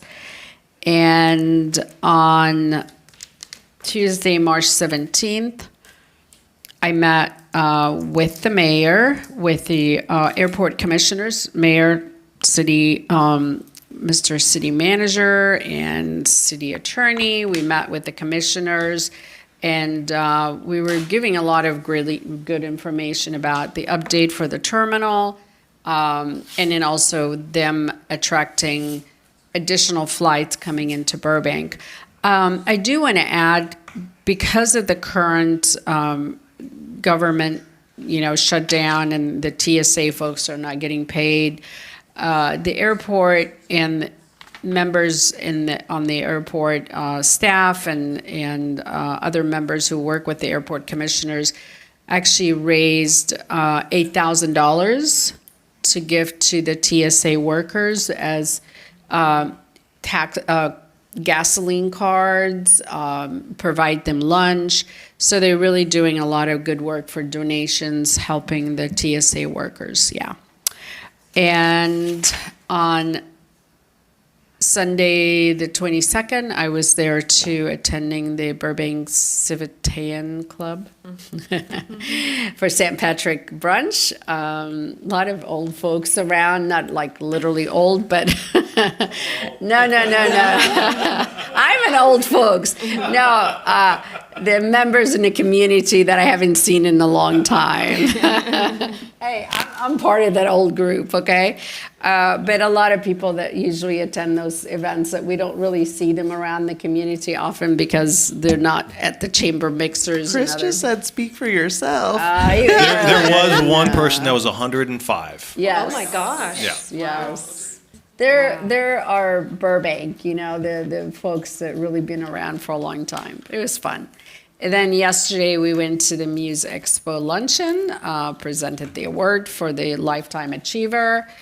And today at 8 a.m., bright and early, I also made a presentation at Water and Power for the key accounts for the city of Burbank. It was really well attended, and they had a panel of discussion about our program, about all the services we have. So that was my day.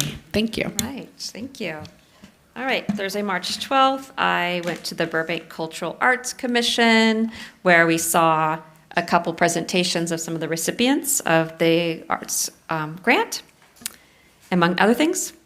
And then on the 14th, I attended the Youth Leadership Program graduation that's offered through Parks and Rec program. And that was it was great to see those kids so engaged, and they're so good at public speaking. Oh my gosh, it's great. And then on the 17th, as the vice mayor said, I attended a meeting with the airport commissioners, and we got an update on the new airport, and I'm trying to see if I can get out and meet with the TSA folks and just thank them for working all this time without being paid. Crossing fingers any day now that they'll start getting paid.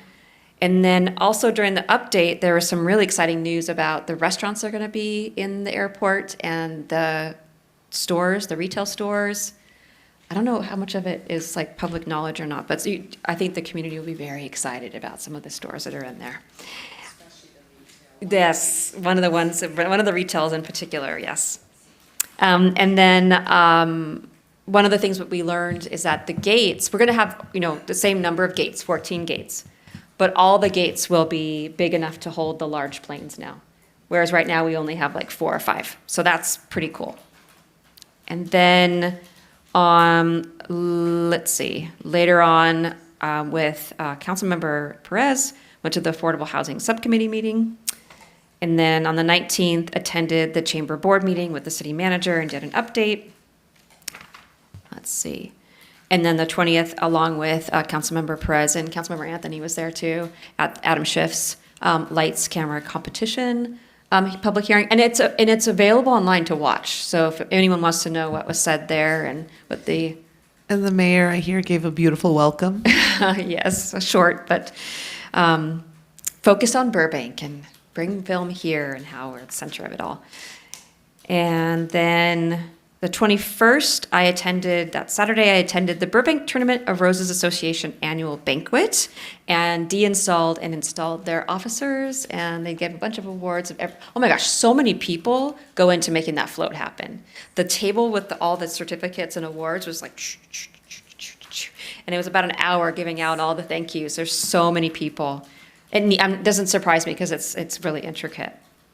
And then yesterday, or Sunday, today's Tuesday. So Sunday, I went to the Burbank Philharmonic Orchestra performance, the Free at 3 performance. And that was so amazing. They had a student who won a competition to be able to do the, what is it called? When they Conduct the orchestra. Conduct the orchestra, thank you. And that was pretty cool. And then there was a college student who won an award and did a few operas, singing a few operas. That was pretty cool. And then the soloist for the violin for almost an hour. He soloed. It was amazing, absolutely amazing, along with the band. And then earlier today, this morning, it's been a long day. This morning I met with the mayor of Prague at the Castaway. They were here, the Toll ensemble was here for the Muse Expo. And she was just here for a couple days. And so we had coffee at Castaway. And there are some potential partnerships here that might happen between us and Czech Republic. It's pretty cool. We'll see what happens.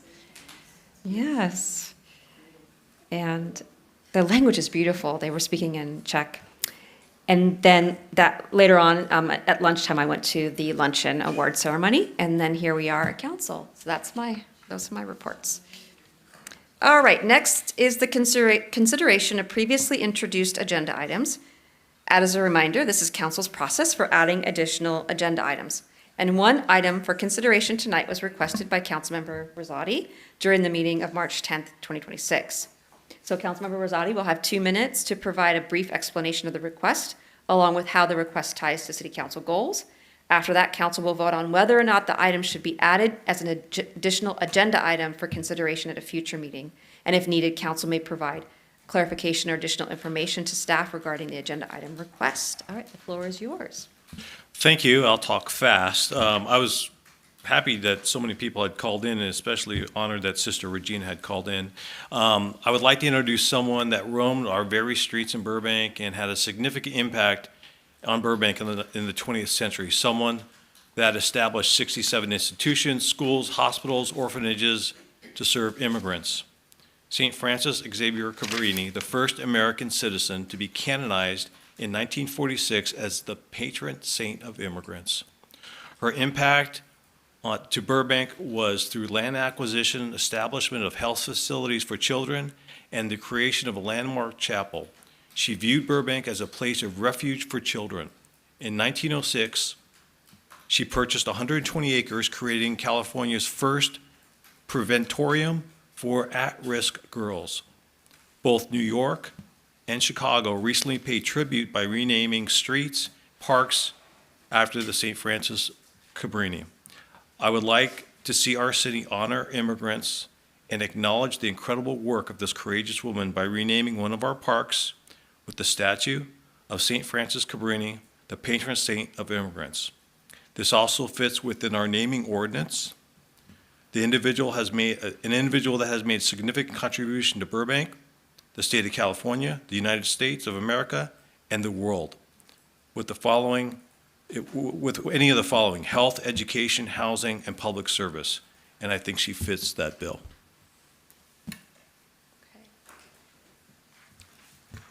I guess we weigh in to see if bring the report back or not.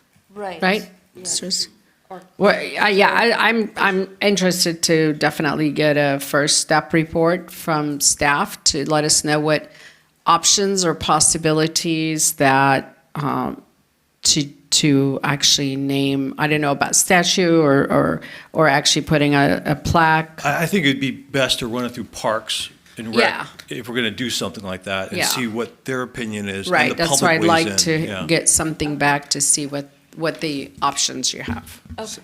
So if I could, if we followed our naming policy, which is in the code, one of the things that we have is it goes to Park and Rec, it gets vetted through the Park and Rec board, ultimately with suggestions to the full city council as options. So I would recommend that to allow the vetting out of where, what statue, monument, plaque, whatever it is, also where, and then they could also provide estimated cost. So you could get a few options that we could bring back to the full council after it's already been vetted out, and then you guys could make a decision. Okay. Yeah, sounds good. Yeah, let's do it. All right. So do we need a vote on that, or? Okay. Yep, we all said yes? Okay. Great. Yes, okay. Bring back a report. That's Yeah. an official After it's been motion. Right? Okay. Second? Okay. Third? Okay, so Yeah. we're going to do a vote, or? I believe so. That's Okay, what the let's do city it. attorney Oh, he wants did us say to do. it. So Okay. just Got roll it. call. You mean me Understood. saying yeah doesn't constitute as vote? We did this last time, and it'd be cleaner if we either did a motion and a second and took a vote. There was a motion. Okay, and I missed that. And there So was a who's the second. motion? So Councilmember, or Vice Mayor made the motion, Councilmember Perez seconded? Yeah. No, Oh, sorry, you- Councilmember Rosati. Yeah, I'm glad that we clarified that. So Councilmember Rosati seconded it. Councilmember Perez? Yes. Councilmember Rosati? Vice Mayor Mullins? Yes. And Mayor Takahashi? Yes. Thank you. Now is the time for the introduction of additional agenda items. Do members of the council have anything to agendize? I have one thing. I guess I don't have an item. I should have probably mentioned this in the last section. The city of San Fernando, for one of my previous items, does have dates. So that process is moving forward. The item that you all approved to join them in their vigil. So that will be coming up soon. I promise. Haven't forgotten about it, but there are dates in the works, and their council did approve to move forward with it. So we'll be hearing very soon. Okay. I do have one item.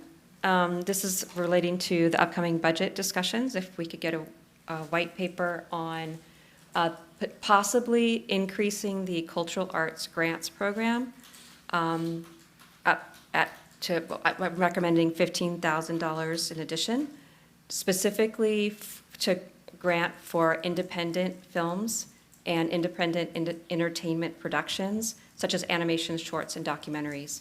So right now, we have the cultural arts grants, and it's just wide open, and this year we've had one. So that, just to add that is specific. Got it. So we will not bring that back next meeting, so that will just be included as part of a budget discussion paper, Yeah. like what did we just do with the Palm Avenue? So, Perfect. So you added 2 discussion papers tonight. Perfect, great, thank you.